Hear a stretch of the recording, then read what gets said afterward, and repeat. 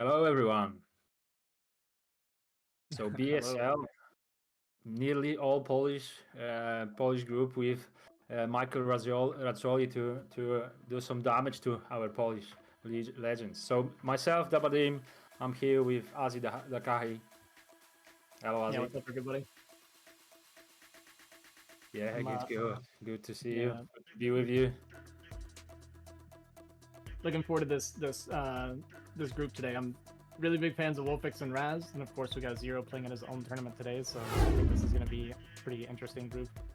And then of course Zazu. I don't know a whole lot about Zazu though, so maybe you can enlighten me a little bit.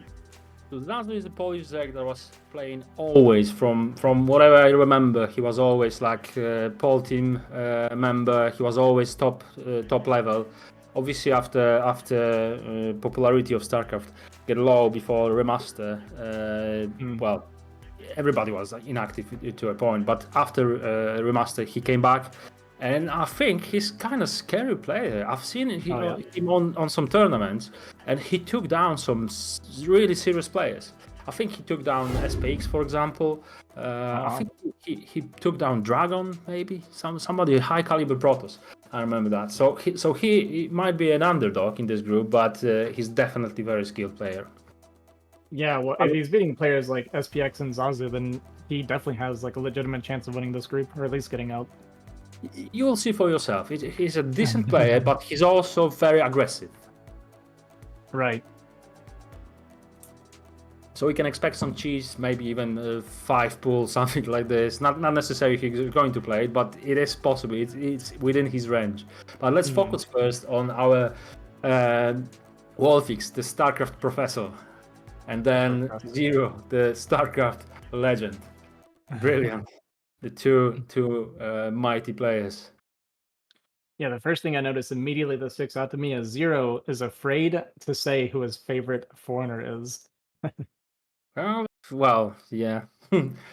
There's yeah. There's so many. It's well, there are some obvious choices, right? But Yeah, like me, of course. yeah. But then you've got your favorite styles, favorite races. So it's um, uh, I'm not surprised.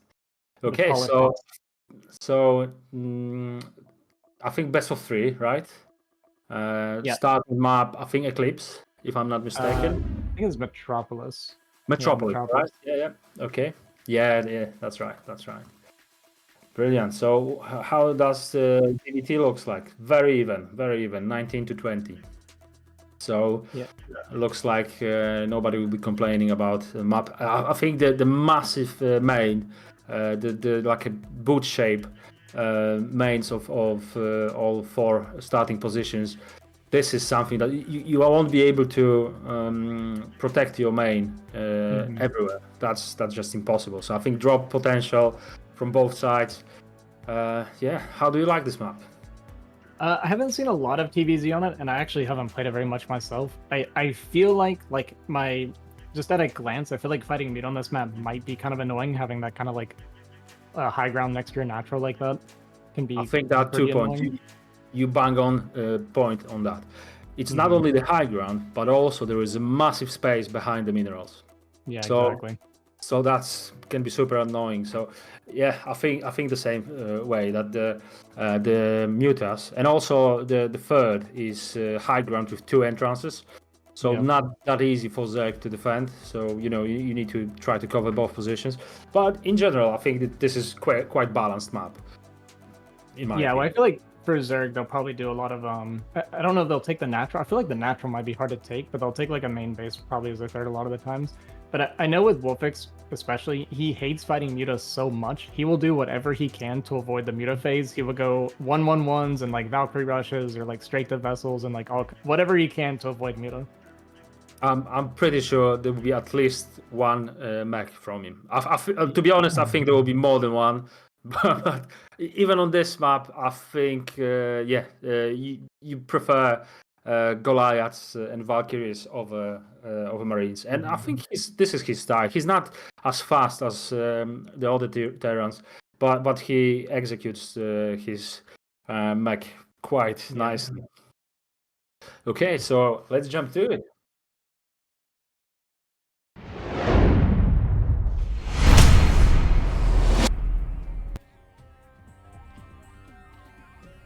All right, starting us off here, spawning in the top right corner on Metropolis, we have the host of BSL, Zero. Nice. And the bottom left, we've got our Polish Terran, Daniel, WolFix. Here we go. Yeah, I'll be curious to see in the first game here if WolFix does actually play mech. I haven't seen him play a whole lot of mech kind of recently, but I don't know how he's been prepping for Zergs, and I know mech is becoming more popular recently as well.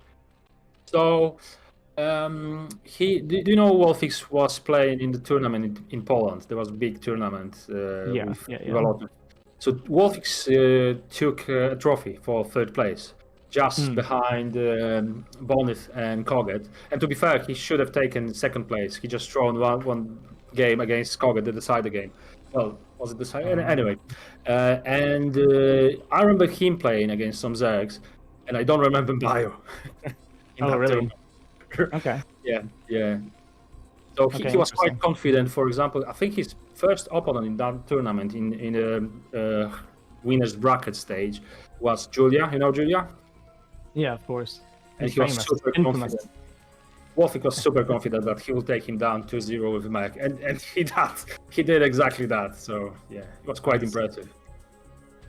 Interesting. Okay, that's kind of funny to me because WolFix is often telling me that he likes to do 1-1-1 into like a sci-fi Russian bio, and it's pretty common for like these high-ranked players to say that they like something and tell you to do something and then not do that themselves. Yeah, well, we can see the gas already on. Looks like mech to me. Yeah, we'll keep an eye on what he ends up going for. Of course, we're going to get that early factory at least, so we'll see what he wants to transition to from there. Meanwhile, with Zero, we just had like a normal, I believe it was just a normal opening. Very standard.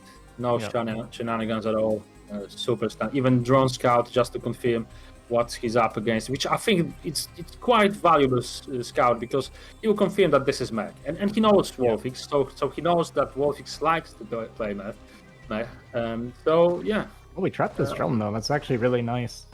That's kind of expected, you know. If there is a wall in and if there's mech, well, but you got no choice. You need to drive in. Oh, it's the SCV though. Nice. So it wasn't wasteful. It was the Intel plus an SCV and delayed supply.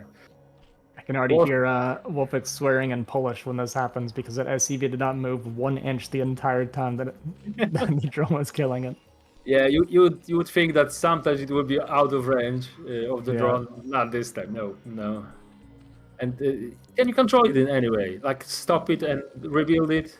Is it a thing? I never seen anybody doing that. You can do it to try to make it like if it's sitting too much, you can quickly like cancel and rebuild, and it can sometimes make the SCV hop. But you don't want to do it with your second supply, do you? Yeah, it would have been like maybe a slight supply block, but I think it's more like I'll get like this sometimes too. I get very stubborn where I'm like, it has to move at some point, right? Like on principle alone, I'm not gonna move it, and if it dies, I'm just gonna get pissed off at the game. Yeah. All right, we see the sunken response from Zero. Nice block.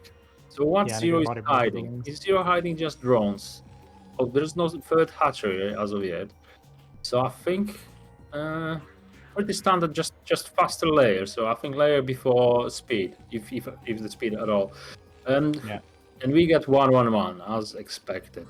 No bullshit. That 1-1-1 with a CC. Yeah, I wonder if he's gonna go for a drop. Possibly. Sometimes he does drop variations, and on this map, I could see it being pretty good. There's so much surface area to drop with, so he may be going for like Vulture and Movement Speed or something like that. But it is going to be a race, so it's not going to be straight to drop at least. Yeah, well, at least one raid to get some potential overkill, and obviously the full intel to make sure that he's got a counter. The 2-hatch build for Zero, what do you think about it? I mean, it will be 2 gas very quickly. Is it pure Muta build? It can be. It can pivot into a lot of things. But doing 2-hatch like this with the later third, like this kind of makes sense because you had to go the early sunken because of a potential vulture, right?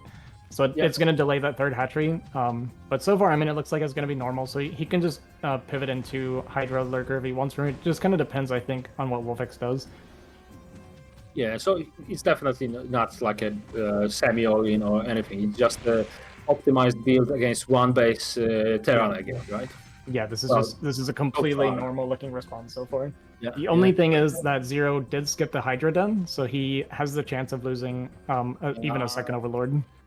You're right. Yeah, so you need to defend with Scourges and Mutas. Yeah. So, well, Scourges on the way. Maybe another Ovi. That's yeah. It's actually, he is gonna lose the Overlord, but that Wraith might not get out of here. I think WolFix knows what's happening. He confirmed the Spire. He knew that there are some larvas, so yeah, he'll get away. And his base is up and running now. So 2 bases already for on the way. Cloak. Yeah, there will be some commitment for raids then. Yeah, I've seen him doing this some recently, and he talked about this. He likes to go 3 Wraith and Cloak to deal with the mutas. Really? That's interesting. Yeah. Oh, got him! Not got him! The muta's gonna try to intercept here. It's 2 hits away though. I'm not sure if that's worth it. Yeah, loses an entire muta. That would be worth it. Yeah, WolFix set up to defend pretty well right now. So the opening actually has gone very, very well for WolFix. He's taken basically no damage. He lost 1 Wraith, killed 2 Overlords, and he did like a CC build off of this, right? So he's going to be pretty happy with everything so far. There's a Scourge mix in here, so the Wraith is going to be extra careful. Good targeting, though. Wow, and the clock is on. So we're chasing the mutas now? No, we're not. Okay, but I think showing the cloak now was a bit of a mistake from Wolf, because he didn't get any value of that. And if Zero noticed that, then Zero will get the speed of it soon, I guess, to counter it. Yeah, he does have this mind blocking the third, which is super nice because that's really annoying for Zerg to cancel deal with. They're gonna have to send lings, but he set an extra mine on the ramp to make it where the ling will die if he tries to just send 1. So really smart mine placement to make it really hard for Zero to take this third. Yeah, that's very experienced blocking of your opponent from taking another base. Oh, that's quite a lot of damage. I think now Zero knows that there are cloaked rights if he didn't know yet.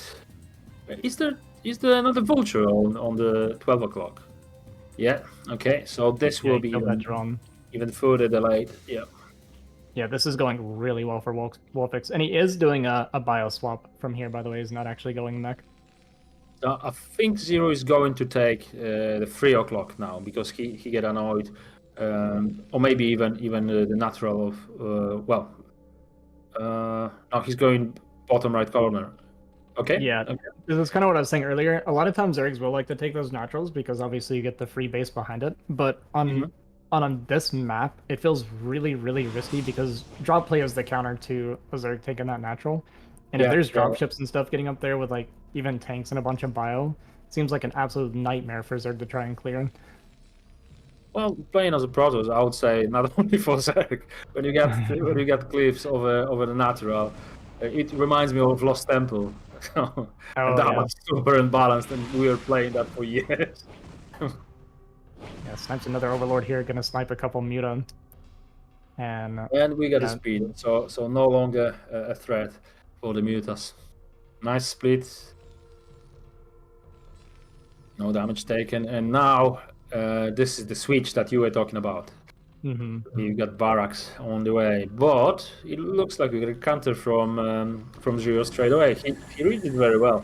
I think he confirmed the medics, so he knows that the lurkers is the follow-up for him. Yeah, he was able to. I think when he came in with those mutas and he saw the extra marines, he was able to identify this was bio, so he started prepping for that accordingly. So pretty good awareness from Zero to recognize that this was not a full mech build, and I think that's part of why he was okay with not taking 12 o'clock and actually going for the bottom right main instead, because you kind of want to get to that 4 basic inspires. It would be very hard. Very good point. That's a very good point. That normally against tech, you don't want to split your bases too far. Vultures are super quick, and you want actually control the bio as far. Oh, that's nice already, quite too. juicy, eerie. Oh, still killing it. Oh, He got the mute out on the very, very bottom of that stack. That was the most Still- damage you could hope for there. still just one died, so they can regenerate, right? So it's all right. It's all right. To be honest, I do like position of Zero in this game because he's got decent number of drones. He's got the hive now, which it's just a few steps from Defiler, and we know what Defiler can do in this matchup. It's just a game changer. It's everything turns on its head when you get Swarm and Plague. So as long as Zero survives this push, he should be alright. And with no tanks, I don't see how Wolf is killing them lurkers. There's a lot of lurkers. Okay, that. Yeah. Yeah, he did make. Was it just one tank, maybe? But yeah, is at least going to put some pressure on these, and he's going to throw it on the. Okay, he's got 2 tanks, so he's going to be able to chew through these lurkers a pretty decent bit. So there's going to be a little bit of pressure coming down on Zero. Zero's supply does look pretty good, though, honestly. Yeah, So I feel like he probably has enough to be able to handle this as it stands. We do have the Defiler done finished. We're only just getting wing speed. Look at that. Yeah. The Deadlings will be useless for a while. I wonder if he completed the crack upgrade. Adrenal force speed. It's Adrenaline, possible. yeah. Yeah, he's had the high for a while. It wouldn't be impossible. Yeah, he needs to divide his army as long as possible. Oh, Yeah. those slow Zerglings looks awful at this minute of the game. Yeah, this is a pretty painful mistake. Because he can't pounce on this like he wants to. The tank's actually moving forward and taking a little bit of damage, but yeah, the Lings having no speed means he can't pounce into this. He has to slowly creep back and just kind of get battered by these tanks. Getting closer and closer, and the consume upgrade is not finished yet, so it will take another, I don't know, a minute. A critical moment for Zero to defend this. Yeah, Oh, no, there the hasn't been locals are reinforcements from WolFix for a while. They're coming across the map now, so maybe they're Look going at the bottom upgrade. right, actually. Everything is just a bit late for Zero. The upgrade is off. The fire just died Oh, after no. consuming a link. The speed is for the links, but there is no lurkers anymore. I think that's it. Yeah, this actually just might be it. It was just a few moments for Zero to survive all that. Yeah, a little bit unfortunate. Looks like a slight mistake, and then yeah, just the timing of things being kind of unlucky. Just a few seconds behind on everything, and it's gonna it's gonna break the game open. I don't think that base will survive, but we got first swarm, so there is still a chance. There is still a chance. It's looking bad. It's looking But really bad. This has been cleared. So okay, so we're mining. We losing the third base. Not great. Yeah, with the third base going down, I'm not sure if it's going to be playable anymore, to be honest with you. We're at 37 workers and less even. We're going to lose this base. We're going to be 2 base versus 2 base, and Terran's fully tacked at this point, so it's going to be extremely difficult, I feel like, for Zero to play from here. I agree, but I've seen what Swarm can do, so there is still a chance. Yeah, but that was painful. Impressive that WolFix actually found this base and was able to take it down while pushing the natural. Yeah. Another delay on this. And Zero just can't catch a break this game. It just feels like everything's kind of going wrong for him. Well, yeah, he must be frustrated at this point because he was so close to get all the upgrades and all the energy and everything. Yet he lost all the lurkers just before he's got all the necessary upgrades. So, as you said, unlucky, but at the same time, very well executed by WolFix. He knew not to delay his attack. Just, I've got 2 tanks, I've got 2 vessels, let's go. That's exactly it, and that's a really good point you make. WolFix was very quick about pushing out. It may have been a little bit sloppy here and there, bleeding off some Marines, but he understood how important it was to go as fast as possible, and those several seconds that he gained by pushing so aggressively made a huge difference on how well he traded. Yeah, and now we can see there is a significant difference on SCVs, but that's not the biggest headache of Zero. The number of bases. That's why he's just putting 2 more. But WolFix is doing the same. He's putting 2 more as well. Yeah, when Theron can double expand like that, it's not really a great sign. I've seen it in Korean when they just double expand when the fights are on the map, because Derek very often needs to concentrate on the storm play, on this, lurker setup, so he's not, exposed anywhere, because Yeah. Terran at this point of the game has got the initiative. So yeah, if you quick enough, you can secure 2 bases and it's happy days. Yeah, exactly. Exactly what you're saying. When he has map control, like he killed the corner base, right? So the reinforcements or the attack from Zero can only come from one direction. So by being out on the map, he can automatically defend his bases without having to leave anything behind. Yeah, and very often Zerk is surprised that there is. Well, he probably expects another base, like the third one, but never the fourth one. So sometimes the scenario will be, okay, Zerk found it, killed it, and thinks I'm in the great spot. He doesn't have the third. Yet there is third up and running in very good condition. Yeah, Zero was able to defend this base and even got a really nice plague on these vessels, but he's gonna lose potentially this top base. These meters are very weak and there's nothing really nearby to save this. So, and you kind of see it in the supply, Zero falling further and further behind in supply. Yeah, Even and taking a look corner at base. that. Even the 5th base, he doesn't need it. He's got 58 SCVs. He doesn't need 5 bases. But why not? Why not? Distract Zerk and ask him to counter it. And then when he counters it, you got siege tanks and bunkers. So the trades are on your favor. Yeah, exactly. I think if nothing else, even if he didn't really care to mine this Yeah, base, yeah, it's about making it Look hard at for that. Zerg to No take. biggie. No big at all. This, he can even cancel the command center. Yeah, he almost is going to be able to finish it, but not quite. Let's see if we're going to go down with it just over 1400 there. Man, just actually barely didn't finish in time. I do like what WolFix doing with controlling them bases. He sees it everywhere. He doesn't miss a spot. He confirms everything happening on the map. Very close APM from both players. I think that this is what Zero and WolFix are playing. 200 solid, but they're not wasting this APM. They execute every click and make use of it very much. So now exactly. Zero in big trouble. Yeah, he's getting very close to mining out. He's only on these 2 bases still, right? And the mining getting very, very low. So unless he can pull something magical out here very soon and crush an army and start expanding, he's just going to starve out. Unfortunately, that's the case. So luckily, this army can overwhelm this M&M. So it's quite decent. Yeah, if nothing else, Zero has better upgrades than WolFix if you want to try to find the silver lining here. Very good point. Very good point. Well, okay, our plus 2 attack just finished. Yeah. Yeah, it's just finished. That's right. But look at those command centers not doing anything. Oh, I thought it's another command center, but yeah, there was an army to kill the corner base. So now the Ultralisks and the Swarm and hope for the best. Yeah, pretty much. I mean, Ultra is always going to trade pretty good against Terran, right? Yeah. It's just a matter of whether or not he can continue to support it. Oh yeah, the kindness not even done yet. So and the speed is not even that. Yeah. Still strong enough to clear the fireballs. Yeah, gonna push this back and at least clear the spot. He's, I think, about to expand to 3 o'clock as well. He doesn't even have the money to drop a hatchery. We're so broke right now. Yeah.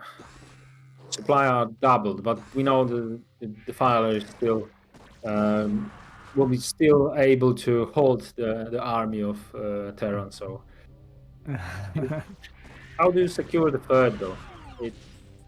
Because it's a matter of time when WolFix is going to confirm that there is another base from Zero. He's got so many contacts that he doesn't even need to go there. He just scans and confirms. Yeah, just continuing to drop irradiates, even irradiating Hydra because he knows that Zero's just really hurting for money at this point. So any value he can get is going to be good. We're just trying to starve him out at this point. We did have a hatchery finally finished in the bottom right, but it's going to be hard to even get drones down. Okay, we're going to Nidus it, so we can get some drones down there hopefully and start trying to get back in this game. He is at 70 supplies, so he can stop about 600 armies from Terran right now, ideally with Dark Swarm and a couple Ultras. But I like this base because he just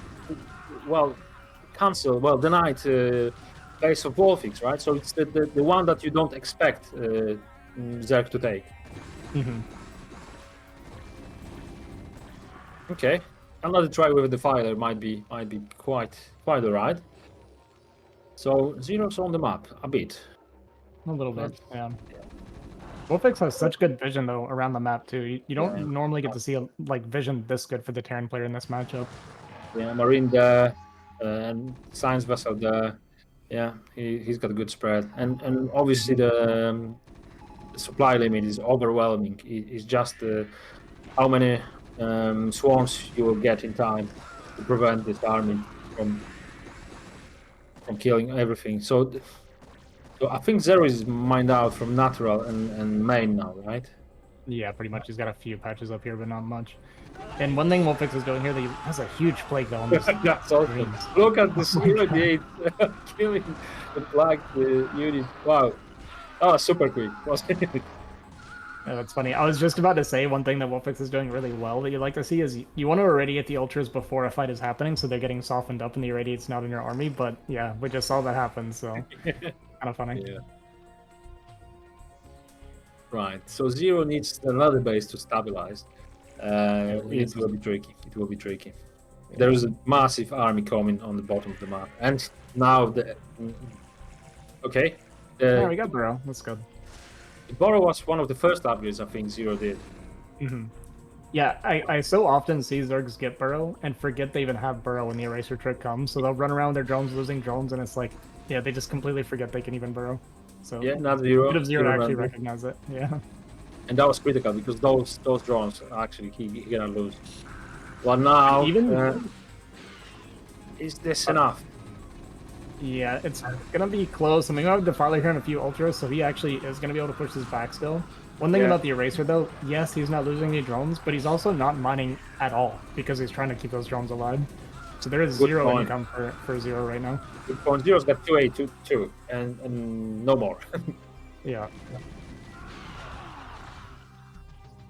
Okay, Yeah, let's we go actually redo it.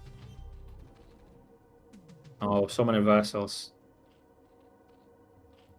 And Zero doesn't have gas either, so yeah. That was too much. That was too much, and really well played from WolFix. This moment of attack from Wolf when nearly everything worked for Zero, yet it was just the nick of time that he needed. Yeah, and that was definitely the big breaking point because we didn't have Ling speed. We forgot Ling speed, so we didn't have Ling speed. We didn't have our Carapace yet. Our Defiler wasn't quite ready. Like 3 major things that just weren't ready right when he got to our base. So yeah, everything kind of going right for WolFix. The opening went really well for him. He got 2 Overlords here, pretty happy going 1-1-1 and getting 2 Overlords. And yeah, and he didn't take any damage, so he wasn't delayed in any way. But again, the timing of the attack was everything. Yeah. Well played by WolFix taking that first game. I am actually going to need to be right back real quick, so I'm just going to leave you for just a moment. No problem at all.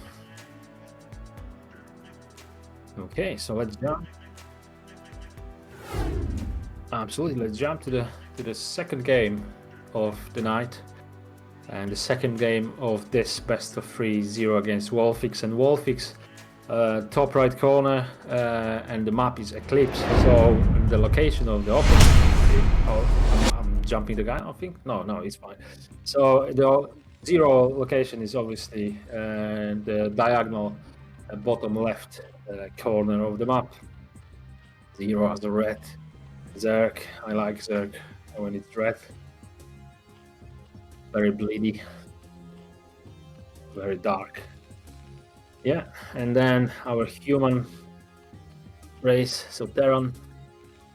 I wonder if this will be a mech as well. I think WolFix is feeling more comfortable playing mech on TVZ. And in the end, now mech is so efficient against Zerg. And when you play it against Protoss, obviously that's you always play mech. Maybe it gives you more like experience of using the units. So maybe you really don't need to play M&M at all. But Koreans think differently. They play M&M quite often, don't play mech that often. So there must be something about it. So a wall-in, which is something quite usual. So it doesn't look like 1-1-1 anymore, unless there will be a wall on the natural with mech opening, which is possible as well. Well, let's see. And a bit different opening from Zero with the spawning pool first. Is it to be a bit more aggressive, or maybe to get the tech a bit quicker? We'll see. Yeah, so the wall on this map, I think it will be perfectly tight, so nothing will go through them horizontal to supply depots. So that's huge advantage for against any potential Zergling pressure. So yeah. So you remember the times? I'm sure you all do remember the times where Terran was building walling against Protoss every single game. Nobody was bothering any wallings against Zerg because obviously you do 2 racks opening. So times changed quite a lot, and now you've got wallings very often against Zerg. So those nasty Zerglings cannot hurt you. And it will be a different opening this time for WolFix. It will be the standard CC opening. Well, standard. Maybe not for him standard, but standard in this matchup in general. For today's meta, I would say. And from Zero, also a different opening. Also more standard to secure third hatchery. So Zero understands very well that there is a CC opening. You'll confirm it very soon with the Overlord, I think. Although he knows that this is the case already. So the third hatchery as a third base is, I think, the most optimal opening. So pretty standard, no shenanigans, no aggression because of the wall. Yep.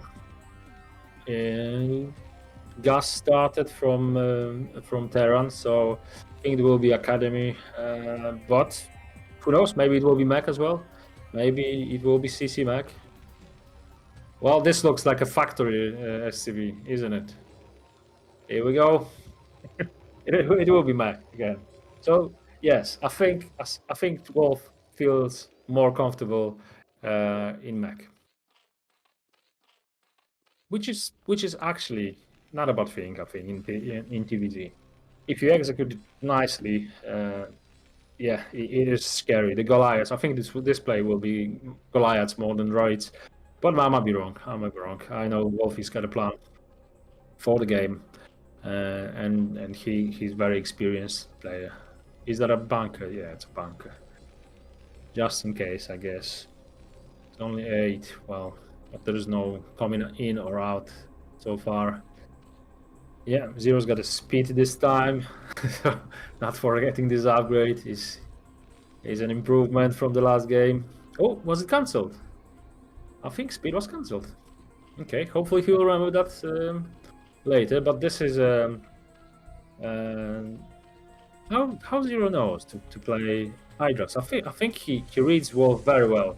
I think he understands that the barracks are not making any more Marines, and also there is a bunker. So why would you need bunker if you go by, right? And why would you stop making Marines? So Zero, just by this scrap of information, changed his strategy to adapt against the opponent, and now we got lurkers to counter this build. Plus the Spire on the way. I like it. I like it a lot.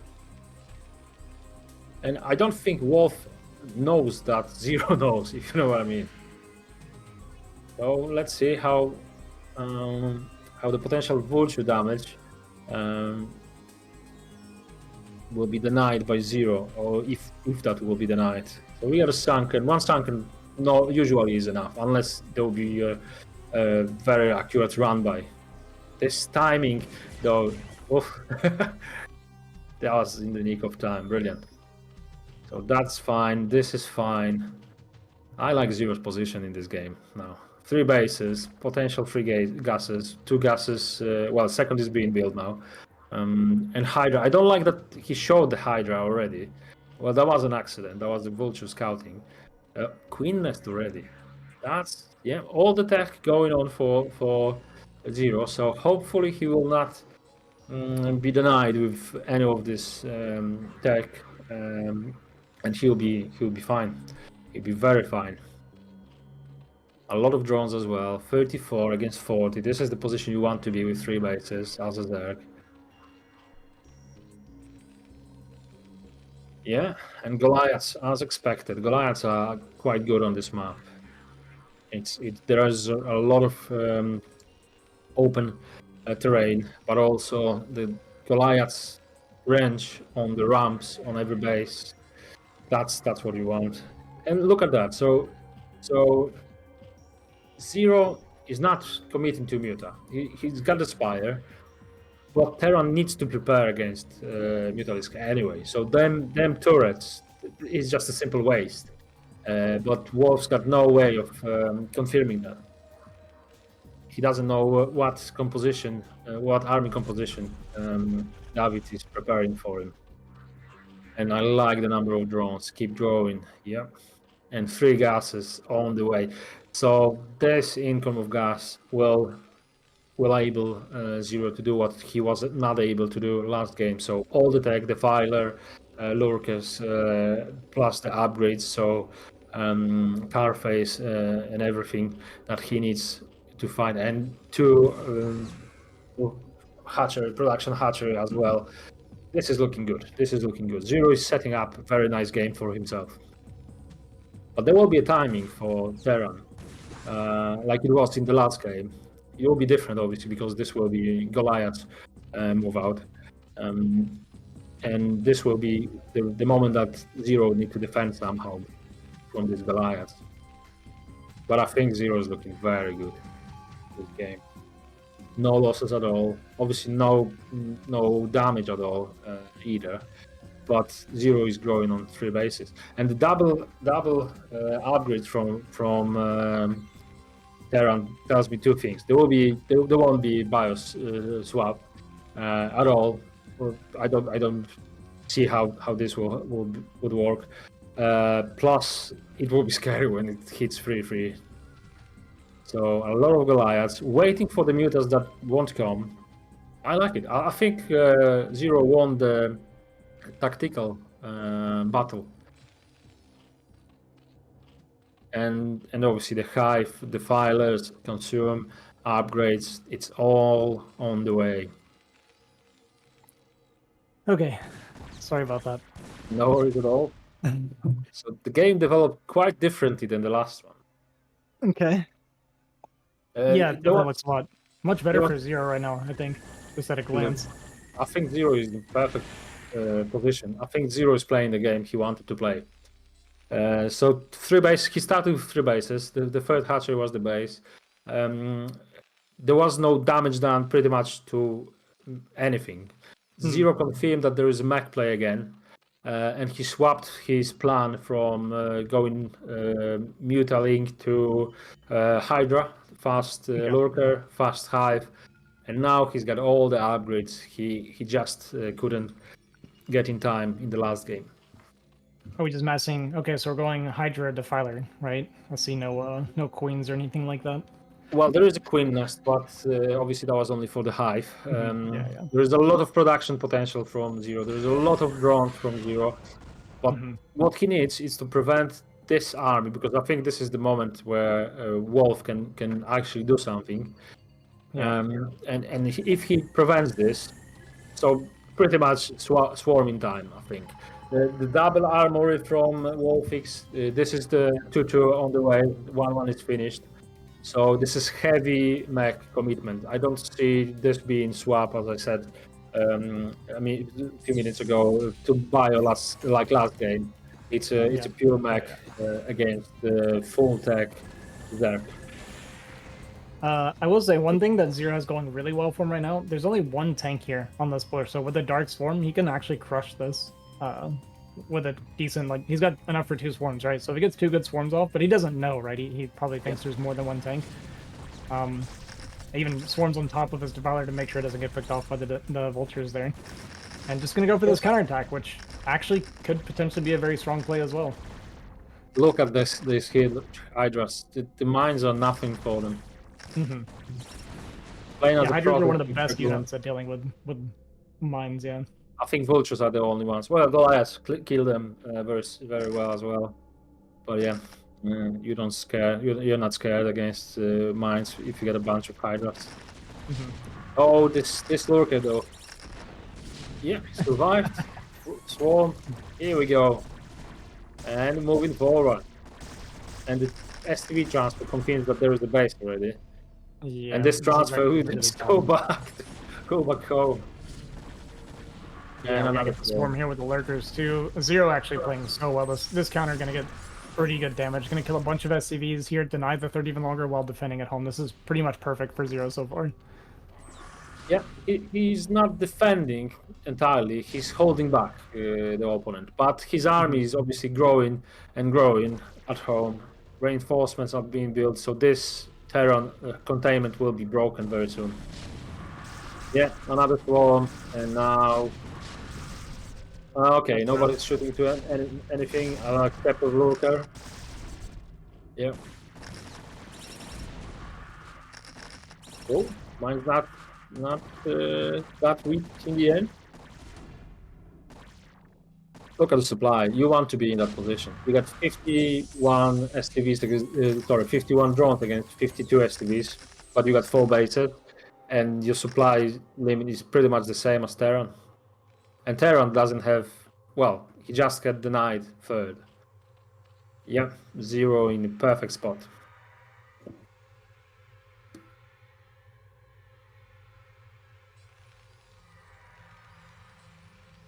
So what do you think Wolf need to do to get back to this game? I know he's not out yet, but it's getting pretty overwhelming by the Zerg player. Adi, are you with me? Looks like there's something Ozzy had to do. So we got the Adrenaline upgrade on the way, which will be the ultimate damage for the Link Zerg unit upgrade. A few swarms, and we moving out. The containment is broken. But this base might be denied. 4 siege tanks under the ramp, getting this kill.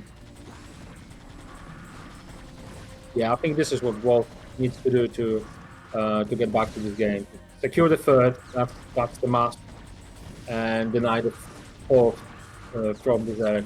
So there will be both on 3 bases, which is what you want to playing as a Terran. Yeah, I really like this choice to expand on the right side and just abandon the 12 o'clock. You see, Terrans would normally fight for this for far too long, right? Yeah. Good point. Yeah, it's a really smart decision. I like it a lot. Mm. Yeah, the third is secured. I would like a bit muta switch from Zero. Get the 12 mutas and be annoyed somewhere. You know, try to find a sweet spot. Try to do some damage. Because those Hydras, yeah, they're great, but they cannot be as efficient as mutas when it comes to be annoying on the map or mineral lines. It can sometimes be very dangerous to do that swap, but now would be a good moment, like you're saying, because the Goliath count's actually very, very low. We're like very heavy on the tank vulture. And that's why it works for WolFix, because there is no muta. Normally you would expect a mix between mutas and Hydras for that reason, but because Hydra just losing against Siege no matter what, it's worse than Dragoons even. Yeah, the issue here is that, at least what I think part of the issue is that because we didn't go Queens, the tanks are getting way too much value this game. And the it's count kind of of hard tanks... to go pure... Sorry, go ahead. Sorry, the count of tanks is not dropping. There's nothing killing tanks. Exactly, yeah. Exactly. Yeah, going pure Hydra Lurkers pretty hard against a tank count. Even if you had Defiler, tanks are still going to be trading under the swarm pretty well. Yeah, yeah. Especially with these upgrades. We're at 2-3 now in the mech at 16 minutes. This is like a really nice upgrade timing for WolFix. He started very early with 2 armors, so Yeah. so that was like a proper plan. Look at how many drones Zero did. It's 61 now, but he needs some army. He needs to secure the 4th base. Yeah, he's got enough drones for 4 or 5 bases, but he can't get those 4 or 5 bases right now. Yeah, it's the opposite way he did it. Get the drones first and bases later. It can work, but you'd rather have the bases first. Yeah, starting pushes it back some. I mean, WolFix's main is mined out, so his natural's probably getting very low as well, so he's about to be on only 1 base mining. So if we can continue to fight this out and trade it and somehow secure another base, this is very playable for Zero. Look at WolFix. He knows that mutards are coming, or supposed to come, because his army composition is mainly vultures and tanks. So look at the 3rd base, so many turrets. He expects that, because it is expected. Even we expect that. But Zero's got different plan. It's still not bad for him, but he needs to secure the 4th. Yeah, could also defer or deter drops as well, because there's always potential of Hydra drops when they're like really Hydra heavy like this. Yeah, indeed. Oh, it's my well. I don't think it will be denied in the end. There's too many seats now. With the Defiler maybe and a Lurker. Right. Yeah. So it's still right for Zero. He's getting 2 more bases up. Yeah, but is this army composition? Do you like it? I kind of. No. Siege tanks against Lurkers. I mean, even your Ultralisk. No, I think Muta, and to be fair, a couple of Guardians. If you got 5 gases, right? He will secure the 2 bases. You can do any composition you want, and I think Guardians are great because it forces Terran to. Vestas might not be enough. It forces him Terran to do Valkyrias or Rides, something that actually counters it. Well, I would argue that actually the Guardians would be worse than Mutas even, because Goliath do really, really well against Guardians. Oh, yeah. Goliath are just kind of a Guardian counter, yeah. Yeah. Well, it also depends how good you put. That's impressive. Yeah, that was a good egg block. That was really good. Yeah, this egg, I thought there was a space for a vulture. I think that was like an ultra vulture going in, but no, it wasn't. Yeah. All right, so this is good. Looks good. Yeah. The Nidus is there. The Defiler will be there. Although there is an army moving towards the base from WolFix.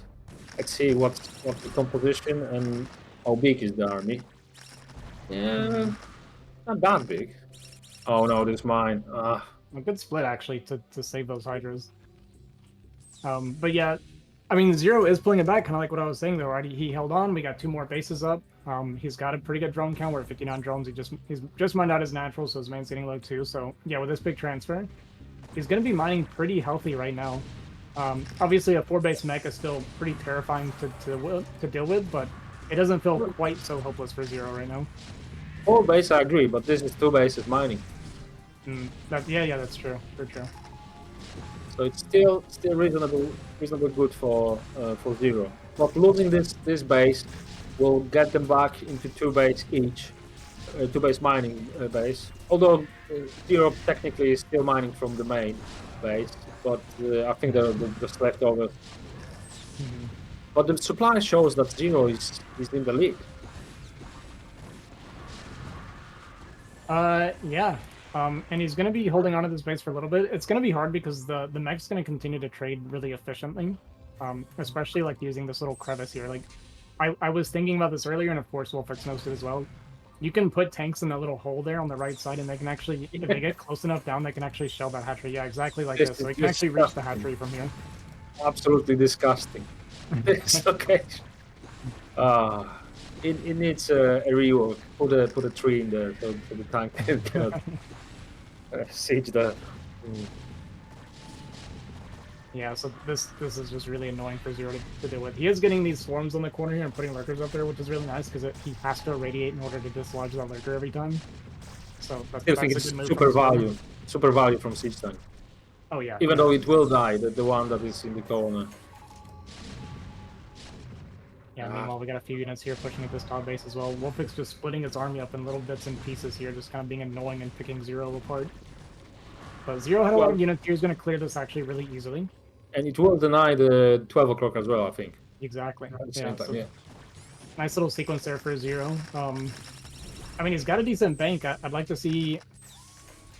I'm just a little worried about staying on only Hydra Lurker. That's my only concern. Imagine now making everything, spending every mineral on mutas. Zero just spent massive amount of minerals. Ultra. It's ultras. Ultras. Okay. That's good as well. Yeah, ultras are okay. Mines and siege tanks actually do pretty well against ultras. We even had a plague on that mine. It's kind of funny. You don't see that very often. But yeah, ultras. Yeah, go sorry. Ahead. That's the thing that if you play Terran against Derek that plays Ultra, you switch to Mac, right? That's exactly. Yeah, like mines and tanks is what you want against the Ultra, so we're kind of going for the wrong composition, I feel like, a lot of this game. Like, this is why you see, like, at higher levels, you just see Zergs going for queens, because the Hydras are great against the Goliath Vulture. You just need the queens to get rid of the tanks, and then the Hydras can run the game over. This is what's missing in this game. Queens, you're right. Yeah. Yeah, 12 queens, hidden somewhere in the corner, just banking the energy. I think, yes, that would be so much better. Yeah, like, imagine instead of making, like, Swarm and Lurkers here on this ramp and just trying to, like, slow them down, we're just dropping a Broodwing, you know? And just insta-killing a tank. Yeah. That's the value one, the Broodwing one. It might turn to a very long game. If Zero secure the top left corner, which is the two gas base, and in the meantime, Wolf will secure the south of the map, which looks like it, by just looking on the minimap. It might turn into like a super late game where the players are trying to, you know, be as efficient with the units as they can. I love this play from WolFix. Oh, but the ultras are there. Yeah, a bunch of ultras coming in, but even vultures do okay damage against the ultras. Yeah. You need the heavy damage, right? We need the biggest damage we can have from the unit. Yeah, so WolFix is actually going to be able to stop this and even hold on to this position a bit. He's going to lose... I mean, he's going to lose the position, but he traded really, really well. We see he's up 30 supply, and Zero's bank is completely spent now, so all these ultras we dumped all that money into, they're just gone now. Here we go, the first flag of the game, I think. That was missing as well, a bit. Yeah. Yeah, and I think the mech's just trading too efficiently for too long. It's a great plague. I mean, we just hit basically every tank here, which is, you know, it's nice. We just don't have the army to really clean it up very easily anymore. Yeah. So pressure on this base, constant, like entire game. There's a fight of this base. But in the meantime, the change in army composition from Zero, I think it's starting to work out for him. The links are so fast with killing things, and ultras are so tanky. Yeah, he's got a nice little bit of army here, just delaying the expanding from WolFix, and this is putting a little bit of time. I imagine, yeah, I was going to say, I think that base is getting a little bit low, so if Zero can just get top left saturated and hold on to this 12 o'clock position, it still isn't that bad, I think. I think he's going to break this content with the time. Will he? No, there's some reinforcement from WolFix.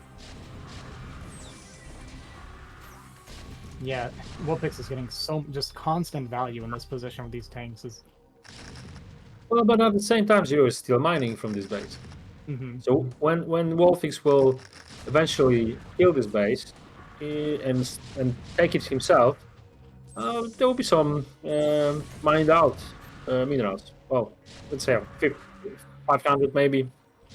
But now 3-3 is 500 taken. Yeah, good call. 200, yeah. Exactly that. So 3-3 is it's super scary, super. stuff, and the damage from the siege tank is just unbelievable. Yeah, WolFix finally gonna whittle this position down, and like you said, he did mine out about 500 minerals on each patch, but that's still a lot of money there for WolFix if he ends up deciding to take it. Yeah, something we also were missing on this this game. Vessel number was not reduced at all, I think. Mm-hmm. Yeah, Scourge looking now, but the vessels are long gone. Yep. So now I think what's working for Zero is the top left corner base with two gas mining. So that gives him a lot of potential. And I think his focus should be is the 12 o'clock, which is the focus of WolFix now. So many vessels. Yeah, these vessels gonna get a lot of value. I'm gonna pick off these lurkers here. Still has a lot of energy left over too if he wants it for these ultras down below, if he ends up needing it. By the way, do you do energy upgrade for vessel? You can. I like getting it like late game, but I think playing mech, he's spending so much gas all the time that he's not really thinking of getting it, but it can definitely be useful because you get the extra radiate. Yeah, that's free, right? It's pretty much like the same as with the High Templar. You get 3 storms up of one. Oh, the mine, a lot of damage, but 2 swarms, that should be enough to deny this base. Yeah, these ultras still don't have speed actually, which makes a big really difference. That must be a mistake. Oh, it's on the way. Okay. One nice thing too about playing mech against ultra is you can irradiate the ultras and it doesn't kill your own units for it. Oh, here we go. Mine drag in TVZ. Yeah, can at least clear that push there. We trying to get an STV up here, but we actually blocked the ramp there. So He's denying his base. Look at him. Denying his own base. Yeah, and I imagine WolFix will just leave these units down here probably for the rest of the game, honestly. Just let them hold this position. It's quite important base for him. But I think the 12 o'clock is more important because as Zero, you kind of, you make peace with this base being taken by Terra because it's way too inefficient to try to trade over there. But 12 o'clock, that will make Terran in way ahead of position. So yeah, and it's actually going to be another problem here for Zero here in this position. These tanks on this high ground, being able to shell down that bridge when he starts pushing tanks down towards that base is going to be very difficult for Zero to deal with. Kind of trinkling the Scourge in here, which is really nice. We did get a D matrix to protect that one vessel. A nice little move there. Well, if you got energy and there's nothing around to put an irradiate on, why not? I've seen so many very nice and funny matrix plays. I like them. I like them pretty much every time I see it because I very often forget that there is this potential. Yeah, and it can be a really strong spell, like especially in TVP. You get like 2 or 3 tanks that are D-Matrix on the front line, and I swear they don't ever die. Yeah, especially that Dragoons are shooting so slow in comparison to other units like Hydras or, I don't know, Cracklings. Yeah. Okay, so once this base is secured, Zero is on the clock, I think. Yeah, he already kind of is, and it's just going to be getting worse. I mean, we're almost out of mining, actually. I guess WolFix is barely mining, but he's about to be back on 2-base mining again, so... He's just going to sit here and kind of keep this position secured, let his army trade really, really well, just pre-set up. Great split on the tanks as well. All these ultras coming in, but like I said, the tank spread's really nice, so the ultras are having to run out of the clouds to keep fighting. And it looks like WolFix is going to hold this position. I think this might be the GG, because once this is unsuccessful from Zero, there is a potential for push on this corner base by WolFix, and once this is taken, it's over. Yeah, that's pretty much the last thing that Zero's got going for him. He's just going to move a few Goliath down here to start picking off some of these drones. And once again, blocking the ramp with a Vulture. He's really good at doing this. I think this from getting down the ramp. Entire game, I think this was the game of taking value of your units and the army composition. And Zero didn't make a single muta entire game. And I think he needed that. He needed a bit different composition and force Wolf to create a counter composition, because he let him to get away with vultures tanks only for way too long. Yeah, that's why you see a lot of the queens, because you can't just trade with the mech. The mech is way too strong and way too efficient. You have to be getting some like energy value or something somewhere, right? You got to be getting a lot of free units, like you said, with Muta swaps or with like queens for broodlings. Because if you're just trying to fight them head on like this, the mech is just too good at fighting. Yeah, absolutely. That's why Protosses avoid any fights when the tank is sieged and looking for opportunities. That's the same with Zerg, but sometimes you can just you cannot avoid siege tanks, and you need to fight them. So you need to find a way to find them. Yeah, this looks like in control of WolFix now. Yeah, WolFix likes to do this. He gets into good positions and he likes to be nice and safe. I see this with him quite often, where he just stays very methodical. He doesn't rush himself or anything like that. He's like, he knows he's winning on the map, right? He knows he's got the extra base and everything, so he's just kind of chilling, leaving his army around, making sure everything's safe, and just taking his time, making sure not to overdo it.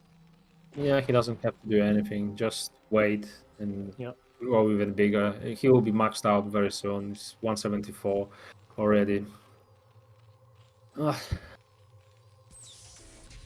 That's I was rooting for Zero in this game, so we can see the decider, and it was looking super good for him. But Wolf is solid as well. He knows exactly what to play against, this type of a play, and also what to do when he's behind. Yeah. That's actually a good point that you make there, and I'm going to talk about that a little bit. Something that players like WolFix, because WolFix does this style all the time, right? He likes to do 1-1-1 into like different things.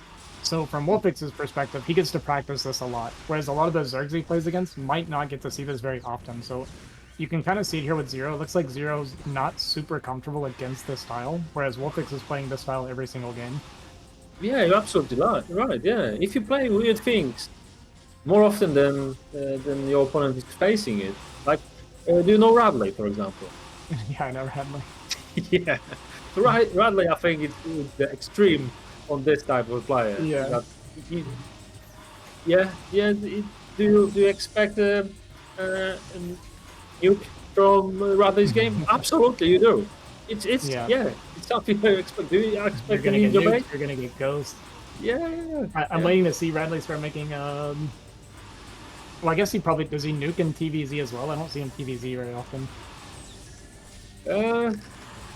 But it's not out of his menu. It's definitely there. Look at that. So the first mutas in the game, and they actually made a good value. They cleared So pick off some tanks, and it's gonna force the Goliath. But Goliath's 3-3 against Muta 0-0, super tough situation. So yeah, almost double the. I know it's pretty much double the supply now. Yeah. I mean, Zero is finding some value with these mutas, which it's just kind of funny because you've been harping on it the entire game. He finally made like 5 or 6, and he probably got the best value he's gotten the entire game. Yeah, well, a bit ashamed that instead of ultras, if that would be Muta with upgrade, I think that would be much more interesting. Or queens. I think you're more of a queen supporter in this game rather than mutas, right? Well, so the only reason I can explain why. So the reason I'm more for, like, I don't mind a muta swap, right? Like there's like a window where you can swap to mutas and get really good value. But it basically has like a one-time use. So you'll do like a big muta swap, and then they make 10, 12 Goliath or something that are fully upgraded, and then it's like your mutas will get their initial value, and then they're kind of done again, right? So like I think doing that once can be really good if you recognize they're just not making Goliath. Like WolFix was skipping them this game. He was only making like 2 or 3 the entire game. And then after that, maybe going into queens or something, because queens are going to get basically guaranteed value no matter what. Well, I agree in general. But I think what you do, you just play Muta, play Hydras, and then suddenly you do like 12 queens, hide them, and bank the energy. Yeah, that's kind of what I was saying. I don't mind a muta swap and then making queens behind that, right? Yeah. But there's always a timing for hive, and mutas will be obviously quicker and all that. So yeah. So I think we agree that those. Yeah. Yeah, that's it. That was overwhelming.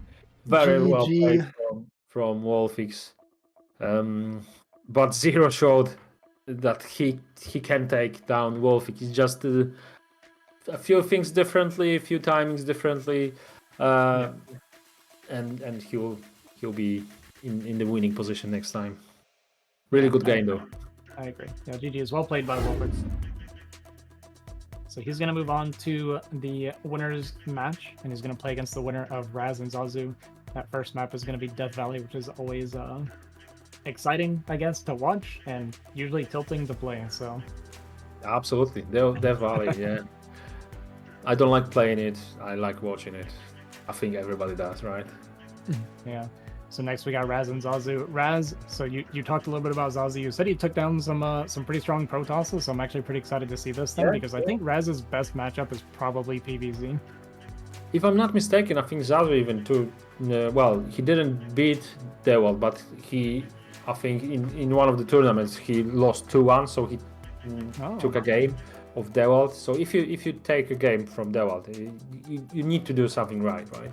Yeah, absolutely, especially in ZVP, right?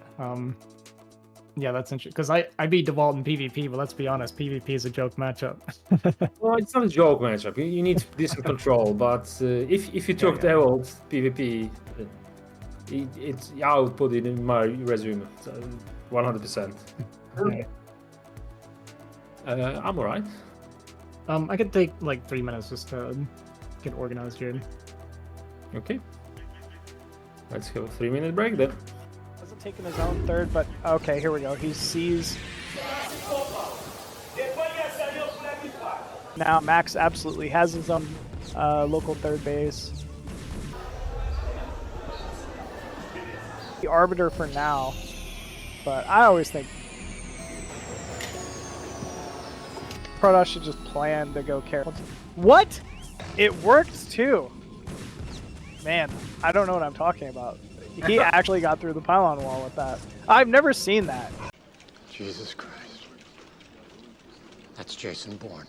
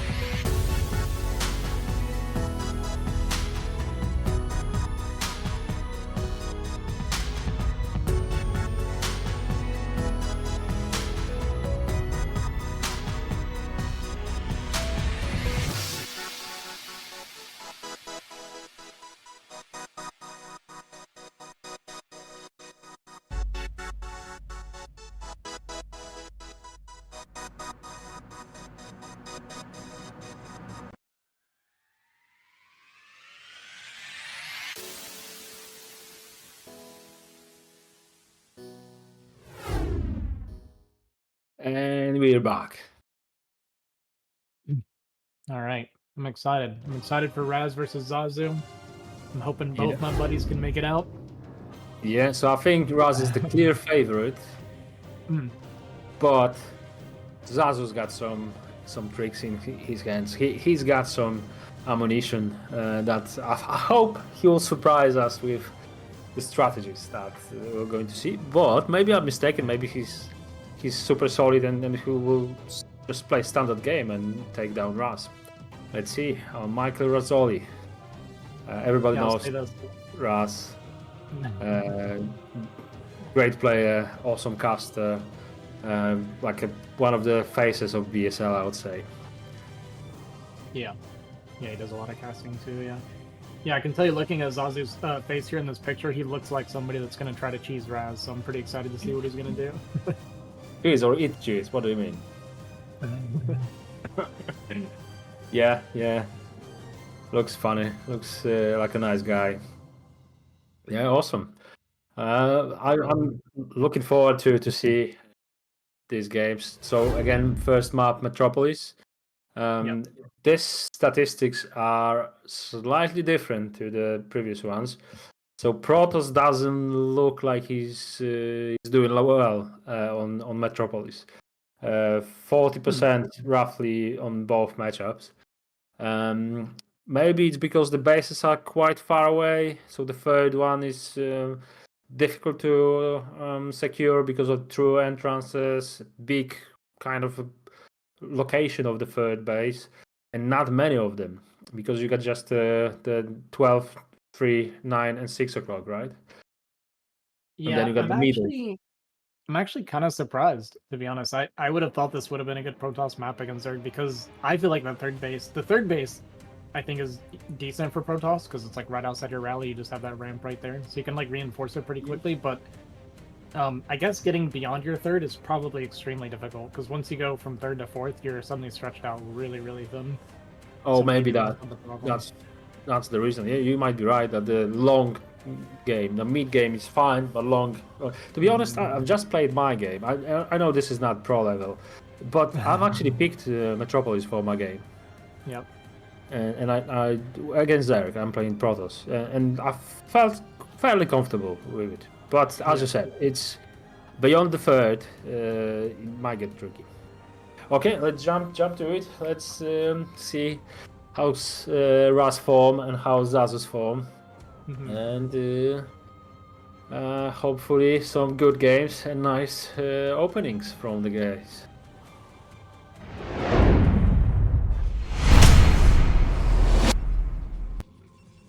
All right. Spawning in the bottom left here, we have Protoss player, BSL caster, Razz. And on the bottom right, we've got our Ten Hui Zerg player from Poland, Zazu. And he's already flying the wrong direction, so unfortunate for him. I mean, this is the direction that you normally would go, so it's just the spawning that is unlucky.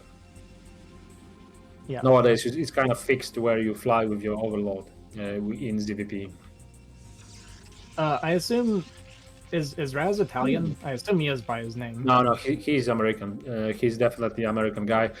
His surname. Yeah. So he's got Italian ancestors. That's why he's got. Yeah. That's kind of what I meant. Yeah. Very Italian. Yeah, I know he's American. He's a good buddy of mine. The only reason I mentioned this, I just found it interesting because Razz has Italian descent, and Zazu's favorite food specifically said Italian, so he might be able to eat well this game. And normally, when you put what's your favorite food, you start naming them. Italian, Indians. This will be, by the way, cannon rush. This is how you cannon rush. You scout with the first after the pylon, and the scout with the second after the forge. So yeah, after the pylon scout, I already knew that this will be a cannon rush. I don't know how it plays on this base on this map because I think Zazu knows what's coming. Well, because I'm not sure if you can block the minerals. I think there is a way. And if Razz doing that, there's definitely a way. Yeah, well, It's a pull opener anyway, but this is actually just normal. Like if you're forge expanding, it's very normal to scout off your forge, and then you send another probe to the north after you build the forge, or you pylon scout and then you build and send the other probe after forge, and this makes it where you can scan or scout all 3 spots before lings are out. Right, assuming it's like a right. normal pull opener. Yeah. I think that this scouting pattern was to catch Zerg off guard from 12th hatch. The 12th Yeah, hatch it- opening is this is the counter for it. Mhm. Yeah, it definitely has the option to cannon rush 12 hatch for sure. For sure. But it doesn't make Protoss behind, if you know what I mean. Even though you put 2 scouting probes, you start with Forge, which is always not optimal, because you got cannon before gateway, which delays the cyber core. So yeah.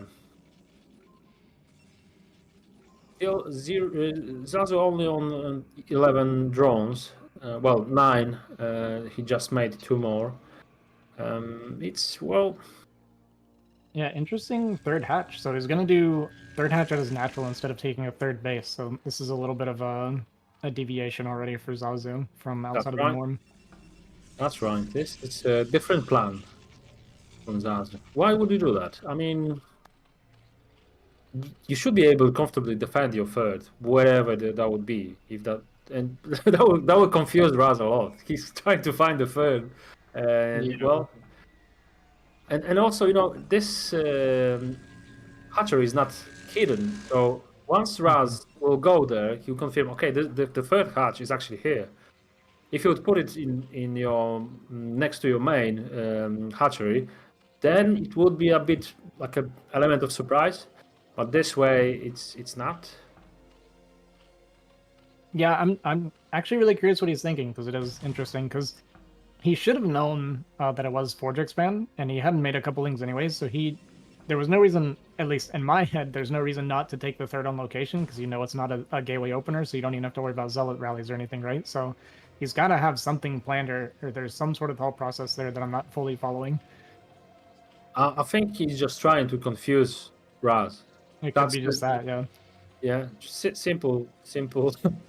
I will confuse the shit out of you, and then let's see what you do. How many cannons will you put? Because you see me on 2 bases. Yeah, looks like he's doing some early Hydra pressure, so maybe this is just something to make it easier to hide the Hydras, and he doesn't have to worry about defending from Zealot. He can skip Lings pretty much for as long as he wants. So, yeah, this might just be like kind of an off Hydra timing that he's going for to catch Razz off guard. Something very unusual, and look at that, third at 5 minutes, very unusual, and then moving 3 zealots against 2 bases. I'm not sure if that's a good call, but Yeah, he will surprised. scout the Hydra, right? So I think this, in the end, it's not bad. Yeah, it's gonna turn out good for him. I would have been kind of scared to do this against a 2-base build because you don't know how many Lings he's making. But yeah, so he pushes out, he gets the confirmation he needs before the Corsair gets out there, which is great for him because now he can get the cannons on time. Part of the fear is, of course, when they're doing like these early Hydra builds, and this might have been the plan from Zazu, is if you wait for the Sair is going to get there just in time to let you know the Hydras are killing you, basically. Yeah. And then the panic cannon adding is not helping. I think he confirmed the droning. So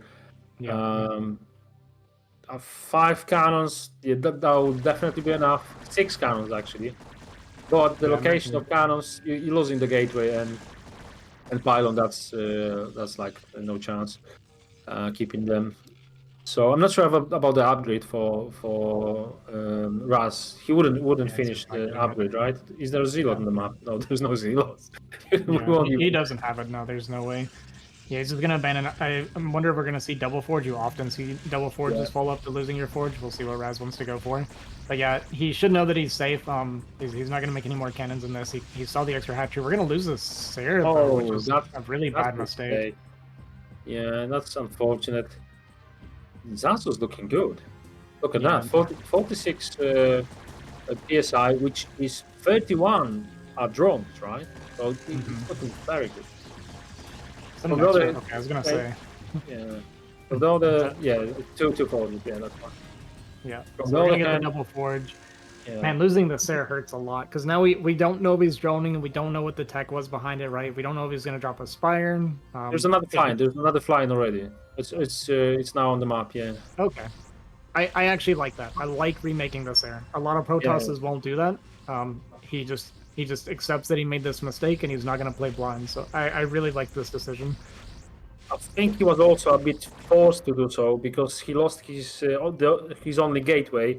So not only he had like an excessive amount of minerals for production, but also he didn't have an option to build anything that would confirm anything on the map.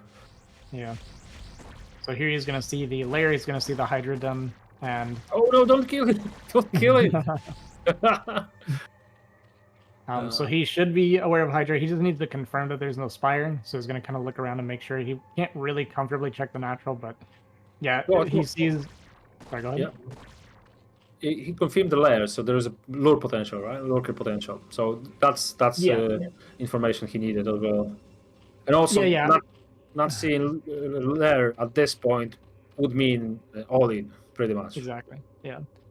Yeah. The only reason I mentioned the Spire was just because you just want to know if you see no Spire, then it's for sure Lurker. If there is a Spire, there's always a chance that it's going to be Muto Hydra just for sniping Templar. Well, you can always try to hide somewhere Spire, right? So, but with flying Corsair, it will confirm that the Spire is done. There is no the layer is done. The Spire is not there. Yeah, Lurker is the next tech, obviously. Yeah, so it's going to be a contain attempt, I think. I mean, it could just be defensive. We'll see exactly what he wants to do with it. But his drone count is staying a little bit low. He's not really adding any more drones. He's just pumping a lot of Hydra and he's making lurkers now. So this, to me, looks like he wants to play to contain. Yeah, how's contain on this map? Because it's quite wide open, right? Entrance. There's you need a lot of arc of lurkers. You know, the wars contains, I remember, it's Deja Vu, I think, because it's a high ground. Yeah, it's super awkward to go out with a Protoss. Oh, gonna catch that DT. Yeah, I don't know. Like as you mentioned, I'm not sure that contain's actually that good on this map because there's such a small amount of area here. And once it gets pushed back even a little bit, he then has that ramp to have another path to go down the bottom if he wants to. So I think it'll be kind of hard to contain Razz here. Did you see that? He won't be able to kill this gateway from the lower ground. Yeah, he can.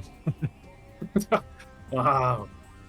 I would be unlucky. I see how he would try, and then there will be Storm denying this Hydra. So we saw more Dark Templar being built, I think. So he's either going to go for Dark Archon or he's going to go for a drop. Yeah, it looks like it's going to be a DT drop. This is a really strong play that you see it so often where it'll catch Zerg off guard and they just die because they don't even realize they're losing all their drones while going for this contain. Look at that. Almost. But it triggered the attack. If Zazu would be a bit slower, they would die on cannons. Nice. But considering the weird opening from Zazu, he's in a great spot now. Yeah, supply looks great for him. And he spots his shuttle coming, so he's going to have these Hydras here in position. Yeah, going to deflect that, so really nice from Zazu. There's Dark Templar, right? Yeah, it's just a single Dark Templar in there. Yeah, but there are overlords everywhere. Yeah. I expect we're gonna see. I expect we're gonna see Razz start killing these cannons and kind of start moving out. He has this high ground to work with too to get even some shots on these lurkers and hydras. This contain looks pretty weak. The supply looks great for Zazu, but just the initial contain looks pretty weak. Looks like he doesn't want to kill the cannons, which is surprising because it makes it really hard to move here. This is super awkward for Protoss to move out. Those dogs. Here we go. He understood that. He understands that he needs some room to move out because those High Templars suddenly can return. This is good deny. Some value from Razz eventually, and Storm. And a good trade from him. Yeah, great start so far. Observer moving a little bit far forward. Gonna jump on top of his Templar and kills one of them, but so far it's going really well for Razz. And now these are just a bunch of naked lurkers so far, so the goons are going to trade against them really well. Absolutely.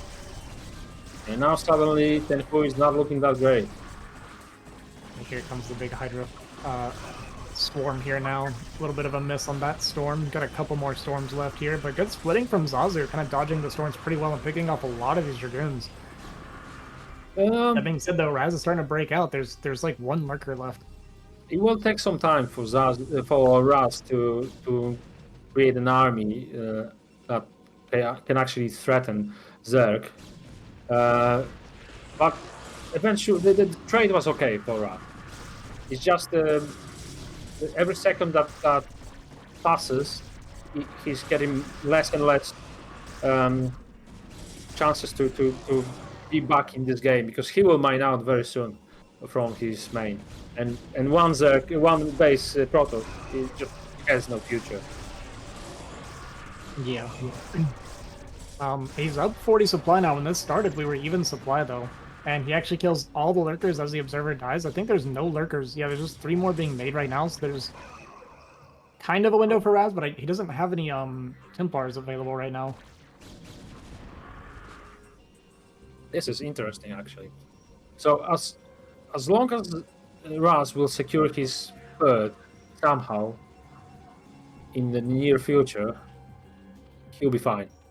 Yeah, It absolutely. looks like Zazu doesn't even have a plan of taking fourth after that one being denied by Dark Templar. Yeah, you see Razz running around these zealots. He's going to see that Zazu hasn't expanded yet. He's actually going to feel pretty comfortable because he got this position kind of broke now, so he can go down to start taking this third. Naked base, look at that. Yeah, this is actually pretty painful because Zazu hasn't even made a drone. He's actually lost 2 drones since he started from making buildings. So his income's not good enough to take a hit like this. This is perfect for us. And this is the timing. It's critical timing for us because he needs the base now. And Zazu didn't have the fall. And Zazu is now trying to do. Yeah, this is a disaster for Zazu. Kind of just It's pulled like the a trigger GG here. timing. Yeah. Very, very efficient bust out. And then, yeah, there we go. Razz takes game number 1 on Metropolis. Yeah, he was looking so good to a certain point, but then Razz calmly, slowly, and systematically secured his win. Yeah, I think it's a little bit of a strategy error from Zazu. I think going for Lurker Contain on this map, it just doesn't look good. He doesn't have enough space outside of that natural to really kind of get his army down there like he'd like it. Agreed. The Contain on this map, probably one of the weakest ones. What map have we got? I think this will be Radion or Deja Vu. Maybe Deja Vu. Deja Vu more than, and Contain on the next map, on the Deja Vu, way stronger. Yeah, really strong on this map. Maybe the same strategy, but he just exposed that this is his plan for the game. So now Razz can make something about it before it's too late. Well, he wasn't exactly too late in the last game, but he was in trouble for a while. Okay, so let's see the second game. So far, so good. The favorites are winning the games, but the underdogs are really showing some resistance. So let's jump into game number 2 between Razz and Zazu.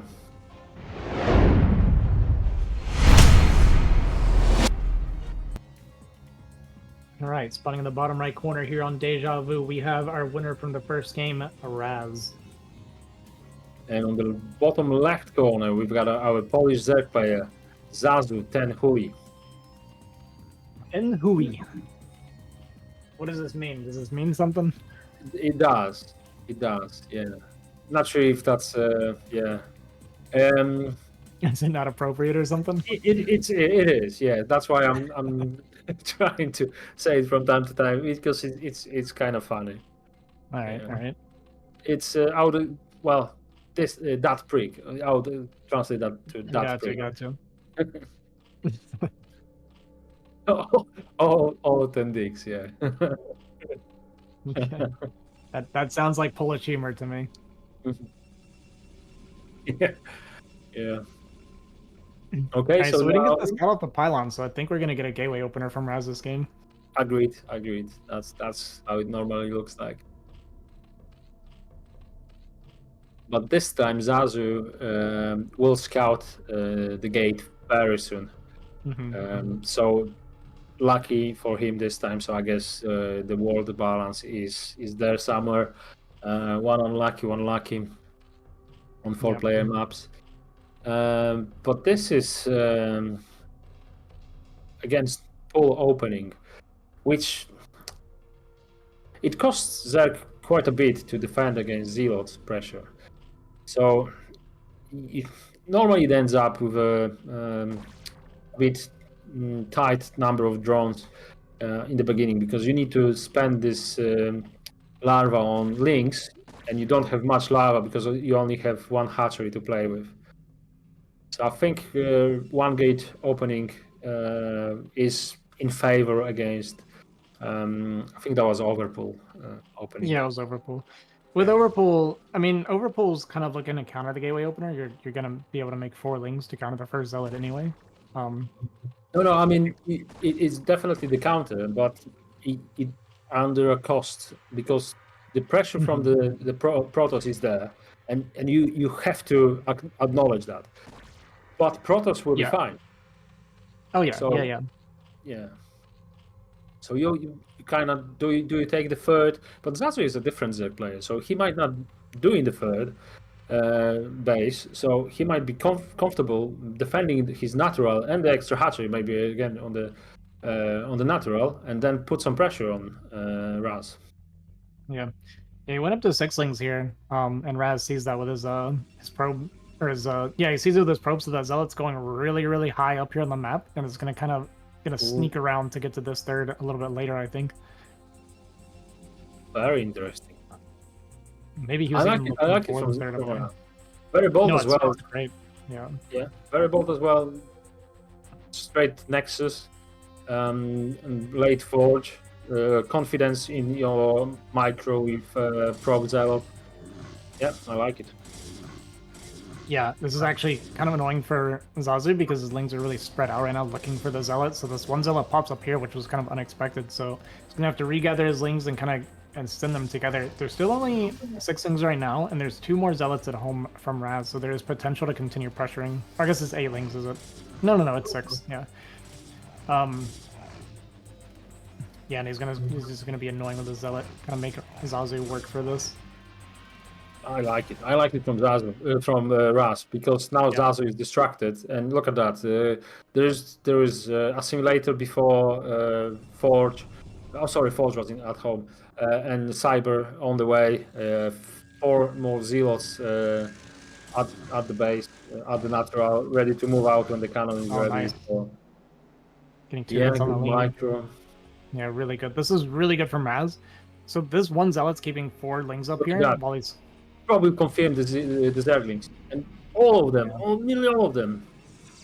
Yeah, cannon straight away, and not the easiest game for Zazu now. No, I think he's being so annoying. Well, he thought there is no forge, right? Because he didn't see it on the natural. So he thought, okay, if there is no cannons, I'm breaking it. Oh man, this is actually a disaster for Zazu. He's made all these lings now. We have this cannon coming down behind these, and we have 5 zealots here in the wall, so I don't see Zazu breaking through this. As well. No chance. Look, everything that's going towards this base now, it's waste. It's pure waste. And drone now, look at that, 11 drone. You still got the shield killing these lings. Oh. This is not what he's still making Zerglings. Even his economy is just in the gutter. This is a disaster for Zazu. 11 drones. You barely can. Well, he's not mining gas, so he can support the 3 hatcheries with these 11 drones. But and he also supply blocks somehow. Yeah, he kept making lings hoping to catch Razz off guard, but Razz actually saw the extra lings hatching for that third, so he dropped Yeah. an extra cannon, maybe even a second one there. I'm not sure if that's a pylon or a cannon. Okay, it's a pylon. The second cannon is a GG cannon. Yeah, I mean he's gonna kill the gateway and get one speedling in. This is nowhere near good enough for Zazu. No value in them links.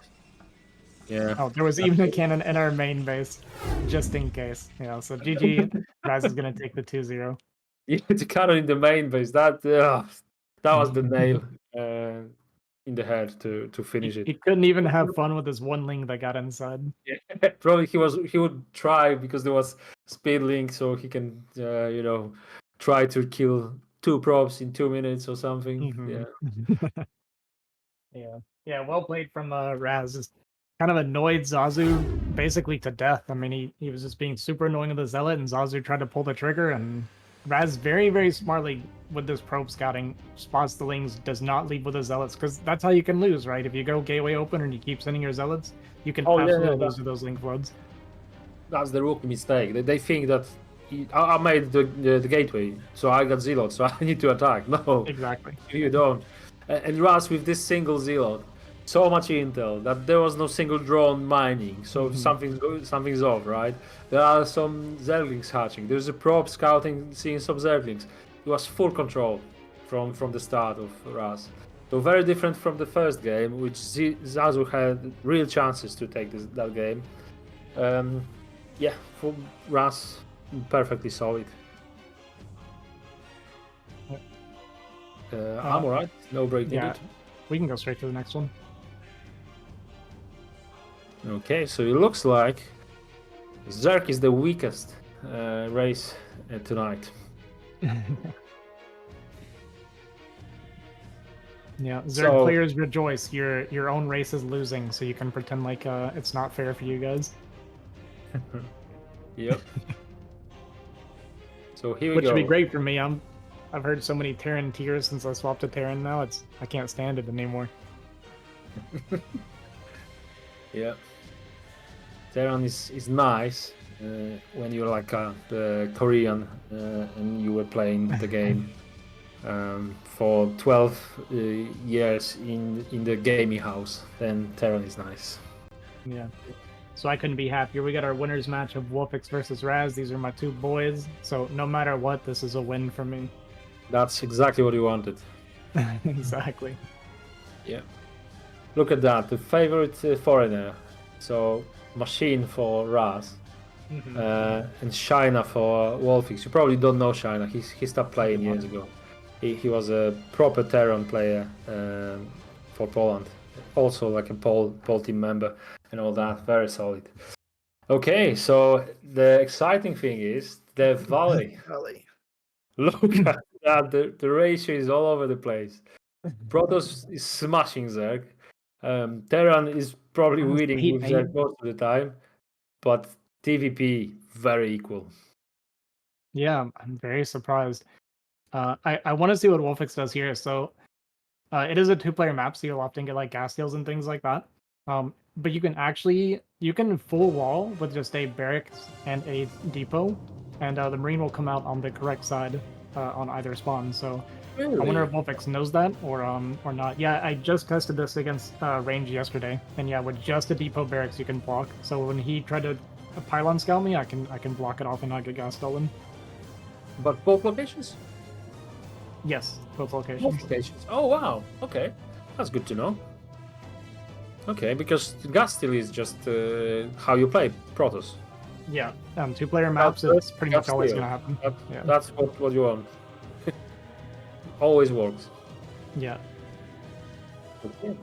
So, well, let's see if WolFix knows that. Because if you know that, I'm sure you've got good pals. So you share the knowledge between yourselves.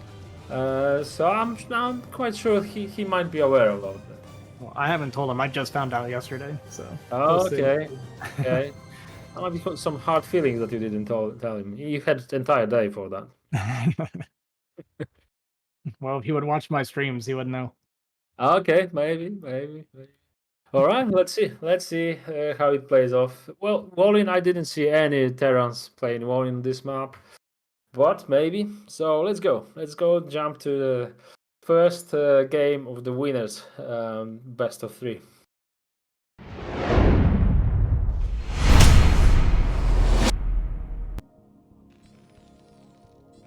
All right. Okay, spawning so in we the, got yeah, spawning here in the bottom right corner, we have the winner of the first series against ZZZero, WolFix. and on the other end of the map, we've got the red Protoss, Michael Razzoli. Razzoli. Yeah, I guess I should have let you introduce WolFix, since I should be introducing the American. You should get the Polish guy. It only makes sense, huh? What do you mean? You just get wrong the Italian surname. I speak Italian a bit. And there my we go. We're mother- gonna get that pylon scout, so we are gonna go for that guy. Still pretty much expected, but you know, sometimes people won't go for it. Yeah, well, I think it's worth it. Yeah, I mean, it always I've is. seen Bonif taking when Bonif is choosing maps, and the 2 players map is in the poll, and he plays PvT, he will take this map, 2 player Yeah. map, simply because Always it's should. so powerful, so powerful. Yeah. Yeah, It absolutely. forces so many things. Terran can start playing awkwardly, trying some Marines with Academy and medics and all that weird things that are so easy to defend if you know what's coming. That it's always worth it. But I think Protosses do that while Terrans just prepare the Gaslights opening. Mm-hmm. Yeah, the thing about a lot of 2-player maps too, like Eclipse, for instance, it's actually really good for Terran, like mid and late game. But the issue is because of the gas still in the beginning of the game, it just makes it really difficult to get to that part of the game like in a reasonable position. So, and yeah, we're gonna see this iteration. I've seen this a lot more lately. The gas still into Nexus before Gateway. I keep seeing this. Oh, whew, the STV is gone. Wait, what's the HP on this probe? Because that SCV missed a It's still shot. healthy. It's still healthy. Oh, is it? Okay. Yeah, it's 13, yeah. Okay, this is a great start for Razz. Then we get the gas still, we get a pro or an SCV kill. So this is pretty much Yeah. more. This is everything you could ever hope for as Protoss right now. Absolutely. The 1 probe, and you've got so much value. And this probe will get away, I think. No, it's still scouting, just to make sure that there is no second barrack, I think. Yeah, might be getting a little bit suspicious because there's no attempt to kill the gas yet. So it could be a barracks, it could be a CC. Well, But but it's like we're just sending the Marines. Wolf seen the Nexus, right? So the obvious counter is I'm sending like 6 STVs, 3 Marines, and I'll bunker rush it. Yeah, so this is exactly what my first game against range on this map looked like, where I went for this. And I failed the bust, but he did the same thing where yeah, it's a cannon. So he did the same thing with Forge Cannon when I started pulling. Yeah. So that's a new meta. That tells me that Razz is actually up to date with what's like efficient and what strategy is working. Yeah, I think so, right? Because if the Protoss players are all doing the same thing. Alright, we killed, what was it? Was it 3 probes or 2? We've killed a few probes. I mean, we're up 9 workers right now. This cannon is going to finish, though. We're going to get another probe. And honestly, this is kind of good enough for WolFix. If he drops this, there's a CC. So the CC's on the way. We're up 9 workers right now. Yeah, I think it's fine. 8 workers is massive. I mean, there is 3 just repairing this bunker stone, just wasting some money and not mining minerals, but it's still fine. And look at that! The final will die. Yeah. The second one is just in time. There's no window for attack, but it was quite close. Yeah. So by the time the CC finishes, it'll be pretty even. What? Oh, think okay. I'm I thought he canceled. He just killed it. I thought he canceled. All right. Yeah, that's fine. That's fine. The second cannon, I think, overextend from Razz. Yeah, WolFix can be very happy with this. I don't know if he knows exactly, but he's got a lot of Marines left over. He's going to have been in this position now. But seeing 2 cannons and killing 4 probes, I think it was 4, you're super happy right now. When this CC finishes, he's going to be a little bit ahead, actually, still on workers, which is always winning for Terran. Yeah, you're right. You're right. The Razz will catch up with the probes with second Nexus, but you want to be ahead at all times against Terran beam Protoss with probe number, and that's not possible anymore because the CC is up. Yeah. A great start for WolFix right now. Can he get his factories on the way? I think we have kind of the bare minimum tech for Razz right now as well. I probably haven't even started range yet. Okay, yeah, we don't have our core yet, so. And that's what I don't like because of the second cannon. This cyber is delayed. There was no need at all for the second cannon. Yeah, it's a little bit too much panic. Even just leaving the one cannon there and making WolFix stay with those SCVs to repair is actually completely fine, right? The second cannon's never going to serve any purpose other than to kill a bunker.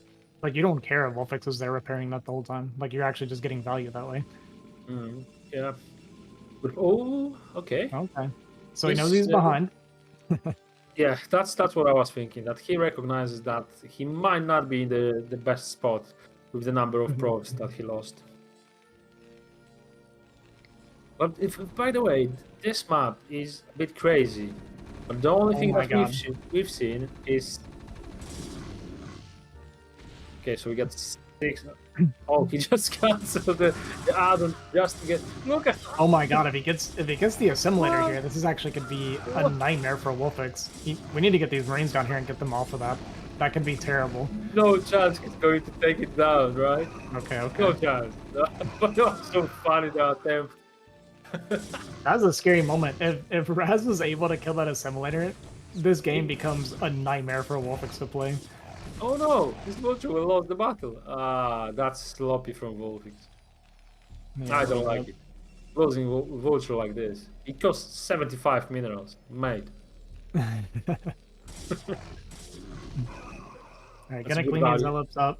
But this is a good distraction tactic from Razz while going for this. I was gonna say, I assume this is gonna be DT drop. So yeah, we got the robo done, we got the archives on the way, so it's gonna be a DT drop. Okay. There will be a number of turrets in the main, but potentially can kill the 2 or whatever there will be the number and be super annoying because the scan is nowhere to see at this stage. There are 3 probes not mining on the main nexus, so a bit of a mistake from Razz. I guess it's the rally point that he will fix very soon. What is the building on the far left of WolFix? Is that a starport? All the way on the left there of his base. There is, I think that is, right, with the add-on already. But what I was trying to say before the Zealot attack, this is a very weird map, that it can be split into 2 and all that. But so far we only seen that this is just a 2 base map and nothing out of ordinary. So this is yet to be seen, the differences in this map. Because you know when this map can be seen as a split into 2, right? Yeah. The difference is on the north you got 3 bases, and on the south you get 8. Yeah, the north side of the map's almost like a bait. Like we're gonna see WolFix pushing through here, and this is kind of like my experience when I played against ranged. He ended up just killing his own assimilators while going carriers behind it, and you have to go all the way back around the entire map to push him from the other side. Look at this.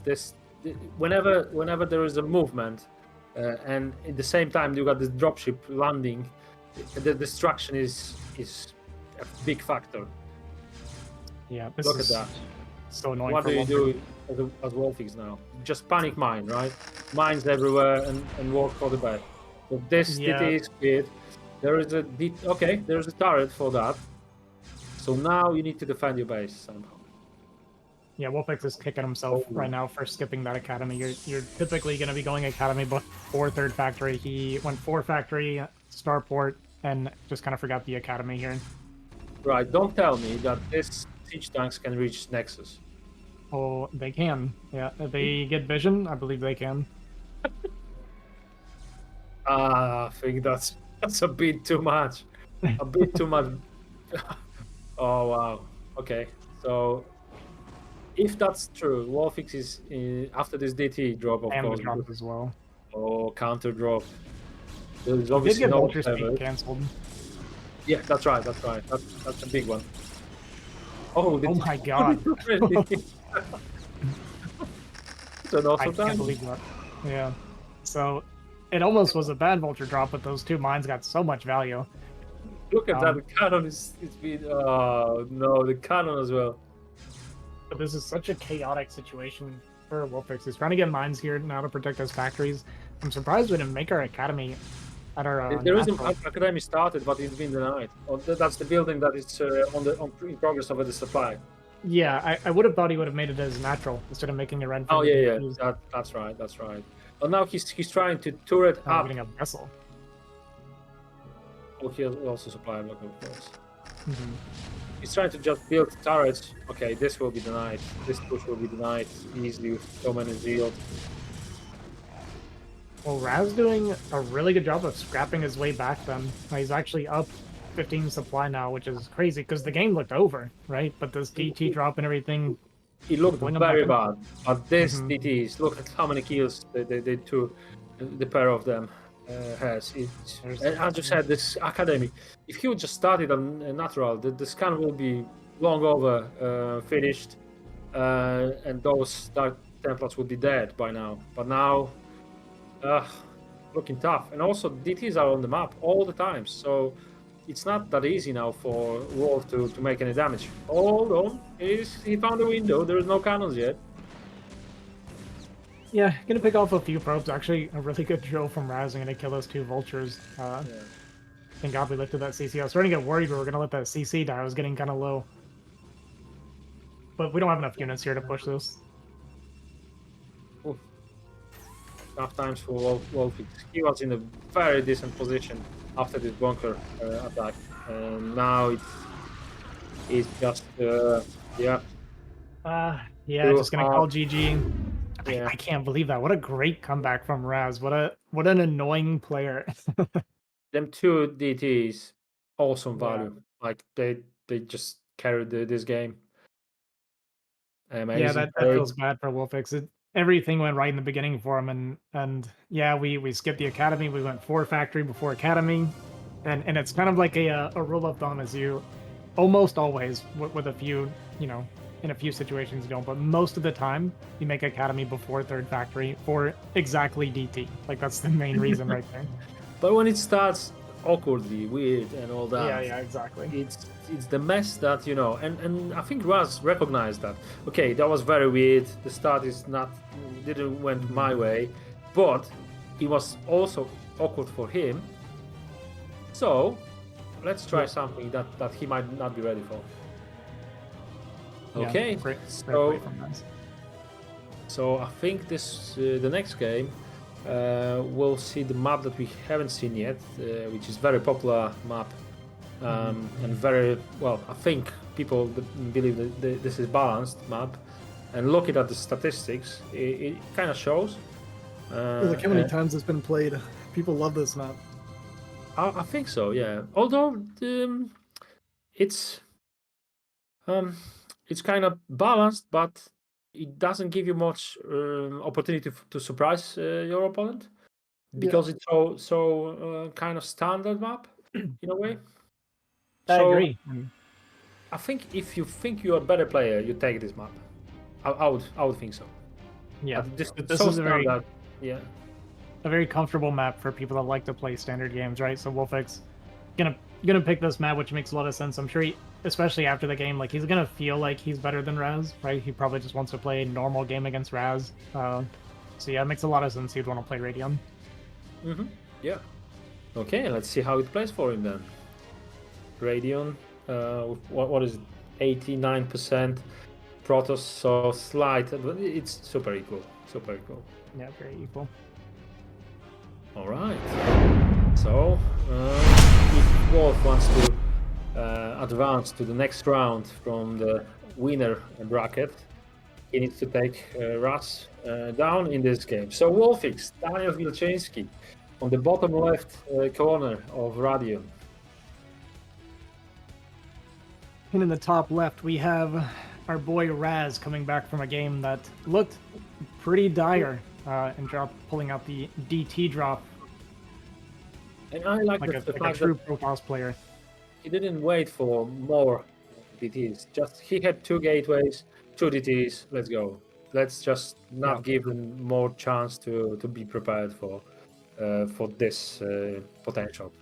And yeah, it worked very well, very well. Yeah, I think another thing too that you kind of alluded to was you were talking about the game being kind of non-standard, right? The other thing too was after that bad opener, Razz made 5 zealots or 4 zealots, whatever it was, and just walked straight into his main. So this probably also threw WolFix completely off. He may have been thinking, "Oh, I need a scanner," but when all this chaos started with the zealots, while the DT drops coming in behind it, probably made him completely forget. That is very good point. Yeah, I didn't thought about it because when everything is calm and nothing happens, then okay, I'll put eBay now because nothing. It's so quiet. I'll make eBay quicker. I'll make sure that I'm secured. Oh, you're right. This chaotic four zealots moving, try to kill a simulator.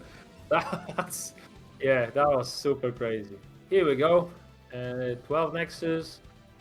Radion, unlucky for Razz. It's not diagonal spawning, so not the opposite end of map, but still very nice.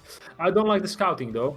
I think whenever you open 12 Nexus, you want all your probes mining, so you can, as soon as you can, get the gateways and some forces to defend. I'll go on. Yeah. I think I know what he's doing. He's trying to confirm that this is diagonal, and if it's not, then I need to be prepared. Yep, I think that's exactly it. So because he's scouting first like this, so I think he's planning on he's gonna go 2-gate now. I think, right? You do crawl spawn like this, and then when it's not crawl spawn, you go 2-gate. You do the less greedy version. That's exactly what I think he was thinking. So if it's diagonal, I've got different build order than if it's not. And I think this is what he did. So will that be a zealot or no zealot opening? Because that's always a potential.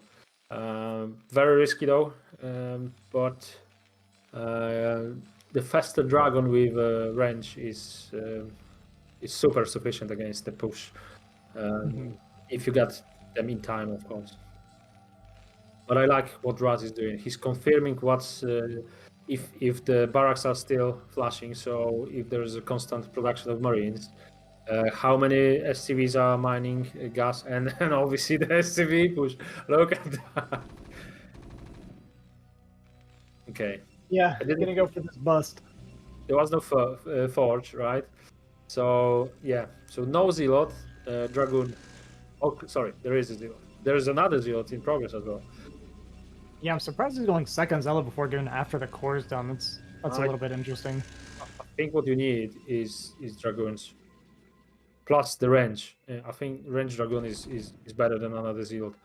But go on. Razz is more superior player than I am, so he'll probably prove me wrong. From WolFix. Oh no! The SCVs are blocking the marines. Okay, now he fixed it. He recovered. That could have been huge. Having the marines on the outside of the SCVs can be a massive mistake. Yeah, and the vulture now. You see, that's why the dragoon will be useful now. Do you think it's over? I think it might be over.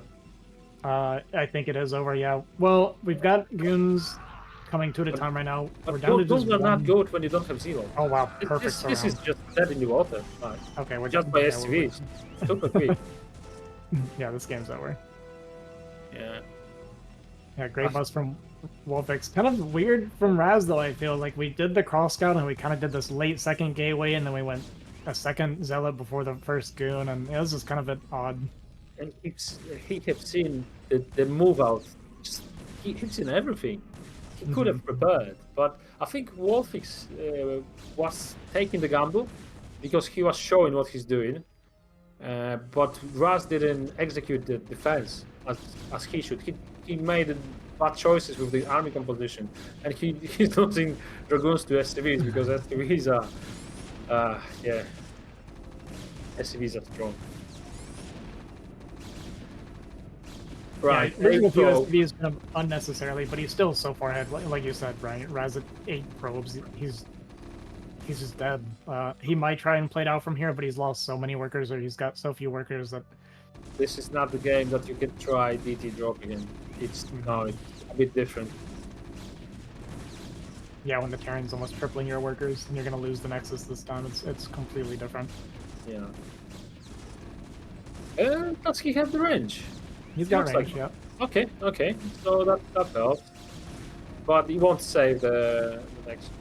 Yeah, the Nexus will die. There's 4 SCVs here for repairing. We're gonna get 4 Marines in the bunker as well, so coming down the ramp is gonna be hard, and this is gonna buy him time to get mines for his vultures. Moving out. He's gonna try and move out, but great body block from Oh, the the vultures. mines coming already. down. No chance. Yeah. No chance. No. Oh, no. Oh my god.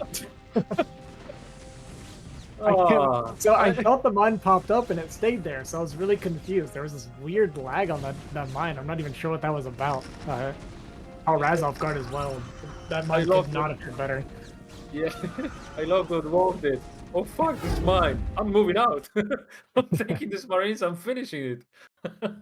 Yeah, I guess it was Oh. stuck on the vulture or something. Yeah, that was a little bit crazy. Yeah, he was a little laggy mine that did not lose on the damage like Scarabs can. It just full damage on them goons. But that gives us the decider. So I'm hyped for that. Yeah, I'm happy for that. My buddy is making it to the decider match in the winners game. This is perfect for me. Absolutely, yeah. And I'm also glad that mine decided to end the game. It didn't want this to drag on anymore. He's like, this game's over. Let's not waste time. I'll take care of everything myself. Yeah. All right. So the decider and Razz took picked 2-player map Eclipse, which you said it's very good for Terran, but I still think gas steal is a big factor when you. Oh, for sure. It's good for Terran if you don't get gas stolen. When you get gas stolen, it's not good for Terran anymore. So you should always be stealing gas. Always. Yeah, but what do you do as a Terran? You either fuck up your build order Yeah. badly, and you actually have the gas, or you just let him take your gas, because there's no like optimal way of defending that, right? Yeah, you have to let him take it because you can take like a 10 gas or even do gas before barracks. I've seen people do this. But the reason you can't do that is if it's a proxy gate, you are going to die no matter what. You do not have the economy to stop the proxy gate. Yeah. Okay, let's see how it plays for Razz. So he thinks that he can do it on Eclipse. WolFix showed us that he's not tolerating 12 Nexus, and he will punish any Protoss for that. So Razz tried it twice. Once it didn't work for him, but he managed to get away with it with some good counter, and the second time was just a disaster. So let's jump into the Eclipse. Very equal statistics as well. So no imba on this map.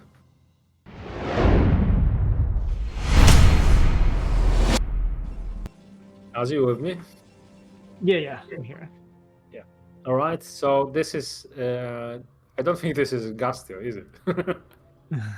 It's gonna be proxy gate gas still, yeah. Yeah. So yeah, this would be one of those moments where if WolFix were to take an early gas, he'll just die. So, but WolFix knows this. He'll just let him take the gas. So yeah, when you send the probe this early, you're actually able to make the gateway and still get in to steal the gas after. It's kind of Really? wild. Yeah, But just single gateway, not 2 gateways, right? just one gate. Yeah. So this will be a single gate into a gas steal. Okay. Oh, that's not hiding anything. It's just right there. Yeah. So what you want to do as WolFix is when you get gas stolen, a lot of times on these 2-player maps, is you actually want to send out your scout. And here he's giving him the chance. He's like, hey, do you want to take your gas before barracks? I'll let you do Right. it. Oh, it's not. Sorry. I thought he'll try to deny the barracks. He did for a while there. Just a brief moment. Yeah. I don't think it's that delayed. Well, it was like any 5 or second 6 matter, you're right. seconds. Yeah, it does matter. Yeah. And you kind of saw there, even when he went to steal the gas, he actually made a probe first before stealing the gas, which gave WolFix the chance to take an 11 gas. Because Yeah. you actually want Terran to take their gas if they're going to take it early.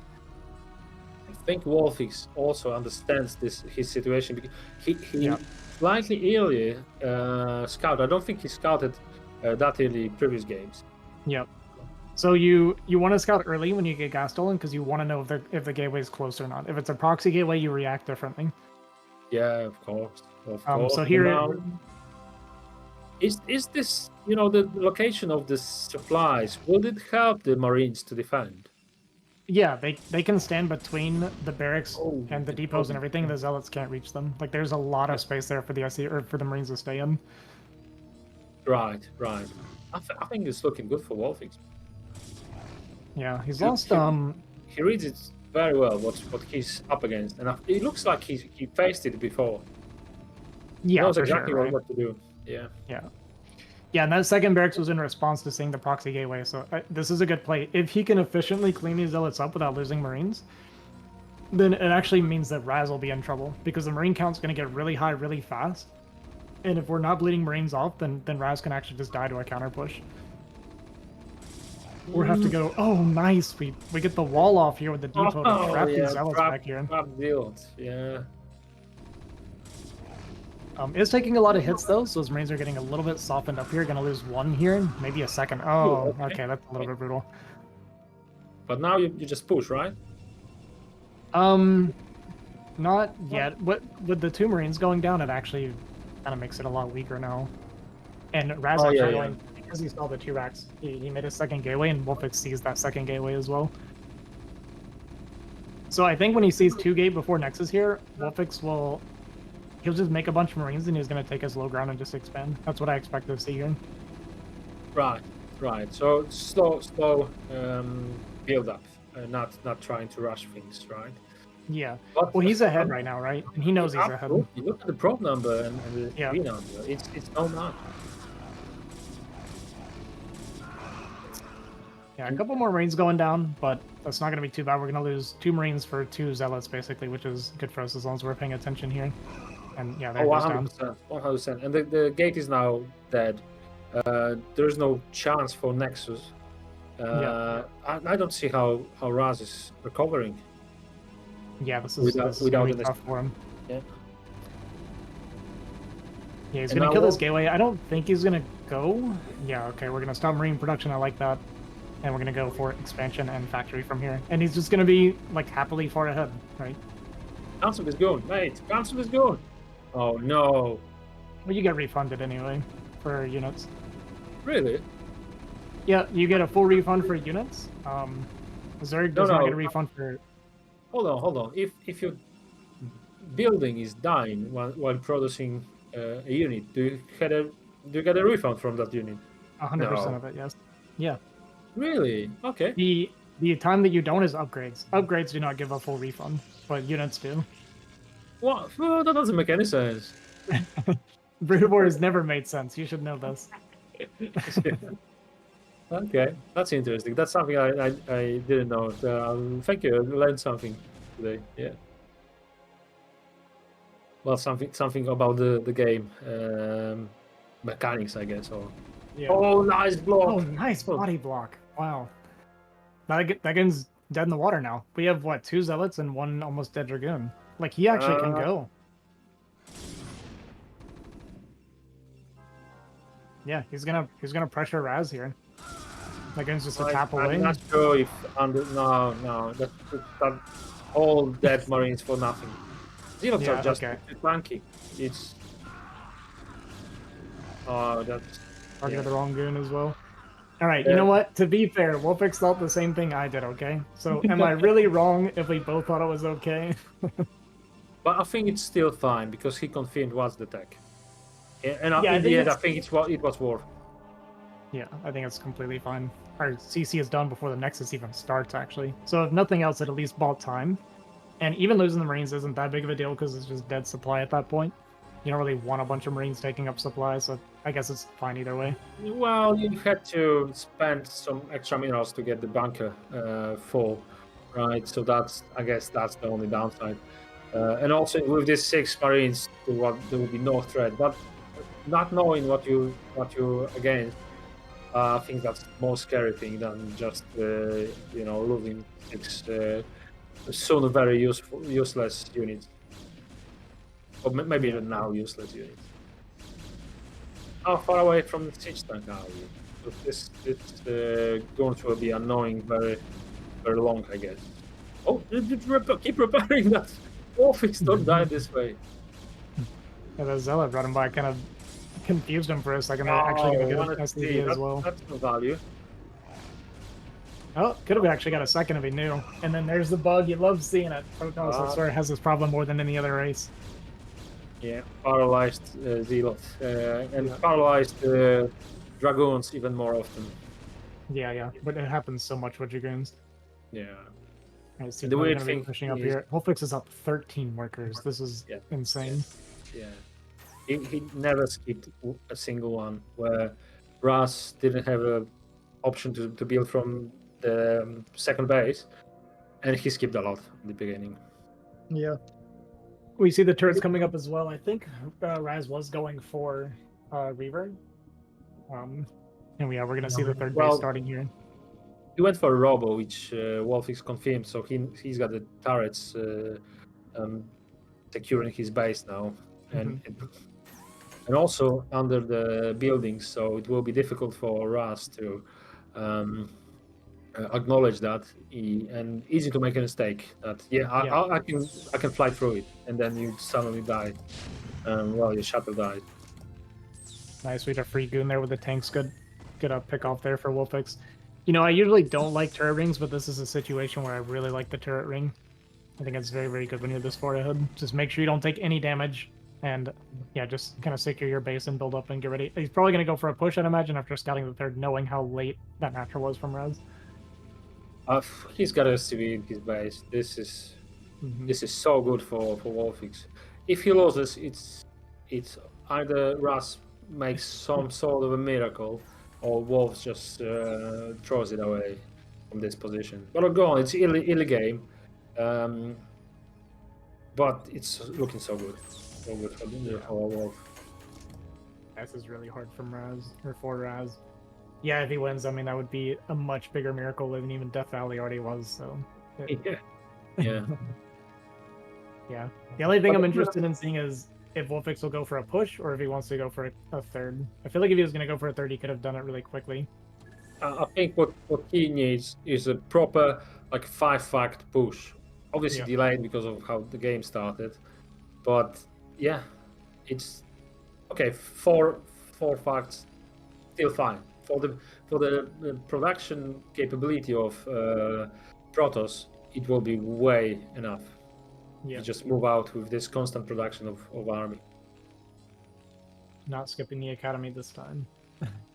Yeah, that's a good thing. That's a good thing because you don't want DTs suddenly stopping everything. Mm-hmm. All right. I mean, we might just be gearing up for a push. 4 fact is something that I used to do a lot, and then I stopped doing it. I actually really like it. It feels like you can pivot kind of into anything. Yeah, well, if you face if you get 4 facts and you... Oh, nice. A lot of damage on that shuttle, and that's going to expose these Reavers. Something is going to die. Something is going to die, and you won't be there on here. Man. I mean, he gets 2 tanks, which is okay, but... That's lovely. That's lovely. I like it. Otherwise, you would be just game over almost. But if you're facing 3 gateways and you got 4 facts, you're in the good spot. Oh yeah. Yeah, looks like did he add an extra factory? I think he did, is what I'm seeing there. It's hard to say for sure. Okay, yeah, now it's on the way. I mean, he's right, up 15 supply about. If this is the thing that Razz can now explode with gateway numbers. So either WolFix is pushing now, or he needs to take the third base.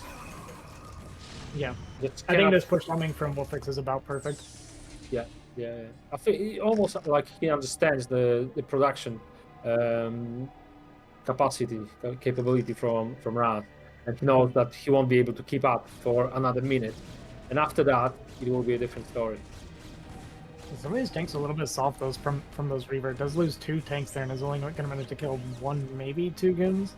So good start there from Razz actually picking off a couple of tanks. I mean, he's down still about 15 supply. The reinforcements from WolFix are going to be a little bit hard for Razz to deal with. His gateways, I think, are like just now finished, so production only just now kicking in. I must say I don't like the way that Wolf is pushing, and I know why he's pushing this way, because he wanted to avoid the high ground from Razz. But Yeah. if he would put on the push on the natural, he would cut off this base, the new base, the third one, and it would be so much efficient. And also he would control this part of the map that Razz is now using. Yeah. So well, it still, I think it still will work for WolFix, but now he needs to be worried about his natural and potential counter. Yeah, this is something pretty annoying that you're always going to deal with in these, especially these maps where they can kind of go around like this. So Razz smartly getting his units to go around the map and kind of cut off reinforcements, even go for a little bit of a counterattack. And this kind of serves 2 purposes, right? It threatens the counterattack, it cuts off reinforcements, and if you're killing a bunch of units or if he's like stockpiling his units, you can even turn him to a flank. But he's actually going to commit to the push here. The Reaver wall. There's no observer. That's yeah. Impossible to push with no observer. There is one left over, just above the dragoons. Okay. Yeah, he's just full committing to the counterattack at this point. This is all in. He decides he needs to kill WolFix. WolFix going to bring smartly a lot of his army back here too. This is defended now. Yeah, I love the decision to pull units back after getting the 3rd. Yeah. I like what Wolf did with this defense, this push. Yeah, but the start of the game was super secured by WolFix with the second tracks. I don't think he lost maybe 1 SCB, maybe 2. On the cost of, I don't know how many probes were cut to make this build order by Razz. So now it's just invisible man or nothing, but there is no invisible man. So. Yeah, WolFix played this game really, really well from beginning to end. It actually was really good for me to watch because I struggle with this kind of stuff quite a bit. So seeing him handle it so easily and come out so far ahead really gives me something to keep in mind to work towards. I also like, even though it didn't work, the mindset and the mind gain from Razz. I'll play you 12 Nexus twice, and then I will play Proxy Gate just in front of your natural. Right. For a variety of openings.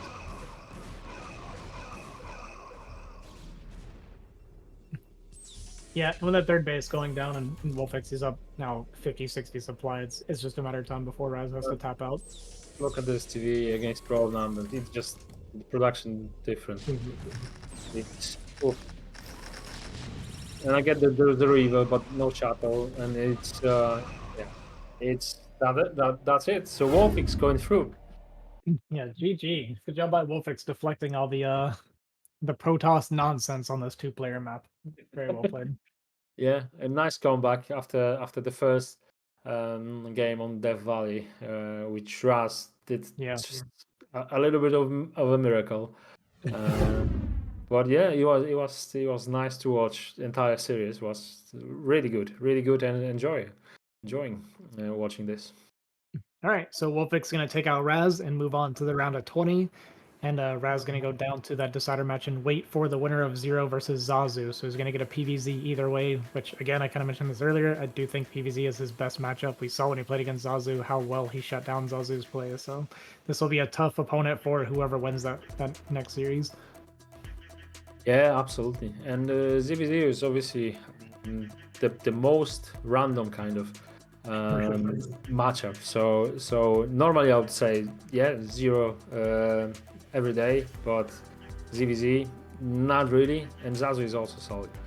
Zazu knows how to play, so yeah, it will be very interesting. But then, to be honest, I would like to see Zero against Razz. Then we will have pretty much every game against except WolFix and Zazu on the menu, so that would be very interesting to see if Zero can face Razz and take him down, something that Zazu failed.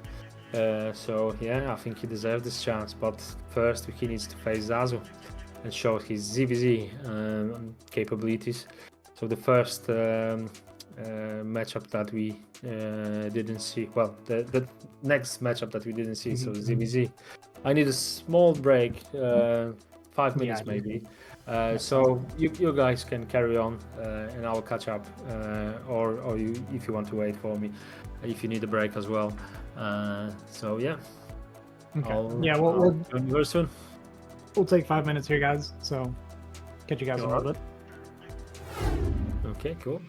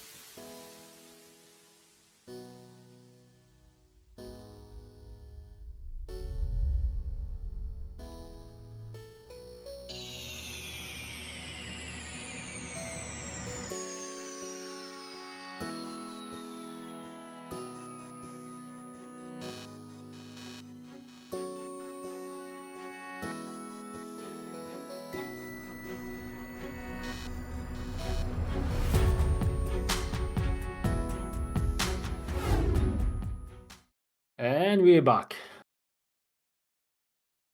Hello, hello.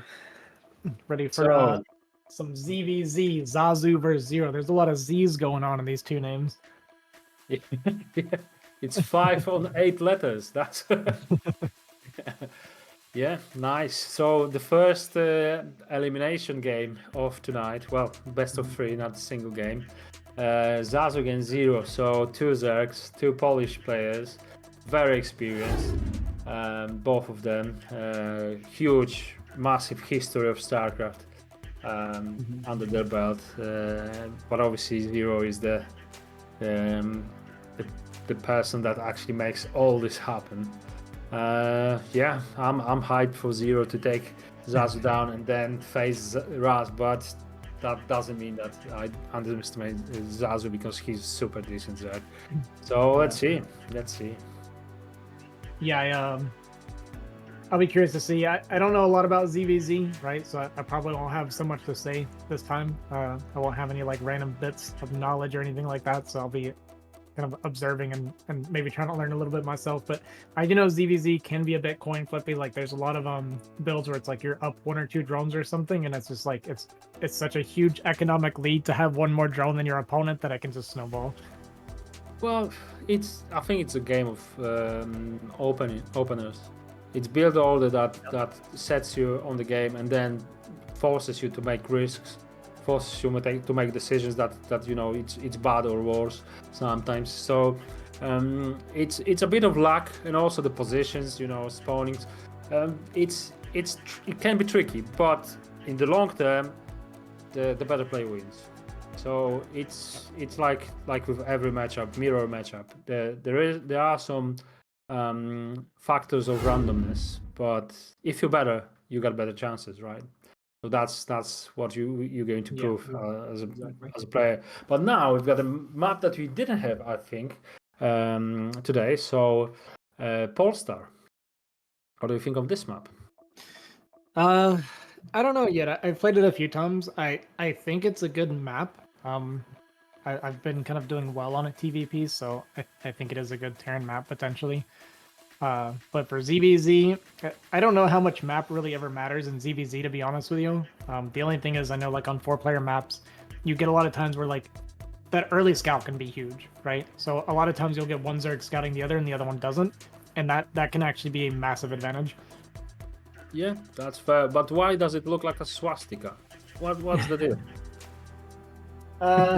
Yeah, I don't know. Didn't put a lot of thought into that one, I guess. No. It's a in Buddhism and in Asia, it's a very proud symbol of something else than we knew in our Europe history. So never mind. Yeah, I think it's a balanced map in the end. Not the first choice of many. It reminds me of Deja Vu because of the high grounds in the center, but the entrance are much wider. So you cannot create a contain as a Zerg against let's say Protoss. That easy, but it's very interesting map, and I think Koreans play it quite often on the highest level, so it has to be balanced. Which statistics also show that it's fairly balanced. Anyway, we're talking about ZVZ, so the balance map doesn't really matter. It's just the more important is how you're going to fly with your overload than what the map is in this matchup. All right, let's jump into it. We got Zero against Zazu.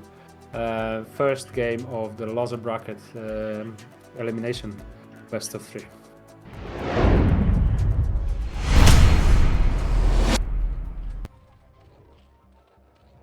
I'll let you introduce your boy.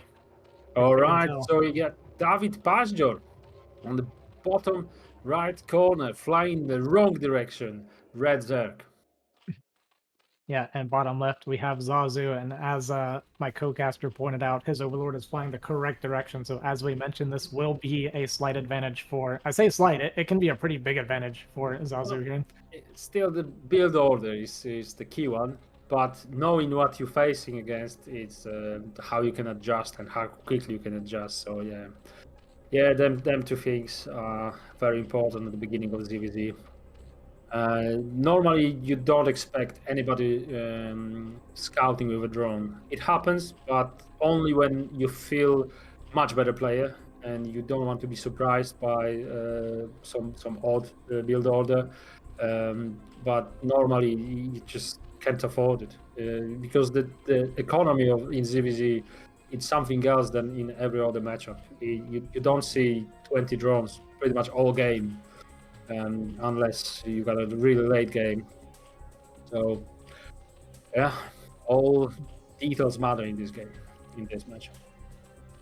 Yeah, it's funny you mentioned that because a lot of ZVZs are like that. It's either over within the first like 6, 7, 8 minutes or something like that, or it's like a 30-minute game where we have Hive and Devourers and Ultras. Yeah, first plug ends the game because it hit all the mutants. Yeah. Yeah. Right, so we got what was it? 12 full against 12 hatchery. Right. Yeah, so this is slightly Zazu favored right now, I'm pretty sure. So this is pretty much a small disaster for Zero. Yeah. Not only he will, the only good thing is that he's now going to scout the natural with his Ovi, and he knows that where Zazu is now. Yeah. But yeah, nothing, it's not great. He's gonna have the faster gas, right, because of the full. But his economy is just gonna be a lot lower. He's gonna be a lot less potential link production. He'll just be down a few drones, right, and down the extra larva in the beginning. Yeah, but well, he will have this faster layer. It's also important if Zero will start with the speed first or the layer first, because that set the pace of the game. Yeah, I'd imagine, and again, sorry if I say things that are just wrong because I really don't know much about ZVZ, but I'd imagine if he scouts the 12 hatch, I feel like you'd be going layer first, right? Like, does that make sense? The thing is, it's too late that when you confirm it, you need to spend your 100 gas. You see, you need to spend it now. You don't see it yet. Yeah. You see, it's been spent. 12 hatch is not confirmed. And now, do you cancel that? Do you rebuild it? No, you wouldn't cancel. Not really. Right? Yeah. Oh, this is actually the links a been bad dropped. start. This is everything goes well for Zazu. He's also he was for a moment he's back in favor on drones. He's got 13 against 11. I'm not sure about the sunken from Zero, but I know he knows what he's doing. I wouldn't put a sunken. I imagine the thought process is he wants to be able to make more drones, right? And well, speed of his speed, finish. and Zazu doesn't have speed, so you don't need an extra sunken. Well, Zazu's speed does finish up here, and he's actually going to take a pretty good trade. Okay, equal terms now. Yeah, you're right. Okay, and the drone count is the same, and now this is a bit delayed there, I think. Oh, because the speed was first. Yeah, that makes sense. Okay, 19 drones against 12. Yeah, that's a huge advantage for Zazu economically. And that's because of the sunken. Yeah. He's going to make his own sunken. I actually like this, making his own sunken here, because he made so many drones, and he sees all these extra links. Zero's been pumping links instead of drones here, so there's a little bit of potential that he could find some damage here. If he gets a few drones to try and catch up, that'd be fantastic. But I think Zazu has too many. Yeah, he's got too many links here, and he's got the sunken on the way. Actually came out to fight, and he's going to win that fight even. Even without the sunken, yeah. Yeah. So the potential for Zero to attack and get the value of the links is gone. The drone advantage is significant, and the gas mining will be quicker for Zazu. Right. So from this position, Zero needs to do something. Yeah, I'm not sure what he can do. I don't see a lot of like comebacks in ZVZ very often. He's only down one drone, right, which isn't that big of a deal, but kind of like I mentioned, like that one drone does add up over time, and he does have the bigger gas bank, like you said. He's been mining that second gas a lot more efficiently than Zero. Yeah. So now what Zero can do to come back, is the right composition between Scourges and Mutas, and the right micro. So, for example, if this is very nice from Tenhui, opening with Carface.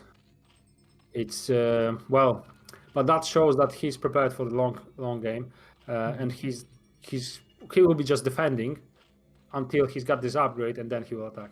This is pretty much the plan. And without the Scourges, it will be all good for Zazu, because he will have all the advantages. Yeah, he's gonna try and jump on top of this Overlord, but yeah, the mutas are gonna be nearby, so he's gonna have to be.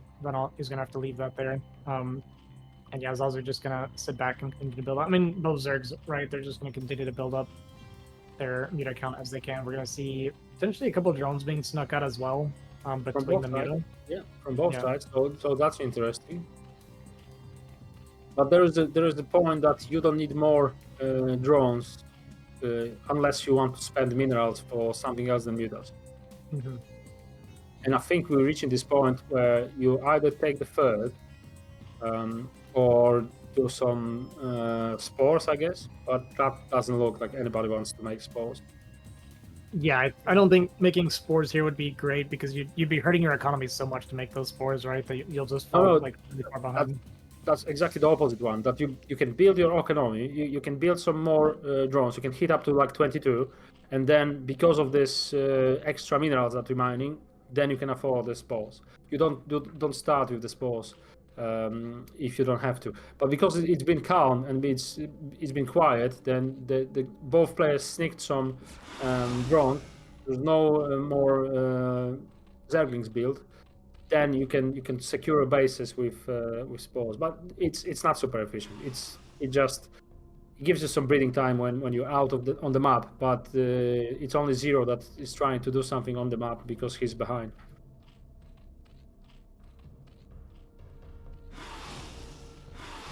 Yeah, can I get this Overlord? That's nice. Yeah. A lot of skirt here with the muta. Gonna try and get those hits. Actually, some of these mutas being a little bit out of pace, getting some good connections. This is super great for Zero because it's all before the upgrade. This might not be great. Yeah, initially great for Zero, then Zazu does trade back pretty well. They're actually coming out pretty much even in supply still. Actually a slight lead now for Zazu as he spends some of his money there. Right, so if it's very even in supplies and Zazu was mining more gas, it's good for Zero. So that trade was very good for Zero. And we're getting into the moment of the game that it's the micro time, it's the upgrades time, and there will be a fight that will be difficult to come back from if you lose it. Yeah, there was this part of this is going to come down potentially to that early decision from Zazu because he did have the better opener. He was able to go for that armor upgrade early, which can be dangerous a lot of times in an even game because there will be a slight window where they're going for Scourge and Muta that can actually overwhelm you as you kind of miss out on a few units because you went for that armor. But now he's got that armor that's kicked in, so he's going to be able to trade much more efficiently than he has so far. Yeah, and in the meantime, Zero put into his army composition quite a lot of Scourges, which let him take some more, change the balance of his minerals gas, and just he put the third base, which is fine, which is what you want, especially after the fight that you traded well. Mm-hmm. But the upgrades, I think the upgrades is what might play a big role in this game. So I think there's +1 for Zazu, obviously, because he started very soon. Not sure what's there for Zero in terms of upgrades, and if he's okay, it's advantage for Zazu. So this is very dangerous moment for Zero. But yeah, a lot of Scourge connections there, so great angle from Zero. I think he still doesn't have enough Muta, actually, despite those Scourge connections. To be honest, he would have won. He would have won. If he would stay there, he would have won because of the +1 upgrade. Mm-hmm. Yeah, you kind of see this sometimes in ZVZ. You can't really tell how many mutas the other guy has. It's so hard to tell because everything's like stacked on top of each other. So both players Absolutely. actually disengaged. Neither one totally sure if they were winning or not. Exactly what you just said. That there's a lack of confidence because you don't know if it feels good, but it might not be looking good. So it's want to Yeah. back up just in case because you're still in a good position. So why risking it? Yeah, here we go. Gonna have another big fight here potentially as we pressure here. I think that's a spore that we got started for 0. Oh no, it's 4 already. Okay, oh, you won't survive.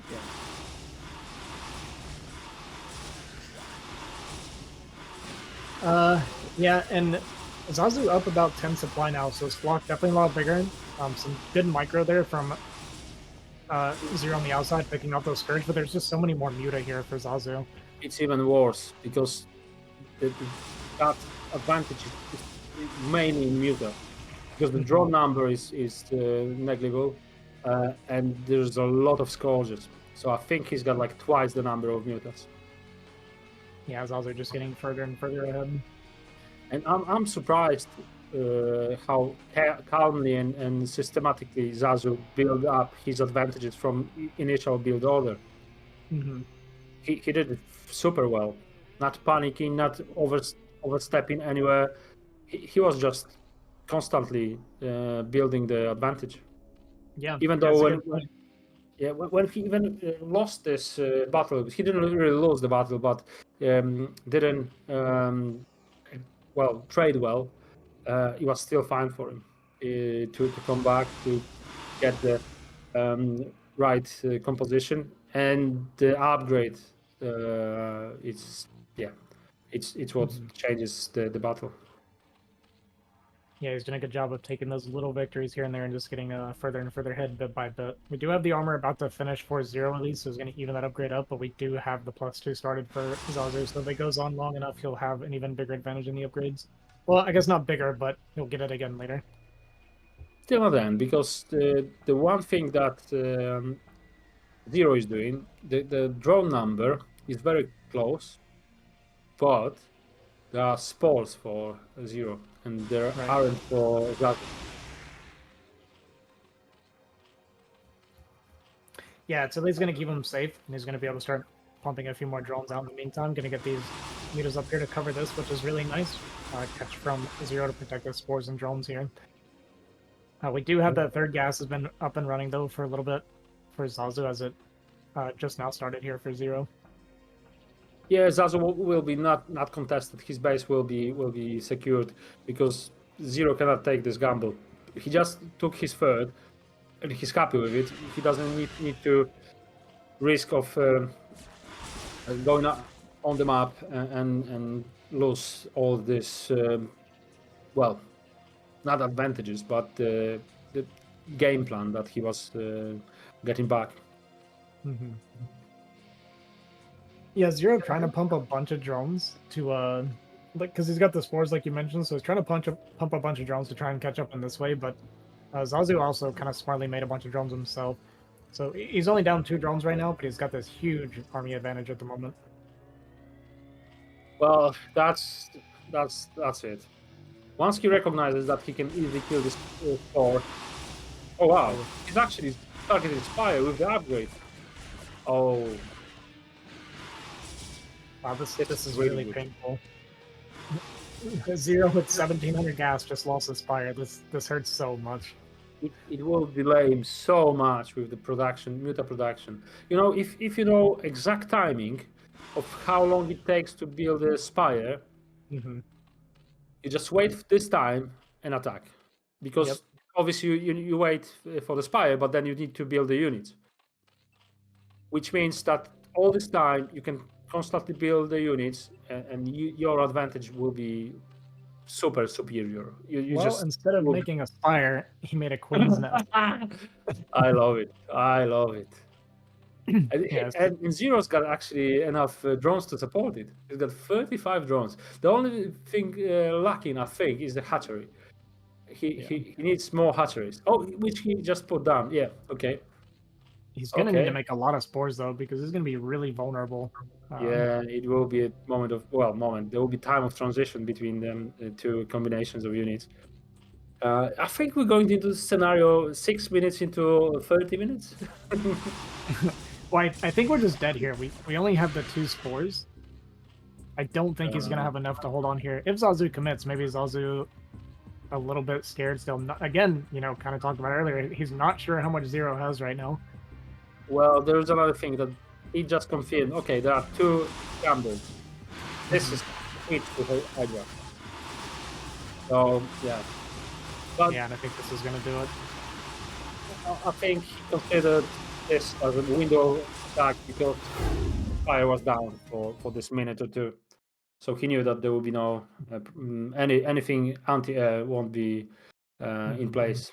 So very well played from Zazu, very solid. It's very unlike what I would expect from him, like the very aggressive play style. He started very solid, 12 hatch, lucky with the scouting pattern, lucky with the build order, but then he built it up from the very solid. Yeah, exactly.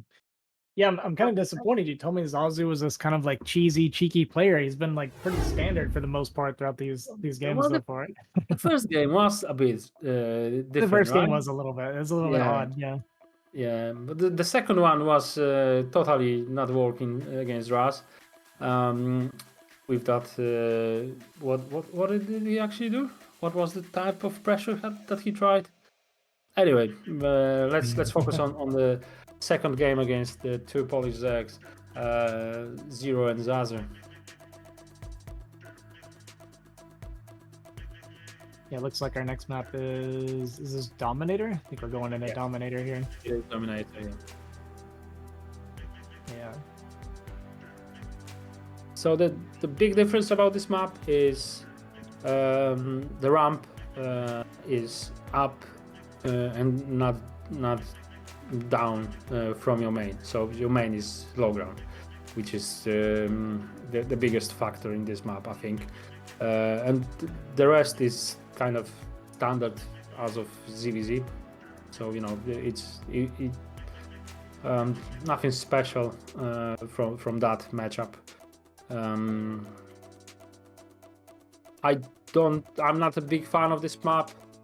There's so many high grounds that you need to look after. There's you know all these pizza slices. The wall is kind of awkward in certain locations.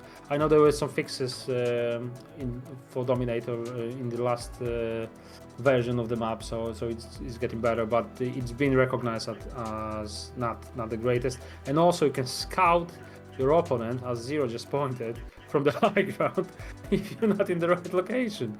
So that's yeah, there's some balance problems with this map. But the ZVZ, it doesn't really matter. The main factor is the ramp is up and not down. So if you want to close your opponent with Zerglings, it's easier.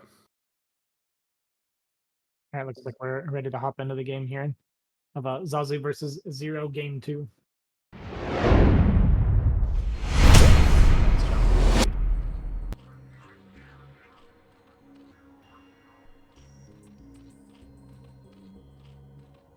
All right, so on the top of the map, it's our Super Gosu Zero, David Pastor, Red Zero. Goes to. And his opponent spawning on the right side of 3 o'clock position is going to be a Zazu. Once again, scouting the correct direction, and I think Zero again going the wrong direction on this 3-player map. That is unlucky. I was sure that he's flying the right direction, and then I think he turned down on the downside of the map for some reason. Well, yeah, again unlucky from him. Let's see the build order there. Maybe this is how he's going to catch up with we're gonna get a 9 pull this time from Zero. I like this adjustment a lot. I think either going 12 hatch or 9 pull, and not going for that kind of middle ground 12 pull after that first game. I think this is a really smart play. Right. So now is Zazu going to go 12 hatch like the last time? We got 12 drones, I guess. Yeah, it Yeah, could be a 12 12 pull. drones. I personally really like 12 pull. Okay, it is going to be This- 12 this pull. is a I pull. really like 12 pull against 9 pull speed. Well, it's the exact counter. Yeah. This is how I got to A rank with Zerg, by the way. I just made 12 pull in all my ZVZs, and I beat every Zerg because they all go 9 pull speed. Yep. It's working, isn't it? So everything goes bad for Zero again. He doesn't Yeah. scout the opponent. He doesn't have the right build order, and his opponent will confirm the 9 pull in the matter of seconds while seeing this Zerglings. So I feel sorry for Zero. I really feel sorry for him. Yeah. I mean, it's playable because he's going to have such a faster Spire, depending on how Zazu is going to respond. Because, like, this is layer before speed as well, right? So he's going to have a very fast Spire timing compared to Zazu. It's just there's always that fear of the Ling difference, right? Because Zazu can have so many more Lings than Zero and put pressure on him in that way. Well, yeah, it's the thing is you need to put some Sankens very That's micro. soon as Zero, because you know there'll be 2 hatches, and as you said, superior link production, and you are already behind with your drones, so you Yeah. got less drones, and you need to spend some minerals and drones for Sankens, Yep. just to get your mutalisk count quicker. Yeah, I like that he's going into drones directly behind us instead of continuing Lings, because he's going to need that extra economy to make his Spire and Sunkens, because he's going to have to get Sunkens out to defend the Lings. Yeah, like yeah, you said. absolutely. Well, exactly what you just said. That you want to mine the minerals first to spend them. Yeah. Because he knows it's coming. He knows that he needs to spend this on Sankens very soon. And also SimCity might be very useful. This I like. I like this position. Yeah, this is a good SimCity. And this is like a speedling all-in, by the way, from Zazu. He's completely abandoned mining gas. He's just all in on making Lings, not making drones. Actually, even on drone count. So this is actually looking pretty decent for Zero right now. This is a matter of if Zero can hold it. And Zero confirms the number of links that are floating from Zazu's end. He's got the overlord in perfect position to see how many and how fast coming. Yeah, he's trading as well as he can on the ramp before he has to abandon before letting these Zergs in, and then going to pull back to the Sunken.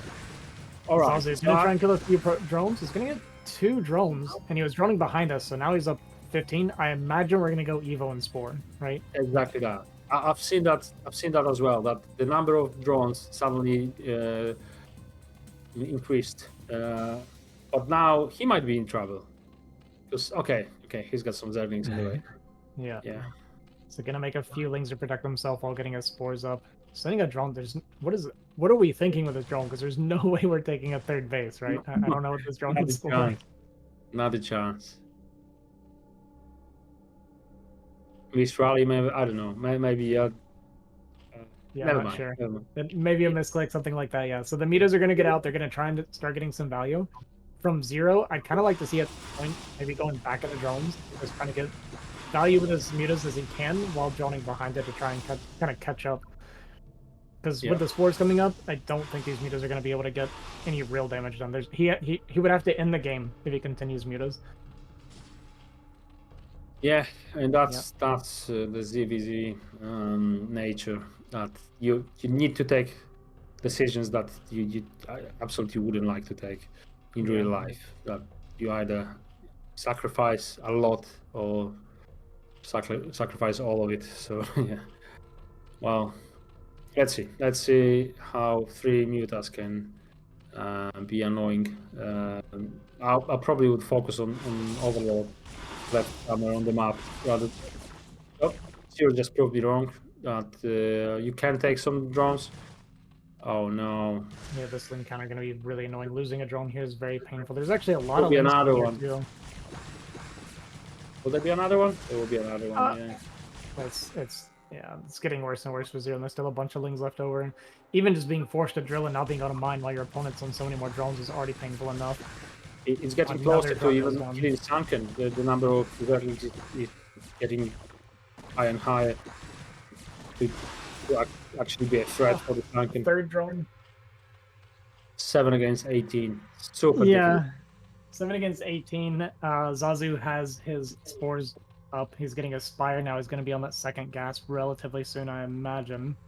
But yeah, it's just the economic difference now is I think too much for Zero to overcome. He's going to have to try to get some value somewhere, but these drones get to transfer through, so not even getting an opportunity to pick those off.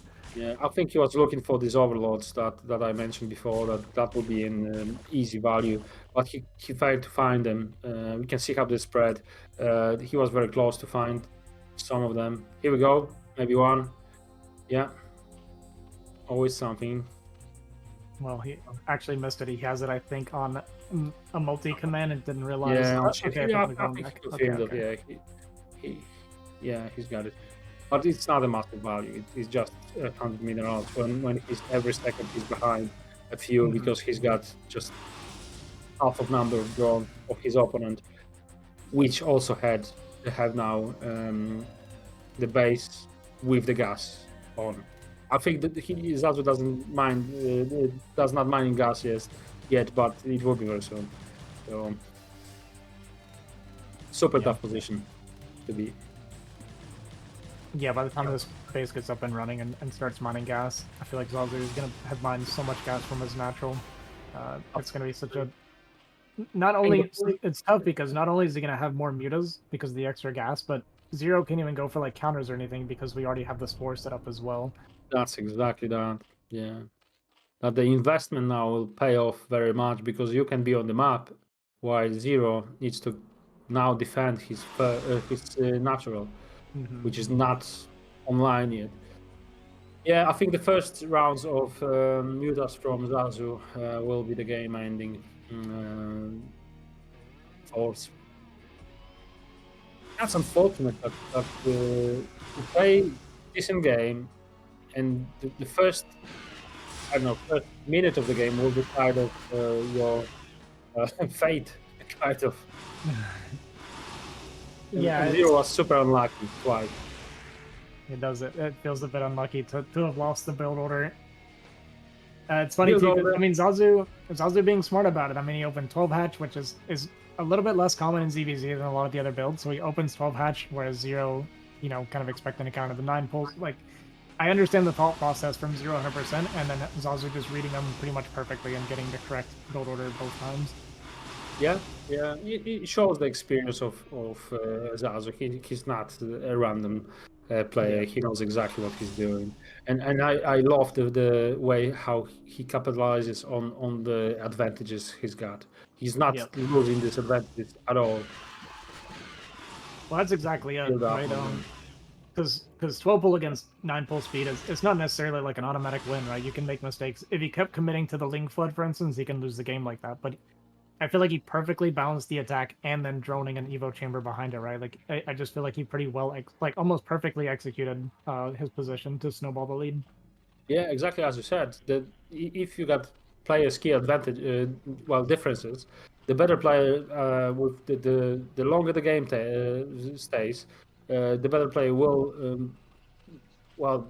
deny these advantages. They will change the swing of the game to his favor at some point. But Zazu didn't get any chances to Zero, like none. Zero could do any miracle that he would try. There was no window entire game. That being said, the supply is even right now. Yeah, but we know the workers. supply, where the supply is, right? We know the buildings. What are the buildings? What? Yeah, we what? got a third base up for Zazu. Gonna get that The only- third gas up and running.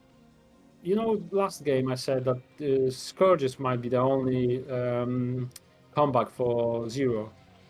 Just micro well and kill the Scourges and like build way bigger Muta army I think this is what's happening in this game. It's just the difference in the drones and production is way superior for Zazu. And here we're gonna see the Scourge diving on the Midas while the Midas dive into the main and kill a bunch of drones. Yeah, super smart from Zazu. Yeah, because even if he loses these Muta, he's on that 3 gas. So he's eventually going to overwhelm Zero, because Zero's down to 9 drones now. He can't even mine his gases. He has to stay on 1 gas at this moment. Absolutely. Even And the look how Ling's gonna- smartly Zazu just took 5 of them. One-shot drones. Just I need 5, not more. Just 5. Yeah, and now he's going to send the Lings to make the Mitas come defend that while he flies back into the main with his Mitas and just killing even more drones. Look at Zero, even developing Borrow for this scenario that he's been. Because you either go Borrow or Fold, right? To hide your drone. Either defend your drone or hide your drone. Well,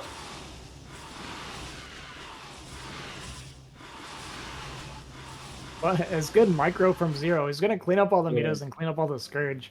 He's actually ahead in supply despite how much damage he's taken. But we can't do anything with it, unfortunately, because of all these spores everywhere. well, let's watch and prove us wrong, because Zero is doing a really exceptional job. Control of these mutas are magnificent. Yeah, it's been great micro so far. Oh, look away and lose, I think, 3 Muta there. That That's was the Caster's Curse if I've ever seen one right there. yeah.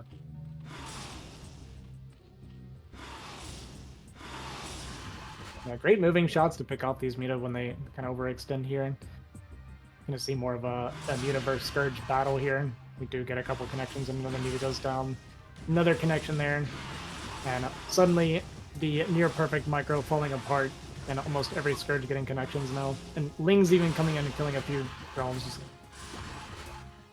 There's one very positive thing from this game I can see. I think Zero has broken his APM record in this game because of so many actions he had to do with the mutas. So many defensive and offensive actions, which is great, but it shows potential. Yeah. I mean, Zazu just keeps leaning on him while he's actually expanding behind this, even taking a 4th base now. Yeah, he can do it. He can do it. He's got all the tools in his hand. Constant pressure and then just throw behind. It's what you need. Yeah, I think we lost the natural even. Alright, if we can just get the plague from here, we can do this. Well, it's very tricky to play the Scourges, right? They're super fast. Oh, that's true. Yeah, plaguing Scourge is not something you see very often.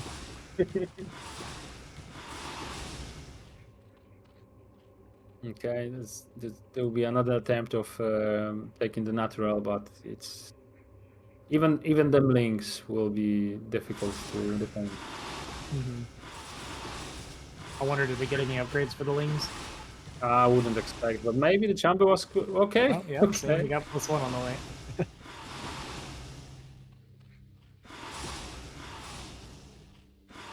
Just think of this. I'd probably do. I was just thinking I would do something like that if I was this far ahead. Like, why not just throw 100 into my Lings? Yeah, when you get enough drones, why not? You have a decent number of links. Let's invest in them. Borrow as well. That's interesting. Yeah, but full control from Zazu from, I don't know, like last 10 minutes since he gained the significant advantage. Well, obviously Zero won't give up. It's a tournament game. It's elimination, best of 3, and this is the potentially final game for him. But it will be a miracle, a true miracle to go back and contest. I mean, I'm starting to see part of what you were saying now. Zazu definitely trolling Zero a bit. Instead of just making a group of Muta and ending the game, he's just rallying Scourge into him over and over again, just making Zero play this mini game of killing Scourge until he mines out on one base, I guess. Now I see it. Yeah, you're right.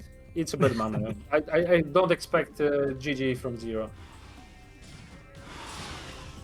It will be some sort of Julia style lag, unplayable, fix your Stream internet cheating. vibe. Yeah.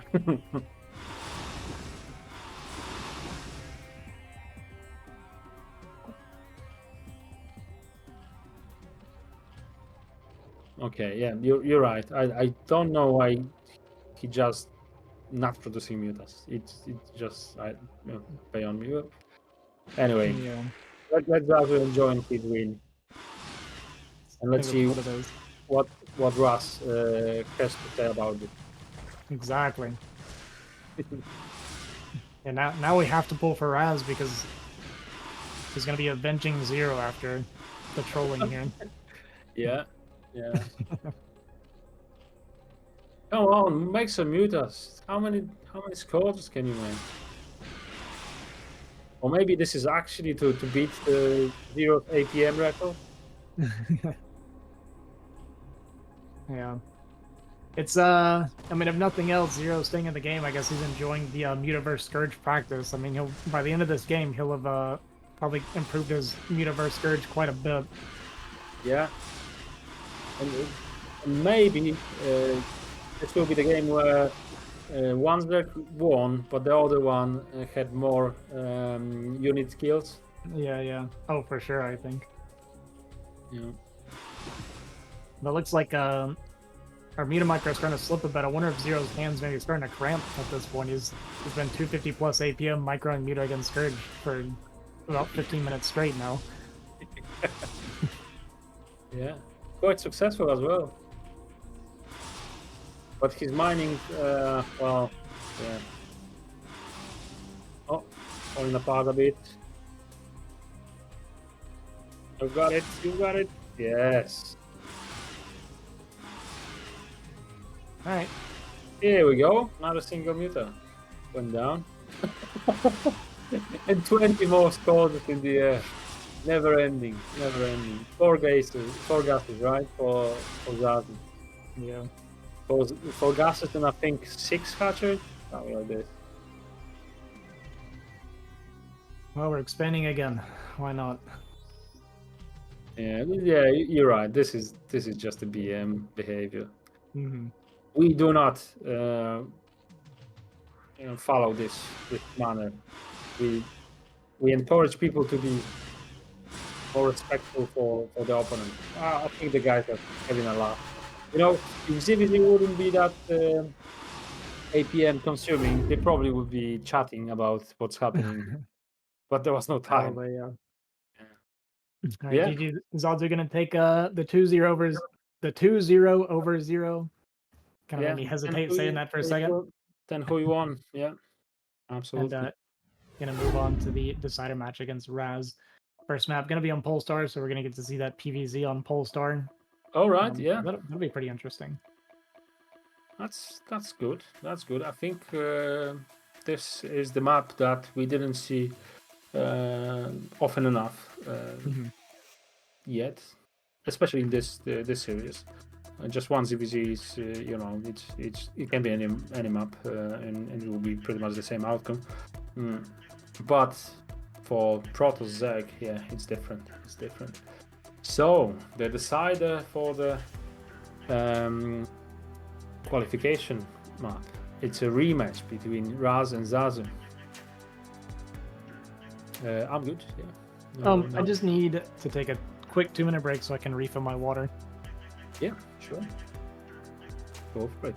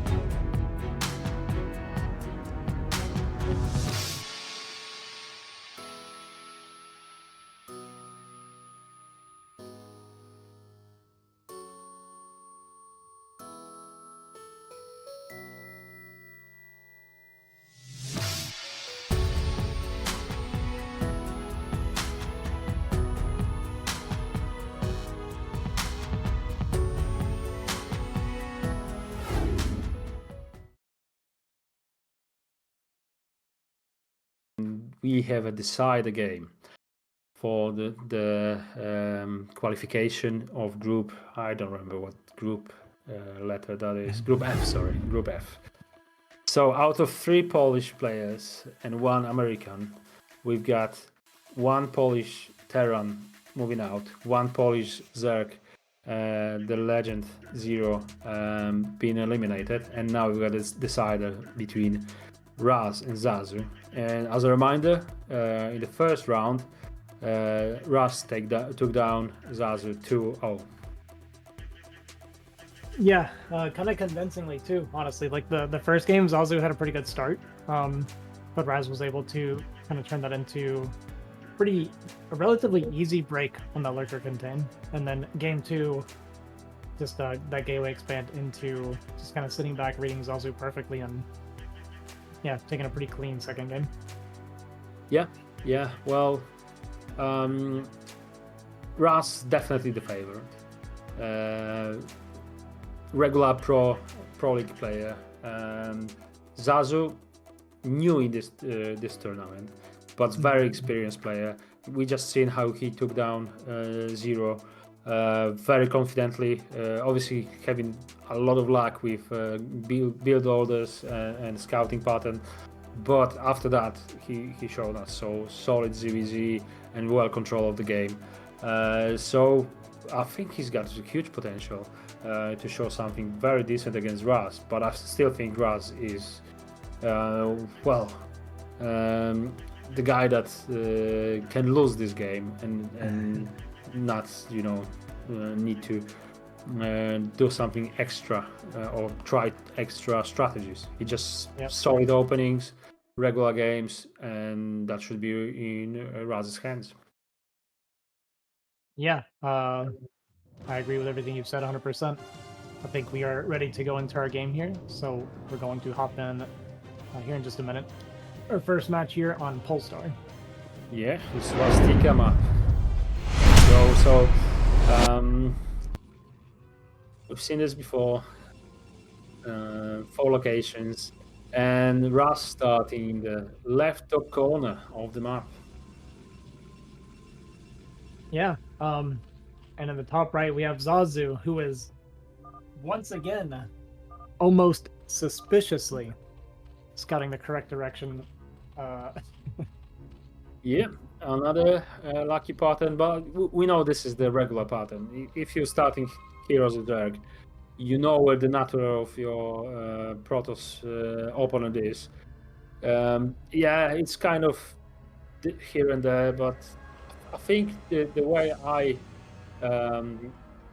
from my experience, normally they scout horizontally in Zergs. So not a Well, surprise.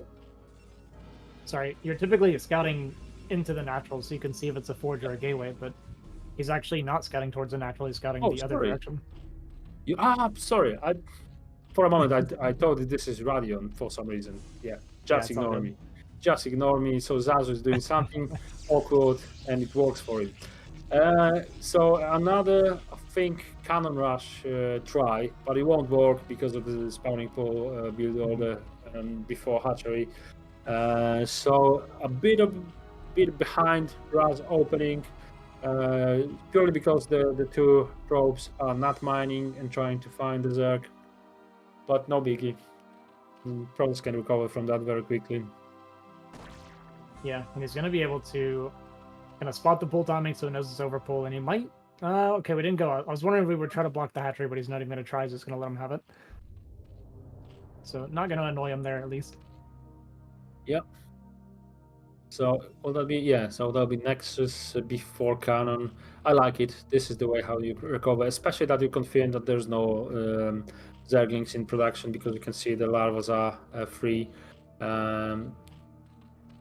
So there'll be no 6. Now he probably will confirm that there's a drone, not links, so even better for the Nexus opening.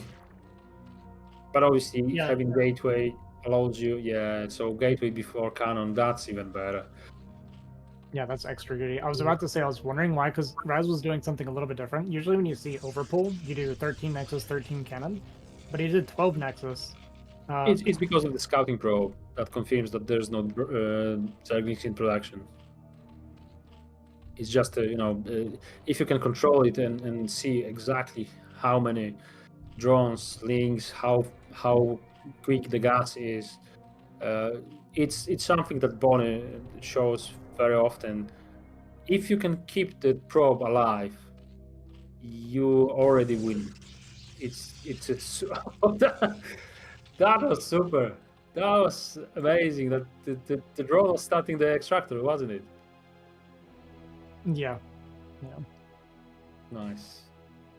Nice.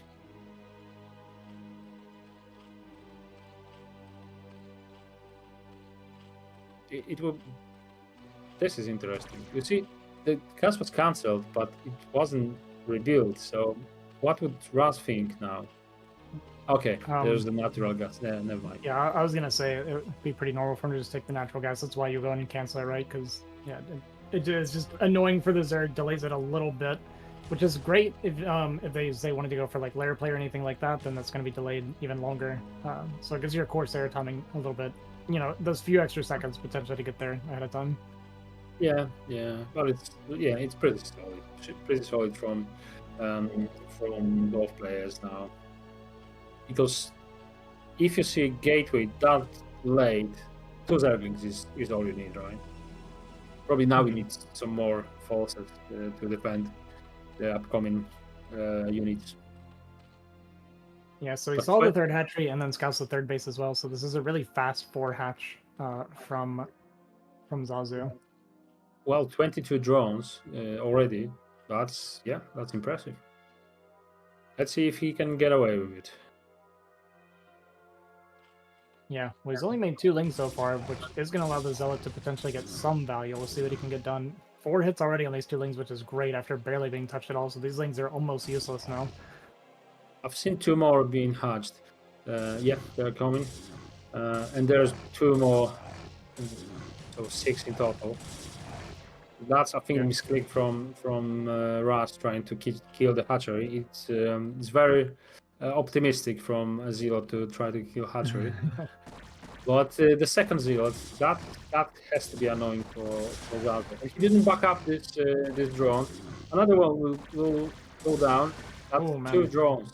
That's good value. And the mining This is great for Razz now. So Zazu, who his drone count was taking even the probe count right earlier, which was great. Equal. Yeah, he was 22, and then he was 24, 28, and now it's significantly different. Yeah, gonna But have it's all still these drones though. Turkestan. And Oh, now he's ahead. Look at that. He only built drones and nothing else.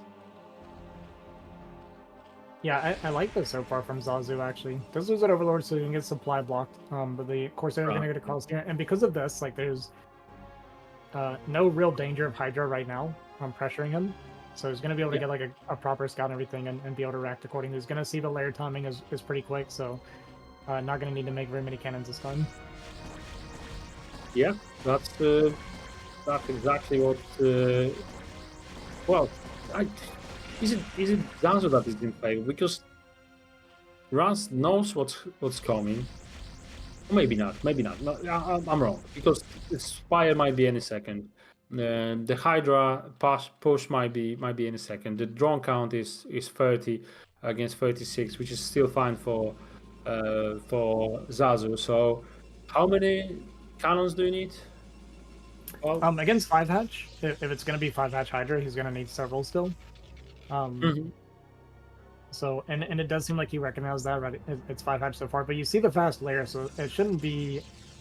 I was gonna say I probably would have stopped at 4. He wants to go a little bit more. I think that's still fine, obviously. And I'm pretty sure Stimplar are coming up behind us, so he just wants to be extra safe and secure. But meanwhile, Zazu is just continuing to pump drone. and I don't think Razz confirmed the number of drones. I mean, he sees the low number of Hydra, right? Yeah. But maybe he suspects the attack kind of like a lurker, maybe hidden spy. No, hidden spy is not an option with the constant scouting courses. But I'm not sure if he recognizes that what he's against, because the number of cannons. Okay, he knows the lurker's potential, so he's got the robo. But the number of cannons. I mean, it's not high, but it was before the gateways, if you know what I mean. If you could invest that into gateways, the production possibility would be so much different now. Yeah, I think he thought, and I kind of did too, although it was a little bit confusing because it was kind of like a quick 5-hatch. It looked like it was going to be a 5-hatch Hydra build, but then there was also the layer, so I think Razz was a little bit confused about what he was looking at, so he went in and threw those cannons down. Like you said, though, in this case, because so few Hydras were made, he could have absolutely done the gateways before cannon, but he just wasn't sure. I think he wasn't seeing the drones hatching, so I think he thought there was a bunch of Hydras on the map. Well, we still need to go back to what his position on this phase of tournament is. He won against this guy 2-0, right? So he wants to be on the safe side. Probably that's why it's fine to invest in the gateway, in the cannon before the gateways, because he feels like he's the better player and he can make it up later. He can build up his advantage in some way later on. Yeah, I mean that makes sense. What this High Templar is thinking? Yo, I'm here. Challenge me. Looks like a bait, but it's not. And I think Razz got a problem with the natural Nexus rally point for the pros, because there's so many idle over there. Okay. Oh, we got speed Ovi. So this DT, he's got a little potential now. Yeah, as also going to track that DT and not allow it to get up to any shenanigans. Potentially, it is going to slip away at least, so maybe it can find some value down the road. He's just going to tuck it somewhere and probably leave it for a while. And here we go. This is the Lurker Contain that feels like Zazu seems to love so much. And on this map, it's much better for sure. Exactly that. And look at the supply. It's even bigger difference than the last time on what was the map? Metropolis? Yeah, I think that was Metropolis. Yeah, he's actually got the same drone count as he had on Metropolis when he started the Contain as well. He's at 37 drones back then, so I don't know if he has it mapped out like that perfectly in his head, his way of doing it, or if this is just a coincidence, but yeah, thought that was pretty interesting. I think there's so many changing factors that it would be inappropriate to have a build order to a single drone on a 10th minute. That would be like amazing thing. Okay, DT gonna get in and get a couple drones and stop the mining a little bit. So a slight disruption and kind of a distraction there. A bunch of Hydra's going to be staying at home while he's chasing this around and dealing with this. In the meantime, I imagine we're going to be building up. Yeah, okay, we got a pretty good Dragoon count now. I think we... Yeah. Well, we have this shuttle, so we might go for some sort of drop play at some point. Is the shuttle still alive? Because I don't see it anywhere. I swear I just saw it in his base somewhere. Maybe I'm crazy. I literally thought I just saw it. Oh, There it is over the pylon. Yeah, you're right. You're right. Yeah, but that DT actually was definitely worth it. All the intel, plus the mining time, plus the 2 drones. But now, it's super awkward to move out of the protest. Yeah, this will be a pretty hard bust for Razz here. He's gonna have to kill all of this for the Zerg. Zerg's not gonna do it for him, so he has to do it himself. He's gonna start killing his gateway, kill some of these cannons. Looks like the shuttle is gonna potentially fly out and look for some value here. Gonna fly maybe around the whole map there. But Goodling's there to spot. Oh, we're gonna unload behind. Okay, interesting. That's yeah, and it might work. That's What? actually insane that we found this blind spot. These Zergings, they're super blind. They don't see anything. Oh, this might not be the best move out. There's Basilion Lurker. Yeah. Yeah, we're gonna try and fight Hydra, but there's a lot of Hydras to shoot for these goons. Oh, There's pretty good storms, and this is at least distracting them while these zealots are getting there. We'll see if those zealots can get much value. There's gonna be 4 Hydras with them. The zealots are gonna be able to kill them. Just gonna buy some time. But Zazu is not responding so far. He might be able to cancel this base, but not when they are chasing the Hydras. Yeah, and this did allow Razz to step out and get a pretty good trade against those Hydras while he was distracted by Hydras not fighting with the Lurkers. Yeah. But man, this Lurker arc is pretty wide. Super deadly. I mean, even with the Revo, it would be difficult to move out because of how well they are positioned. Yeah, so two per storm. Normally you want to split them so one storm doesn't keep 2 rockets, but there's plenty of them that you can storm. But the Hydra support is just too much, so you cannot freely attack. Yeah, and that's our last storm now. We're completely out of storms. So even though Razz gained a little bit of ground supply and took a slight lead, he doesn't have any storms to continue pushing. Trying to do this with only Zealogoon is almost impossible. No, it is impossible. Zealots are like useless when the number of lurkers is like more than 5. And the number of lurkers is much higher. So we got 1 upgrades for Protoss. What about the lurkers? 2-0, yeah. This is an advantage for Zerg. How many roof? I mean, wow. And sniper terrors delay the move out even further. Okay. What do you think about Zazu now? I think Zazu likes his lurker contains, man. He's yeah, absolutely. Absolutely. Yeah, I think this map was just a lot better for it. He was in a pretty good position. He got away with being awkwardly greedy. I see what you mean now about him being hard to read, because the way he got to the stage of the game was a very abnormal way of doing it. And I could definitely see Razz being confused about exactly what was happening. Yeah, yeah. And then Razz made the bad investments. He wanted to counter something that is not coming. He wanted to be in the safe spot when he had to actually play the other way, invest in production, or even take the third somehow, because there was a window for that as well.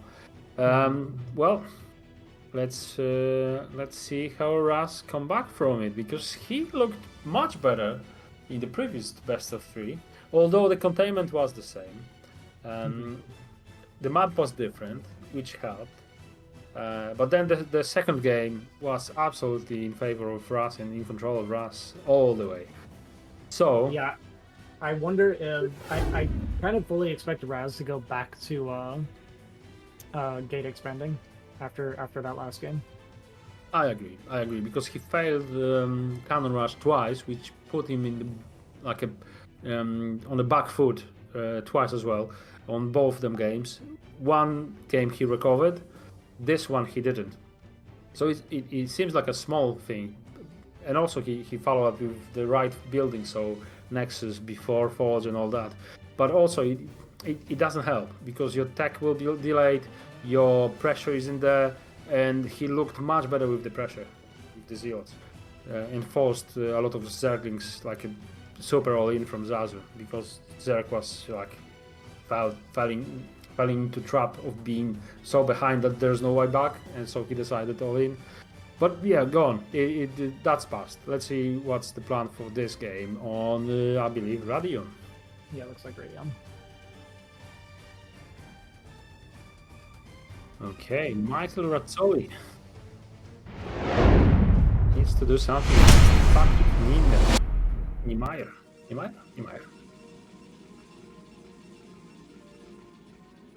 All right, spawning in the top right.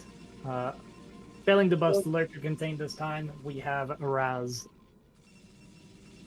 And on the bottom right, flying to the wrong direction this time, is Patrick Tenhui Zazu, our Zerg Polish player.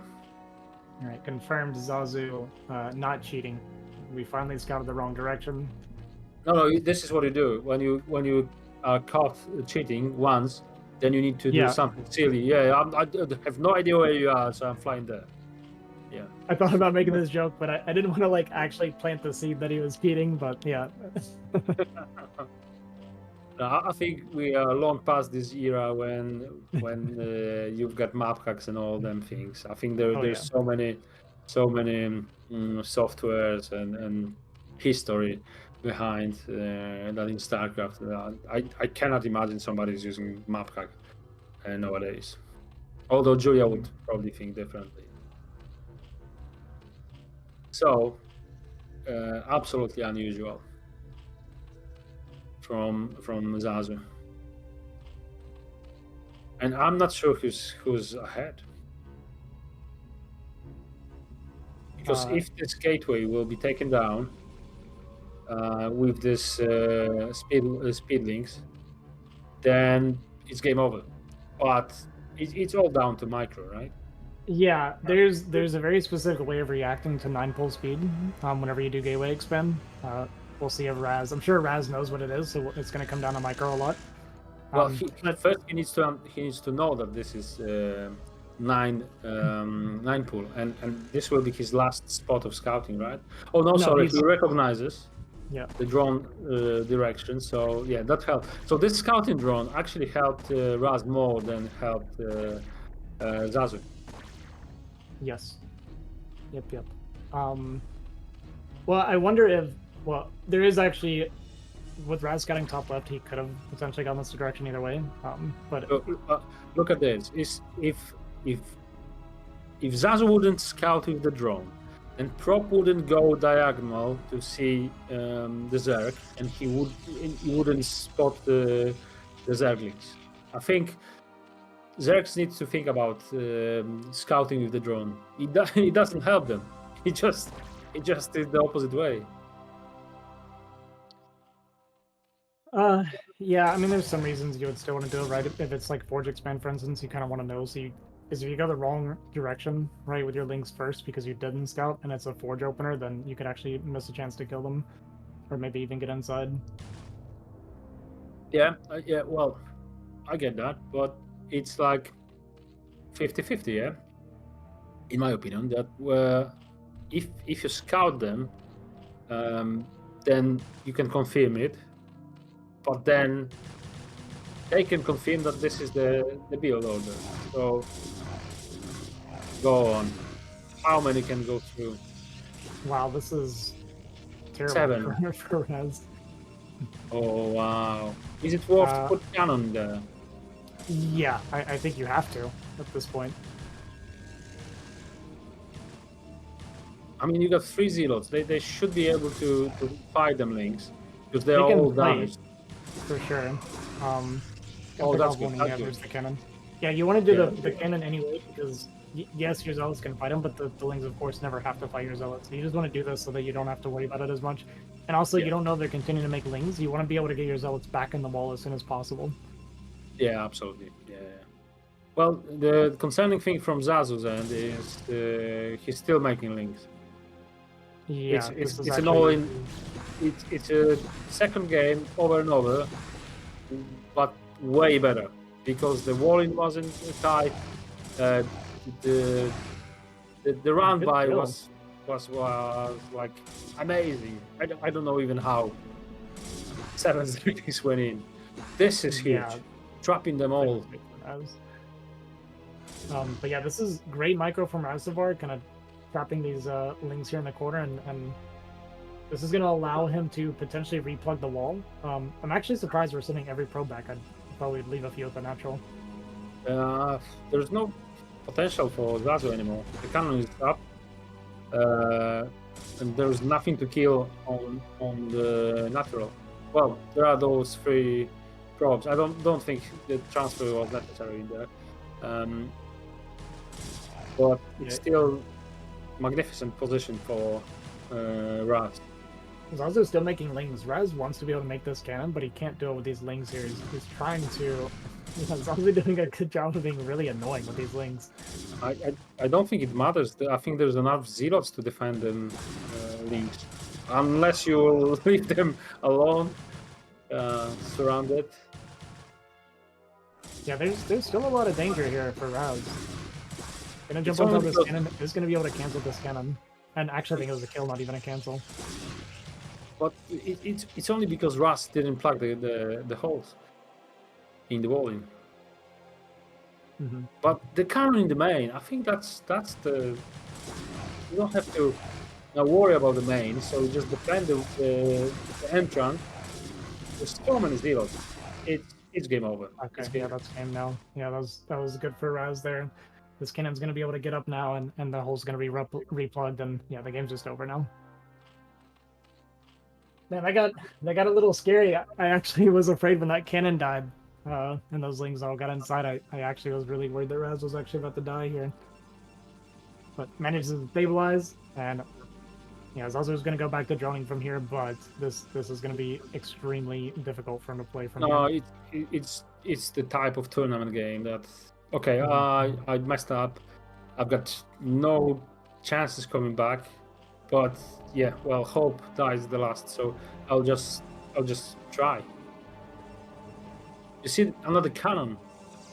You know what it is? It's just like he will be playing ZVZ build that follow up Mutalisk. You know Yeah, what I mean? exactly. I That's totally only- get this. Yeah. Yeah, because you don't know, right? Like, this is part of the problem with PvZ. You're a Protoss player, so, you know, gathering information sometimes in this matchup is extremely difficult, and you just kind of have to almost guess, like, at this point. It's impossible against Speedlings when you don't have anything on the map. And there is one thing that kills you in this situation because you're so ahead. It's 5 meters. Yep. That's what kills you. So you just put 2 cannons and nothing kills you.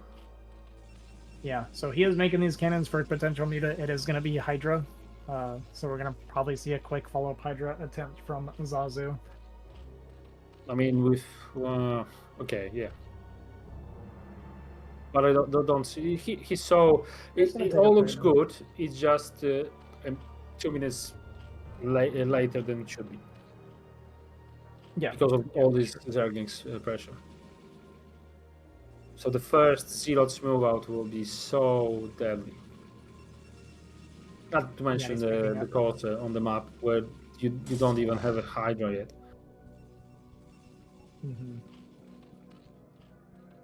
Yeah, starting to make Hydras now. These Zealots probably going to move out pretty soon. 5 is a good breakpoint. The typical breakpoints for when you're pushing out Zealots is 3 and 5. These are when they start trading pretty well against Zergling. Yeah. So yeah. he's just kind of threatening to push out with the 5. He's actually going to come back, though. He's just trying to make Zazu worry a little bit. Maybe make him make some lings or something. Well, And is that the actually has case? faith with his Overlord. Yeah. Which is a little bit dangerous to do with your first Corsair. Sometimes Well- you have to go down the attack path to get information some- as soon as possible. But when you know that the Zerg is behind, you know that every overload is super valuable for him, and you want to delay him straight away. So killing the first overload, you can see now that he's supply bot, right? And I think Razz, by experience, knew that it's a potential to get him blocked because he doesn't have like a spare minerals for it straight away to spend on the Ovi and spare larva as well. So I think it's good. It's good to kill the first overlord before the scouting. And also he was prepared for pretty much every opportunity. If there's a Zergling all in, yeah, we're ready. Hydra's all in, yeah. How many Hydras can you have? So I'll be able to put the cannons in time. So I think Razz did the right thing to maintain the advantage.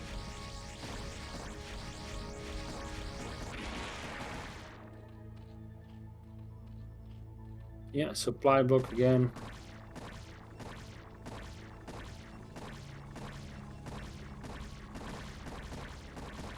Yep, we just made a few Hydras here. We're gonna kill the front wall, and he's just droning behind us. Just trying to force some cannons out of Razz, just force a reaction and trying to get some drones going. But yeah, he's Corsair in here picking up our lords constantly, which is super annoying for Zazu. And we're still very far behind on that drone count. Absolutely, it's the Zerg that you would play, but what? Why 2 layers? What? Yeah, did I just? Is this layer finished and this is another layer? Is What? this drop play? But he doesn't have the gas for it, so No, I think he forgot that he made the layer. yeah, I think you're right. It's a pretty painful mistake when you're this far behind. Well, yeah, you cannot overspend on anything, and making 2 layers. You better make 2 upgrades now, so you don't look silly. 2 upgrades that meant some sort of like a drop strategy. He had to flank these zealots and kill a few of them. Even though he's so far down in workers, he's actually even on supply. Razz did make a lot of cannons because he was worried about the Hydra follow-up, so... It doesn't matter. Zazu... The explosion of Protoss will be like amazing very soon. So the supply at this point of the game, yeah, that's fair. They are very close, but it will change like very, very quickly. The lurker though, I like.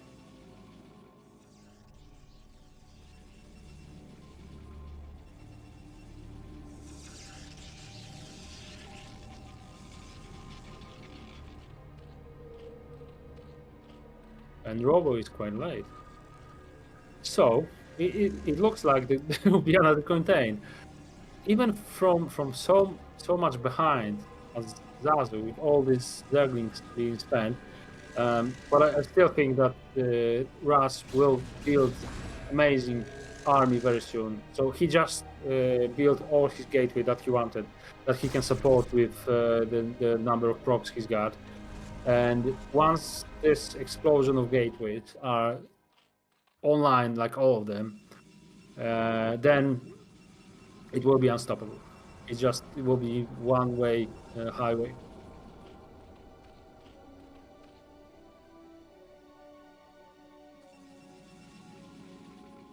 Okay, two forges as well after losing the initial one, as you mentioned. This is a typical opening.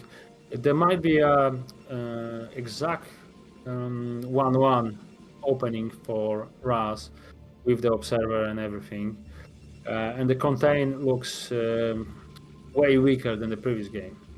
I think there is a cannon that is preventing the army to move out, so he would need to clear out. Yeah, the dragons are dancing around. He would need to kill some of the cannons to move out. But once he moves out, it will be very powerful army.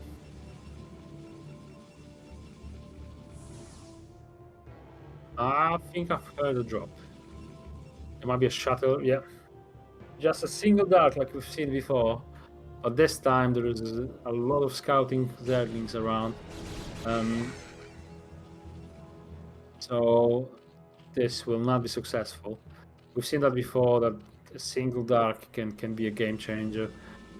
So many guns, but the content is looking more and more threatening. It's quite a lot, and this time there is no single pair of lurkers that can be stoned and take damage. It's just a perfect split. The arc is quite alright, I think. Yeah, well, maybe I was mistaken that the Razz army will be just a one-way highway when this all production hits. Zaz secured the 4th base in the meantime. How did Zazu recovered from that bad position with like 10 drones against like 20 probes? It's, well, shot on kill.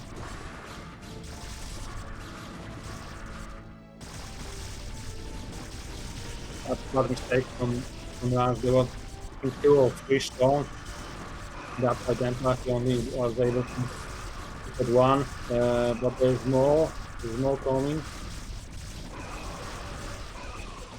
Good stone. Will that be enough? Looks like it will be close. That's some reinforcements from the Zerg. But the army of Razz is quite good. The composition is brilliant. There's enough dragoons. All number is just okay. There are some zero attacks. So okay, so the containment is broken. What's the plan? To secure the 3rd or to counter?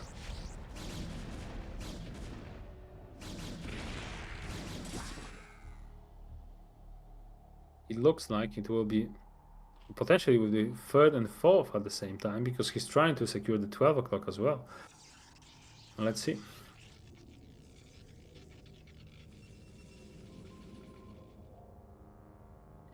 There is the pylon on the 12 o'clock.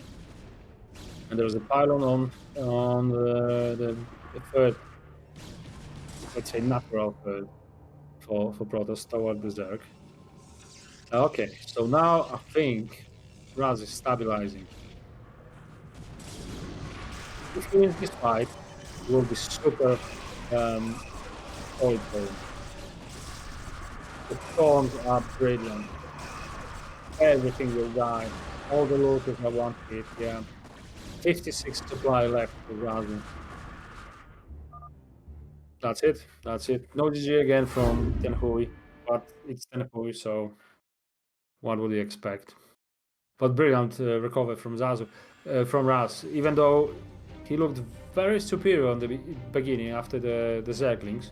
Then suddenly Zazu showed us some decent macro, like so many drones turning into so many army, and the containment was quite good. But then Razz was fine taking it down.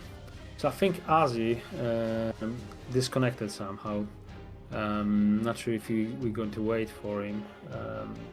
Not sure what happened, unless Zero's got some information what will happen.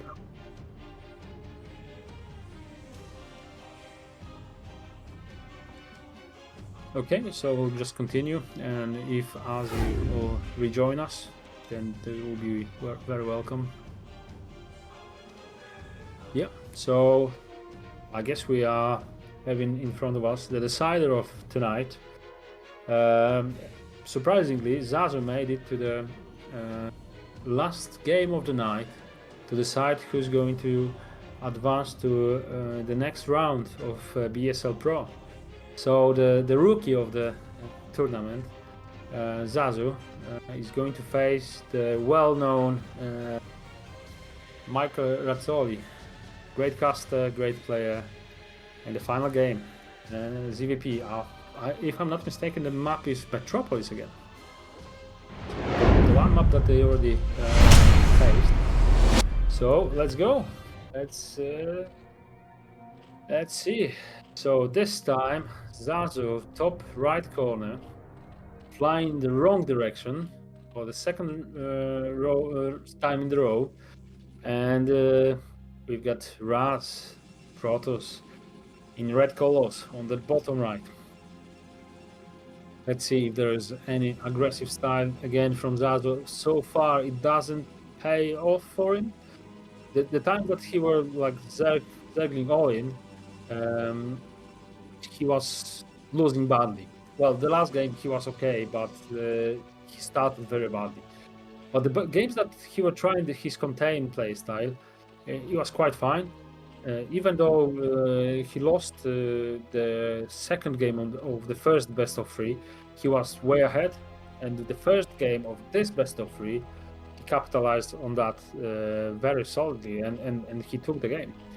So I think Zazu can feel that he can take down Razz. It's just the way of not taking this unnecessary weird build orders, aggressive style. Just a solid DVP will do. I think. After these games, I don't think Zazu is so far behind Razz skill. He looks good. So good scouting from Razz. He confirms the first pull for very soon. He will try to deny the drone, making into hatchery. Very nice as well. And Zazu is still flying towards the left-hand side, so he doesn't know the position of. So he didn't see where the probe was coming from. Now he knows.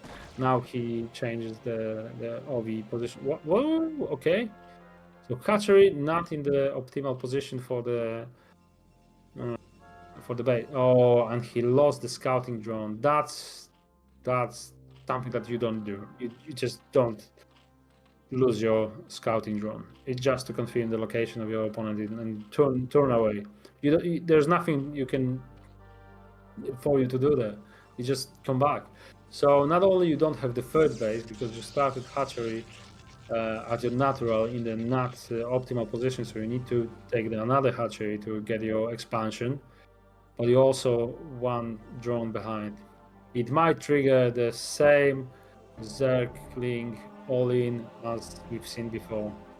Hopefully not, because I think Zazu's got huge potential to make this game even-ish or just playable. But, well, he likes his zerglings, I think.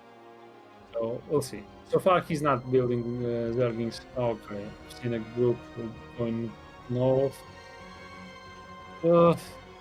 Is that drones? Yeah, that's drones. Okay, we're back. We're back. There might be some long, solid game.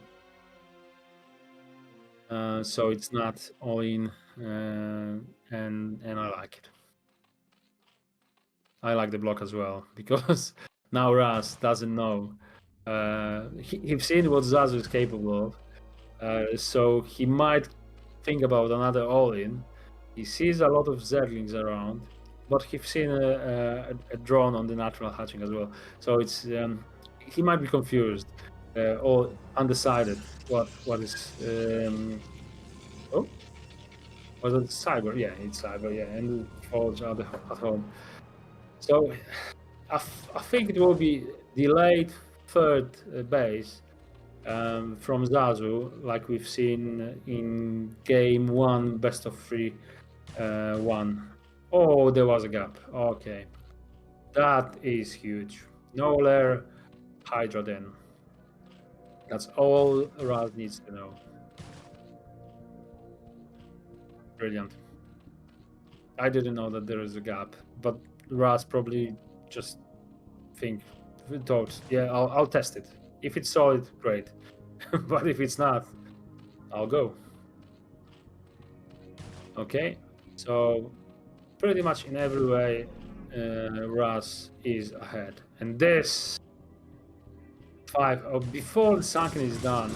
5 okay, the sunken is completed now. The drone drill was like instant, and only because of that he still can defend them zealots. amazing drone drill from Zazu, like constant, like instant, sorry, reaction. Now, how many Zerglings or Hydras do you need to defend that? There is one Zealot that should be dying very quickly.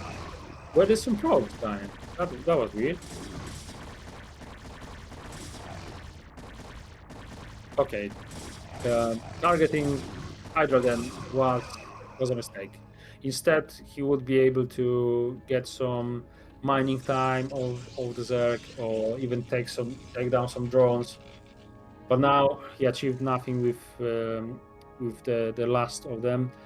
Although the attack itself was worth it, I think.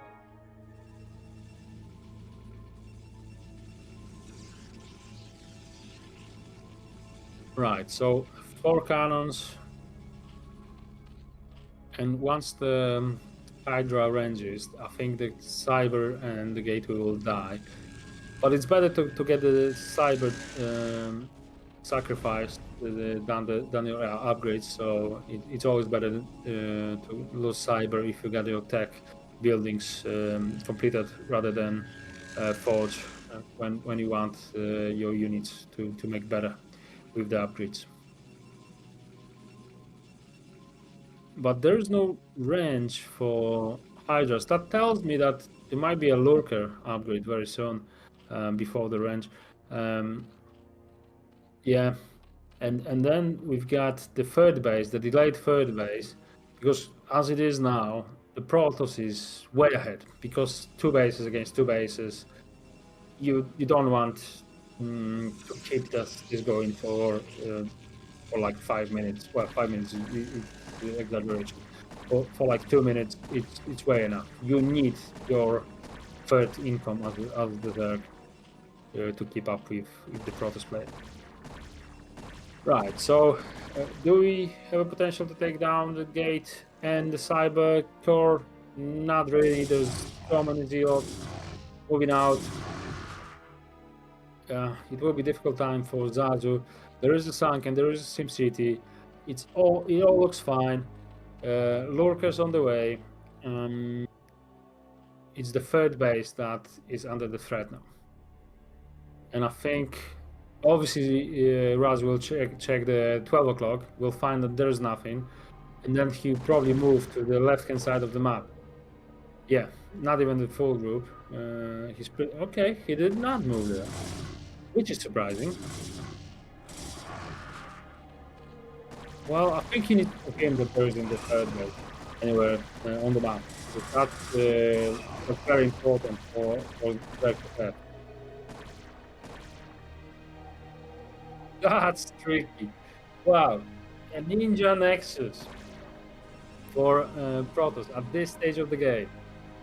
Well, I did not expect that from Razz. I thought he's like 2 base solid, like best, the Korean best player. That he will squeeze everything he can from the 2 bases, and then after the Zerg is under pressure, he will secure the third. But no, we'll spend 400 minerals in the corner of the map, and we'll see if Zerg is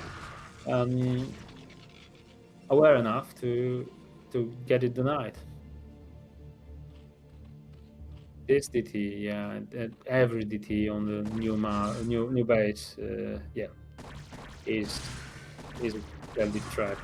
Look at that, taking them Hydra easily, and now he's going to die. Nope. The drone kill, yeah. Always happy when I see an STV probe or drone killing a DT.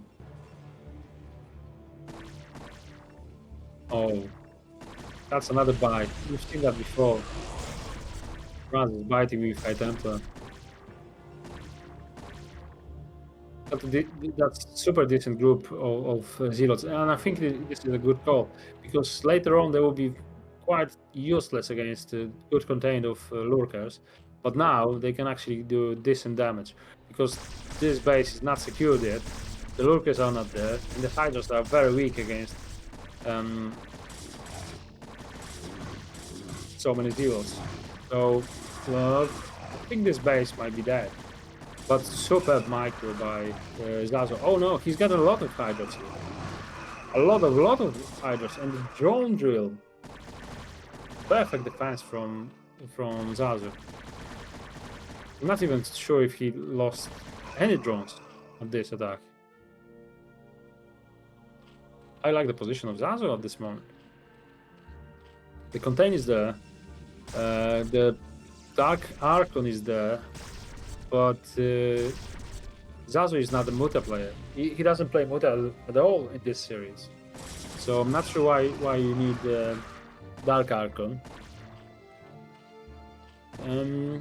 The Lurker is there to defend the third. So that works well. I think Zazu is in good position and Razz is in trouble.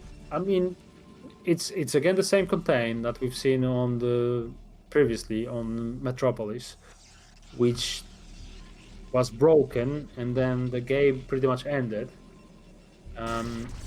But this time Zazu looks a bit more confident of what he can achieve against Razz.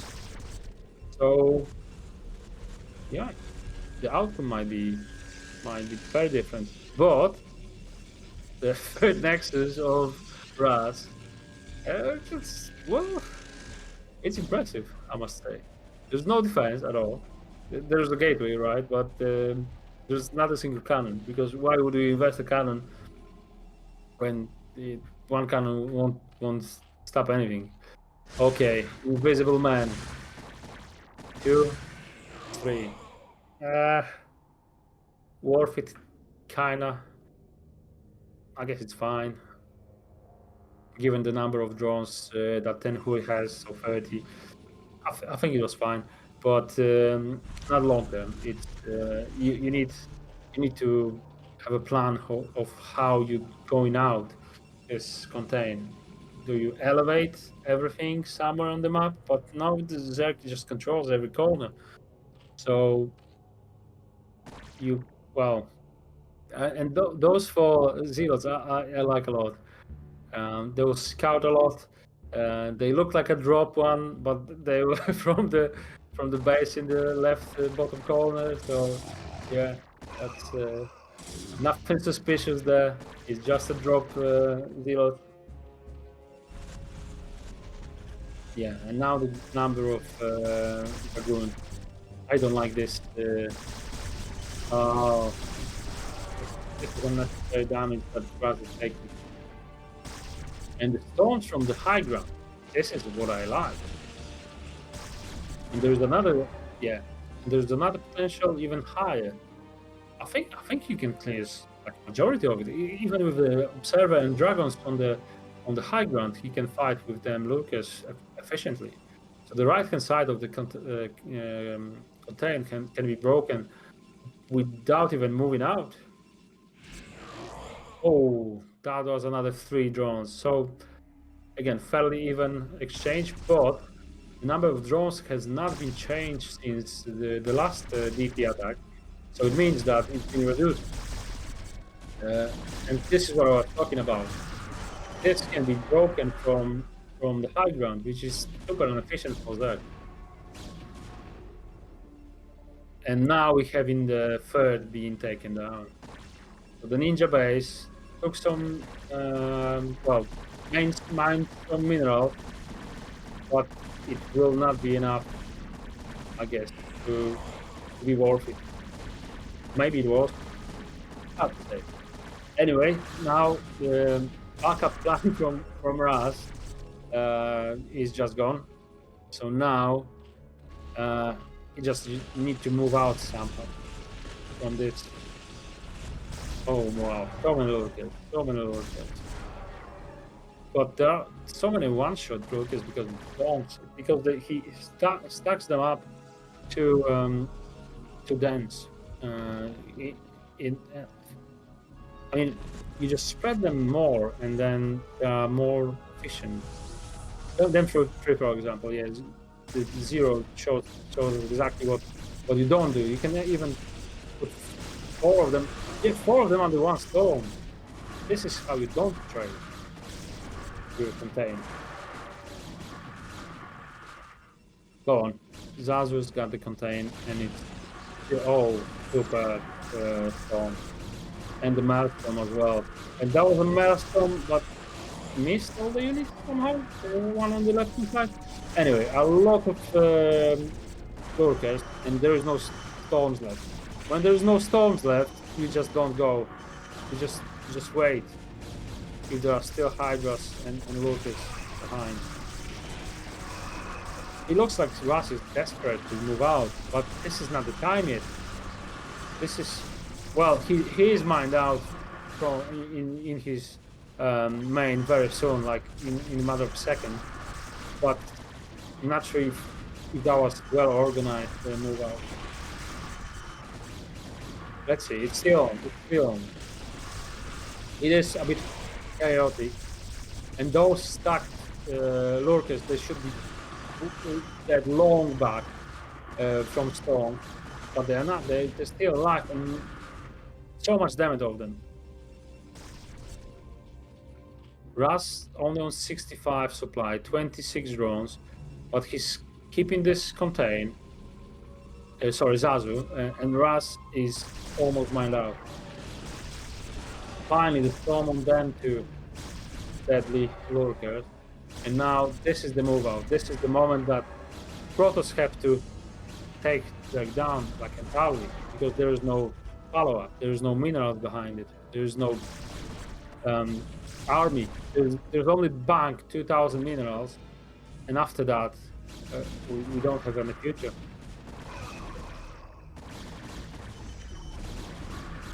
But it looks like Razz wants to take the third base. For me, amazing thing is that Zazu didn't build any drones after he lost them. When his count was like 30 odd, and there was some Dark Templars killing a few of them. He never rebuilt them, and he decided that 26 is the number that he needs for an entire game, which is quite bold, to be honest. But it might actually work. Oh, there's no mine. He doesn't mine from the third at all. This is, well, one drone. Okay. This is like a slow-paced game now. But Razz is mined out from main, and will be mined out from natural very soon. So if this game, third base will be secured, I think Razz has got it.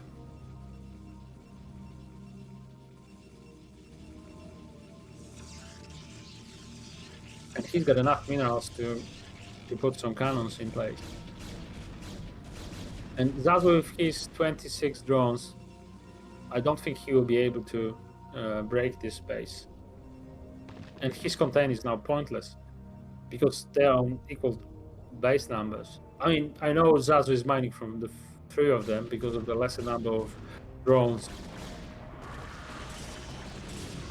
But the tech from Protoss is superior to just Hydra Lurker. Although this is perfect arc from Zazu, but the way he borrows the Lurkers, they always takes too much damage from stones. There's always 2, sometimes 3 and 4, too close to each other. Yeah, and that's it. That's it. It was looking so good for Zazu, and then it was looking so good for Razz after he broke the containment. But there was a chance. And we can see that Zazu doesn't look like Mutalisk at all. So Razz, I think in the final game, knew that there's no worry about Mutas. Just make sure that the contain is broken, and I've got it. Very close games. Well closer, way closer than expected initially. But yeah, Zazu showed some good StarCraft, but Razz was just too good for him tonight. And that's it. That's Razz and WolFix going through to the next round from Group F. So sadly, we've got Zero being eliminated, and then Zazu, our rookie in this tournament, joining us. So good StarCraft being eliminated as well. So I think Ozzy will be very happy because he was rooting for both WolFix and Razz. He's a good mate of both of them. So yeah, that's the final results of tonight from the group of 2 Zergs, 1 Protoss and 1 Terran. 2 Zergs are eliminated.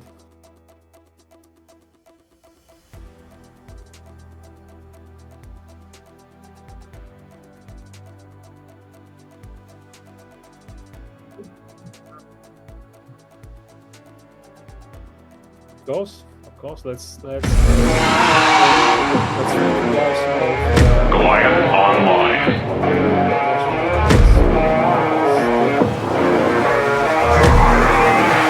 Zero himself. I think he didn't want to advance to the further stages because it's overcomplicated to be able to cast, play, and organize them tournaments. So he just you know played without the keyboard. But yeah, we've got Group F completed now. We know the results, and now we've got all the people that making this event happening. So all of you viewers, and also we got people from Liquid supporting BSL and Zero, so Nazgul and Steve. But also we've got our sponsors, so Rosebrain, Adun, T1 Dragon, LML. They're sponsoring different events, so LANs, weekly tournaments, extra events, 2v2, and then we got BSL goal supporters. So we got plenty of people that supports. We can see Zazu as well in the CRVT, which is always the massive supporter. We got Dayang Jin,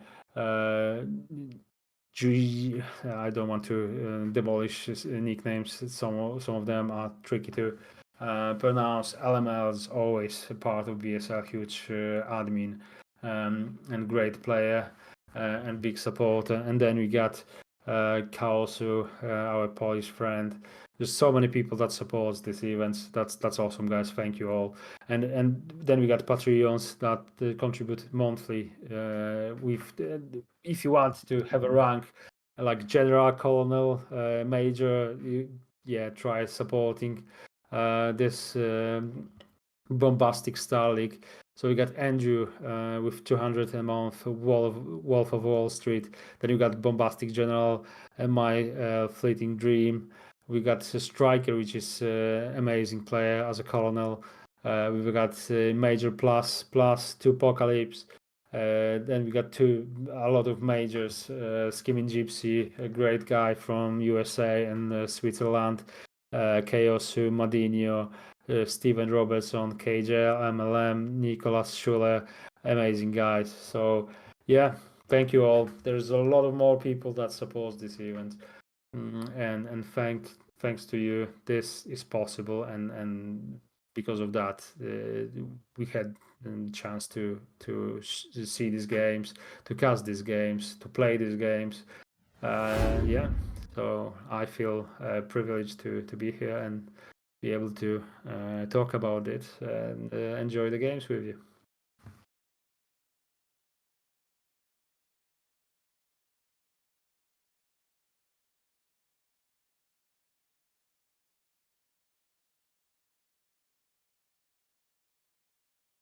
Yeah, it looks like Ozzy is not rejoining, sadly.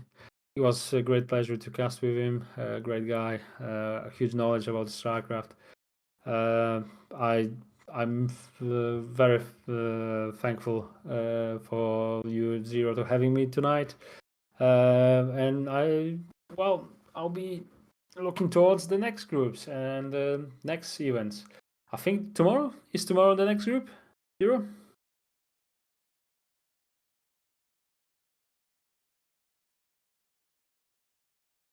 Awesome. Yes, please do.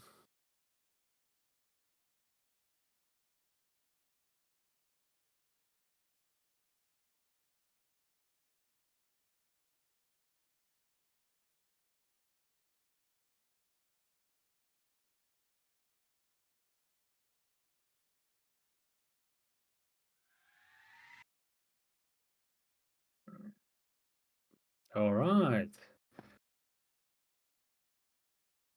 No Zags tomorrow then.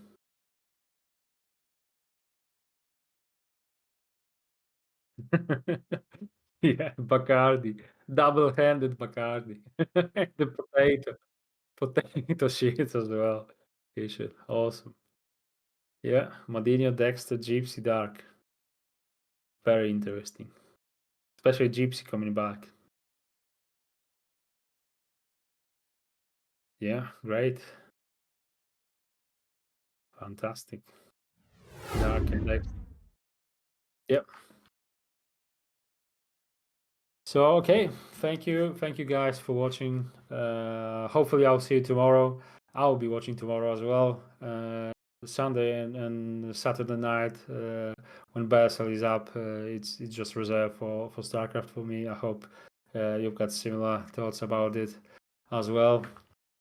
So yeah, great night. It's a shame that Ozzy was disconnected.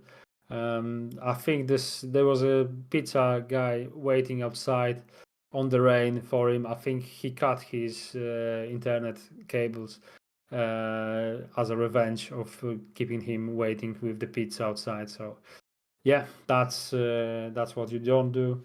Don't be like Ozzy. Just order your pizza and get this when the guy arrives. Don't keep him waiting. Have a good night, guys, and yeah, bye. Till the next time.